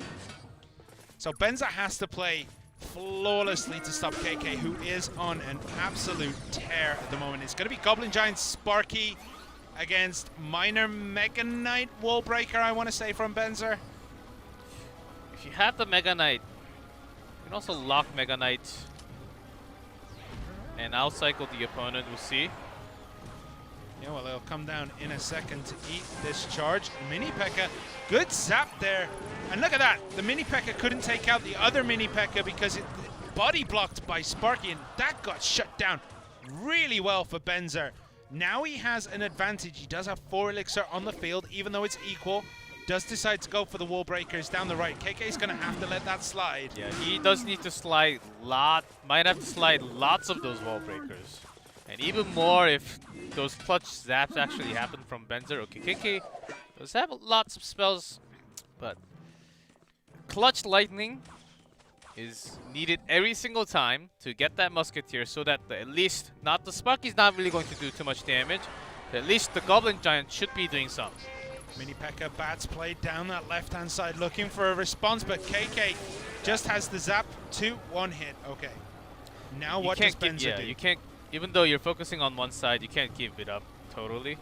Yeah, because I mean you took damage on the other side. Boom. There's the Mega Knight. Okay, so it is going to be 100% confirmed now. It is going to be Mega Knight Wall Breaker Miner versus that Goblin Giant Sparky. So with the zap, last spell for KK, let's see. That's there to try and take it. One hit. Yeah, one will connect though. Mega Knight, Mini P.E.K.K.A. versus Mini P.E.K.K.A. Mini P.E.K.K.A. will always win that. Yeah. Okay, Wall Breaker's coming down on the left. KK has enough, but missed it. 2 hits, 489. Benzer just took a huge lead. That placement. KK does have the elixir advantage. He has a lot more elixir down on the field right now. Bats versus Bats. Yeah, we'll drag it, but still with the miner. Yeah, that's right. The tower's gone. He has to make it another source of attack on top left. Hit. And Miner took out that tower. That tower even with the zap is down. Look at that. 1 for 1. 1 second left. Mini P.E.K.K.A. almost got another hit. With the Earthquake, KK was able to do some more damage from the spell. How's Benzer going to take out that Sparky and then take out the other Sparky? Is he just going to try and eat a hit? Looks like it. Not a bad idea, because 489 is all he needs. Wallbreaker's played down the right. That's an interesting decision. Benzer already has a lot of damage done on that left. It might be time for pocket. Once that Sparky crosses the bridge, maybe time to put some Wallbreakers in the pocket. Okay, KK's making sure that the miner can come all the way to the corner. And setting up a not bad Sparky shot. Oh, and that zap again to eat that Sparky shot. Yep, that was good timing. There's more wall breakers down that right-hand side, trying to get KK to make a difficult decision. KK's not biting right now. Eating another shot there. Mega there is Knight a Musketeer. on top. Yeah. Well, no. Musketeer against instead. Musketeer. Putting the wall breakers down to eat the charge. That is a smart decision. Yeah, good split.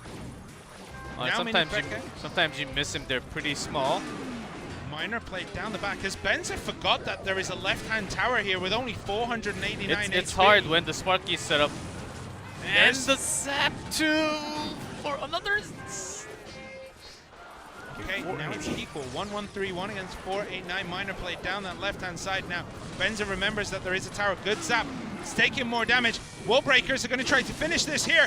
One connection. Oh! That is what it takes. Benzer taking game 1 against KK there. I mean, he went the long way about that. He did so much damage to the King Tower that started that overtime with so little health on the Princess Tower. The King Tower was full. Benzer realized that he needed to split the pressure. He needed to split KK's attention, which he did expertly in this match. Yeah, this moment was the biggest mistake for KK. But even after that, good drags and also using the Sparky to go against the potential miner all the time towards that bottom left Princess Tower kept all the miner away until this moment. And after the shot, with the knockback could have also connected with the Mega Knight, so it could actually defend the King Tower, but the problem was those zaps that come in at the perfect timing from Benzer. Yeah, he waited until he could not wait anymore. Last second, last nanosecond. So you hear 3. Once there's a charging sound. You hear 1, 2, 3, and then boom. So when you hear the second sound, second charging sound, that's usually when you just have that zap, and it becomes a good timing for you. But still. Anti-Sparky knowledge, because I don't use them. I mean, I know that, but like, it felt like it went 1, 2, 3, zap. instead of. That's a little too dangerous sometimes. But that's what Benzer was doing there. That's pro level, yeah. I'd have put it down after one. One. All right, down. Ah. Throw everything in the kitchen sink to try and stop that Sparky. Two, and then you release, and then you use that. Look at me, man. I cannot count to 3. All right. What do we think is going to come out in the second game between Benzer and KK? Will KK go for the not-so-elixir golem deck? Or do you think he's going to play something with a much faster cycle? Something like a double barrel, maybe minus skeleton barrel? So this was also somewhat unexpected, where Benzer was the player who used so much from this deck, with, of course, without the earthquake, but with the lightning and oftentimes with the snowball, with the giant, goblin giant. What can I think of the name right after? Sparky deck, and which was used more than 10 times the entire year in professional games for Benzer for CRL Asia only, and KK bringing that, knowing that, bring it against Benzer. Benzer immediately says, "Good game." Yeah. After seeing the Sparky, he's like, I played this deck billions of times. There is that one mortar deck that's doing the rounds right now. Because Benzer is famous for his mortar play. But I don't think he's going to play. It is a very risky deck to bring into this situation. But we're going to find out what these players decide to bring. As Benzer Riddell in red at the top for kicks. Tries to close us out. Tries to take the match against KK in blue for Panos, who needs to win this to keep Panos' dream of getting a second win against the top team alive.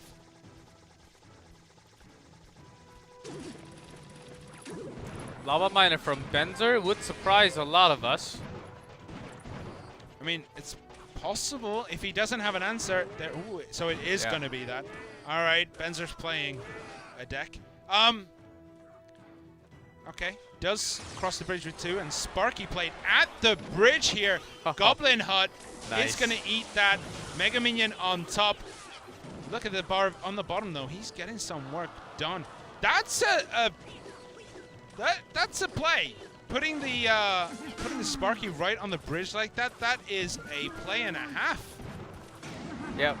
Forcing Benzer just to...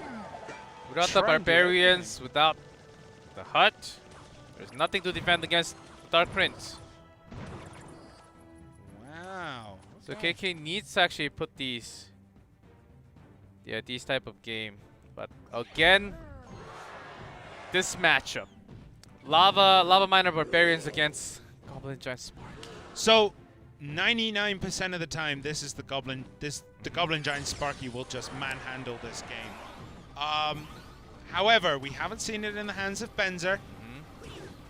I personally don't like this deck. It's not got the best win rate. There are the Barbarians. 3 survive, but not enough because of the mini P.E.K.K.A. Yeah, the problem is that out that Sparky, and that tower is down. Yeah, problem is the spell. It's most likely arrows from Benzer, which does not help against Sparky. Well, well, well. And pretty good anti-air defense from KK. Yep, Miner played at the front. The Goblin Giant does catch that, and then obviously the tank. Everything else takes that. Lava Hound put down on that right-hand side. Sparky behind the Dark Prince and the Goblins here is going to be hell on earth to defend, and it looks as though Benzer has 0% chance of winning this. Has to eat a Sparky shot to the King Tower. Miner against the Musketeer. Maybe these pups can get something done here. This is possible. There's 4 of them. Even the mini P.E.K.K.A. about 10 seconds. Not enough. Unless this flying machine gets raged up. No way. KK's not gonna let that happen. 1 and good well game. Played. Good game. KK good takes sportsmanship. game 2. 1-1. Go to the final game of the final match. The full match actually. 5 games, King of the Hill, triple draft, game 3. Can I just say? No. That tally goes up by 1. I said no. No, I'm not asking for permission. Okay. The mini P.E.K.K.A. played right behind this is really smart because it does just clean up the Barbarians super quick. But I mean, it didn't even matter. That tower was down just from the Goblin Giant anyway. Lava Hound just isn't fast enough, isn't strong enough. And I mean, the thing is, KK played excellently that he was forcing Benzer to split his resources. Because what you want with that is a mega push with the Lava Hound, Baby Dragon, Flying Machine, Mega Minion with the Miner coming in. You want that mega push. But what KK was doing was splitting Benzer's attention, making sure that push never happens, making sure he has no way of building up the pieces to be able to take the tower. Yeah, good summary of what happened there. As Sparky, even if you get that real good surround with those barbarians, at least 2, 3 are going to be gone. And then you put, a Mini Mini shot. P.E.K.K.A behind it, and Mini P.E.K.K.A just one-shots them. Yeah, it is one-shot. We were talking yeah, about yeah. this earlier. I think it does. It is one. Just a little bit more, maybe like 30 more damage, 40 more damage. I thought it was 2 for some reason, but then that might be the Hogs. Yeah, I think you were thinking about the Royal Hogs. It's just a group of pink. Usually what we see is, yeah, Mini P.E.K.K.A, Royal Hog, that. Yeah, Barbs. Well. Okay. Come on, man. You came in today and you were saying, man, that Lava Hound Barbarian deck, it is so good. This is where it's good. This is where it's bad. And if better it plays than Goblin you think. Spark, yeah. But then you said if it plays Goblin We had Sparky, 5 it's over. matchups of those 2 exact decks, okay? It's and just 5-0. someone reading. Okay, I think it's someone overthinking because I believe that deck does not have good matchups against anti-graveyard decks. Well, if you can catch lots of E-Golem, I think. Really? You're going to say that E-Golem is a good deck against it when it lost earlier? No, Without a I'm big thinking about mistake? Sparky. Oh, Sparky? Yeah, Okay. Sparky. Yeah, of course I'm thinking about Sparky. Yeah, the other way. It also depends if it's with the version of with the Flying Machine or with the Rage or without the Rage. Sometimes with the Bandit or not, because Bandit can actually eat the Sparky shot. Yeah. Yeah, and they come in really real handy. You're using you don't really need to spend that much elixirs, and you can also have somewhat air defense. But it comes down to this final game. Here we have it. It is KK versus Benzer 1-1. Okay, we have Benzer in red at the top and Ponos's KK in blue at the bottom. It's going to be Goblin Giant Sparky from Benzer and Lava Hound Barbarians from KK. Oh, no. All right. Anyway, I went for it. It is going to be Hog Rider from Benzer. Good Tornado. Tornado, maybe with a Graveyard from KK. Let's see a little bit more. So far, Hog with Spear. So Firecracker. So Hog EQ Firecracker. Yeah. Yeah. Against... Yeah, with Spear Goblins, expecting Giant Skeletons.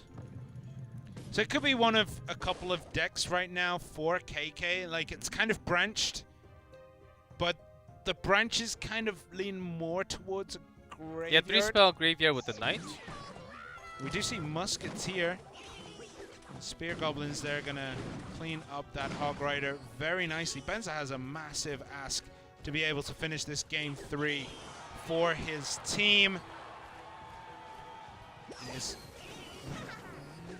It's hard to say who has the advantage here if it is Graveyard. But it does, I don't think it looks like Graveyard. So Benzer does have the EQ. Well, that was a rapid Graveyard there from KK. Throwing down that Baby Dragon instantly, linking up with that Graveyard. And look at the damage it's got done with the Barbarian and the Spear Goblin in the back. That was a vicious Graveyard from KK. Hog Rider is going to get in there, 1 hit. So using minimum elixir trade for KK, but still, he needs to put in lots of... Yeah, with the E-Wiz, that skeleton... Yeah, until the double elixir timing, maybe even later. I was thinking maybe Benzer wants a longer game, but KK does not want that. That's why he played that early Graveyard. Yeah, well, what this allows is just a clog up in the middle, stops the Baby Dragon from crossing the bridge so that you can't put down a proper tank for that Graveyard. But at this point, I think KK could get away with naked Graveyards. He has a 150 HP advantage. The Hog Rider pretty much gets shut down every time. I think it might be worth just going for a naked graveyard. So Firecracker placement is crucial for Benzer so that the tornado or the poison is away from the tower. Yeah, well, more damage is getting through. Slowly but surely, this Hog Rider is going to get shut down by the Scarblin. To go Earthquake. This is rough. Hog Rider shut down again. Mini P.E.K.K.A is going to get nothing on the tower. I think Benzer's going to have to split. There is a pretty naked graveyard. Spear Goblins played at the back, but a poison coming down. Yeah, no from Firecracker KK. now, so poison right on the tower. It's a little too late for the split, unless you really catch your opponent off guard. The Ewis stays alive. How would you feel about a Mini P.E.K.K.A going down the right? Later, triple elixir time. Yeah, Giant Skeleton has to catch most of these units. Well, this could be an opportunity. The Goblin Hug comes down very early. For the Hog Rider, maybe. But that does displace that Giant Skeleton push. The Hog Rider does come in. Is the HUD back in cycle? Tornado into the middle.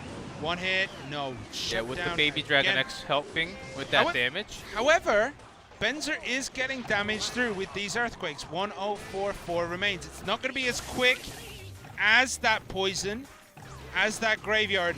But if it can get through with the log as well, that's going to be a beneficial Giant Skeleton there, basically holding that Hog Rider in place. Okay, yeah, Benzer wants to push with this explosion, at least with some more Firecracker splash damage, and KK knowing that instantly Knight on the bridge. Yeah, Mini P.E.K.K.A though from Benzer, closing that up. Giant Skeleton death damage closes a massive hole in KK's defense. All right, 777, he's getting the damage done, 671, but he has to defend this graveyard. Tornado comes in, that cleans up those Spear Goblins. What does Benzer have? He's taking critical damage. Too much, and that's 120, 10 seconds left. Needed a hog already, and that Goblin HUD is in the way. KK with the remaining HP. Poison's gonna take the last tick, and that's another win for Ponos. Yeah, another win against the top team for Ponos. This weekend, Ponos had no wins. After this weekend, they've beaten the first place team in WEDGM, then beat second place Kix, who were on the same score, 4-1. This was Kix's opportunity to sit at the top of the table, not seizing the moment, but this was very much a hard counter, I want to say. KK had huge matchup advantage. Benzer was struggling to find a way through. He did eventually start getting incremental damage, you know, with these Earthquakes that come through, the Firecracker getting a couple of splashes here and there. Yeah. But nothing too substantial. He couldn't really get the Hog Riders onto the tower. He couldn't get anything there. Yeah, KK was at least removing the Firecracker damage to a single hit, not two. Yeah. Reading the knockback and then placing the poison where you want it to be so the Firecracker comes in after a shot. So those were some brilliant poison use. I love all the spell usage, not just in this game, all the games that KK played today. We say Ponos is the one-man team right now with KK, but if the one man never loses, well, I mean, they're going to struggle in the playoffs. Yes. So they're going to struggle in the playoffs if the rest of the team doesn't start to support KK, because KK is playing off his rocker right now. He's literally playing the best Clash I've ever seen him play. Another big problem is that what I remember from the rulebook is that you cannot have the same player going twice in that 1v1. It's twice in a row, no? Not just twice in a row. You cannot have the player playing twice. Okay. Well, we're going to have to wait and see what happens in the playoffs. But it is going to be Ponos taking out Kix. Yes, and no one goes above that 5. No. Seems to be cursed. Wow. The number 5 is a curse. Can still happen tomorrow because every team gets to play. Yeah. That's the exciting part. Every team tomorrow will be playing their final game of the season. So everything will be set in terms of order. Regular season, yeah, well. Like, oh, the season's already over? No, it has just begun. Yep. Not even, Playoff is the real deal. Regular season, I think it gives us a good, I guess, the power level of all the teams and the characteristics of what this player likes to play, what this player doesn't like to play, what kind of decks this player uses often more than the others. I think we have a pretty good understanding after 4 weeks. And one of the things as well is like top 4 has been decided. Those top 4 teams now have 2 lives going into the double elimination bracket. So basically the top 4 teams will have 2 lives. The bottom 4 teams only have 1 life. Will we get someone creeping through that losers bracket all the way up to the top? There has to be at least one. Ponos. It's going to be Ponos. It's spring, man. Ponos always win the championship. They always in go to the finals. They always win. Yeah, and also win. They always win in spring. And also, oftentimes it was versus GameWit. Yeah. So GameWit Ponos combined together. Oh, that's already an answer for you, all of it. Destiny. All of us. Destiny there. That was Asia. Now it's East with China. It's on a whole different level. It is. There's a couple more difficult teams in the way. Couple, I would say 3. 3? I mean, Nova have not had the greatest of seasons. Wait until Nova plays in the playoff. They're a different team when they go into that elimination bracket. We all know. we do. But I think if the rules are correct, we would have to see Aurora play in playoffs. So I think for best of 5, you can have the triple draft player playing 1v1. But not the 1v1 Twice. after the triple draft. He can Not play right the 4th. after, yes. Yeah, he can play the 4th, but you can't you can still play the match, the 1v1 set after. So I think technically you can still have those 3 players playing the best of 5. Yeah. Well, I'll go back and check all the rule book. It's been a while. Right. You're right. I think I'm on the page. Yeah, you're on the right page. It might be the wrong paragraph, but the right page. Might be the wrong document, but on the right page. Might be the rulebook from 2018 or something.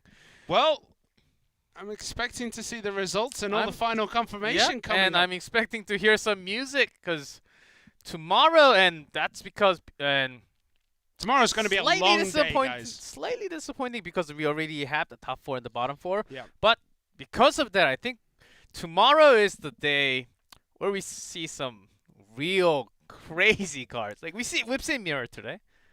We did, and just it be a won. start. That was I forgot about the Mirror game. Yeah, Mirror. Peas, man. Mirror, Goblin Barrel, Mirror. Peas. What a superstar that guy is for bringing Mirror in a competitive game. I'm expecting tomorrow. I want to see Clone, and I want to see E-Barbs. That's right, from no him. Clone yet. No, there hasn't been. When was that? When did we see all the Clone shenanigans? It was Clone 2v2, right? No. More of 2v2, sometimes 1v1 with Night Witch Lava. Yeah. Yes. Those are the days. Night Witch No, Lava, not Clone. the days. What are you talking about? Beautiful days. It's not here anymore because of arrows. Yeah. That was a beautiful meta. That was probably the best meta. What? No, they come on. were a smallest section, maybe in the Stunning. meta. It was stunning. Nothing better than seeing a blue Night Witch. Yeah, but and it was a blue actually Lava in a small part, but it was actually in the meta with the clone for once. Yeah. There was that when Skeleton Barrel first came out with the renewed version, the version we have now, the super fast one, there was the Golem Night Witch Skeleton Barrel clone Are you deck. still on clone? Okay. I used that deck. It was fun. We have the music. This is real results. There we go. Nova Esports 1, Vav Gaming 2, Talon 2, WEDGM 0, Ponos 2, Kicks 1. What a day it has been. There's the standings. 4 2s, 2 4s all over the board. Yeah, everyone is even at this point. There's just a mirror between 4th and 5th. I wasn't expecting it to be this close. I wasn't expecting like 4 teams to be 4-2. Wait, set difference. Kicks has 3. I think we need to check the number on that. Yes, it does. Game difference, man. Game but set difference. comes before game. Just don't. We'll find out if it's the real Maybe one not. soon. I'll make sure to go back and read the rulebook once again tonight. All right, let you guys know everything. Tomorrow's matches, it's going to be WEDGM versus Nova. That's going to be a battle of China. Then it's going to be Ponos versus Team Timing. FOV versus Talon. And then TTG versus Kicks. Tomorrow is going to be enormous. What a day. Nova versus WEDGM. Yeah. Nightmare for at least few teams. It's got to be coming down. It's going to be a good day. It's been a good regular season, and tomorrow will be the dot right after. Well, I think that is about it. I think so. Tomorrow. Today was really fun. Yeah, it was. Make sure you tune in tomorrow because tomorrow's day is going to be off the hook. Nova versus WEDGM is like a match come true. Dun, dun, dun. But also we get to see the triple draft. Oh, we get to see the triple draft too because it's China versus China. But that is it for today, guys. Thank you so much for joining us. We'll be back tomorrow, same time, but probably another hour longer due to an extra game. So we'll see you all tomorrow.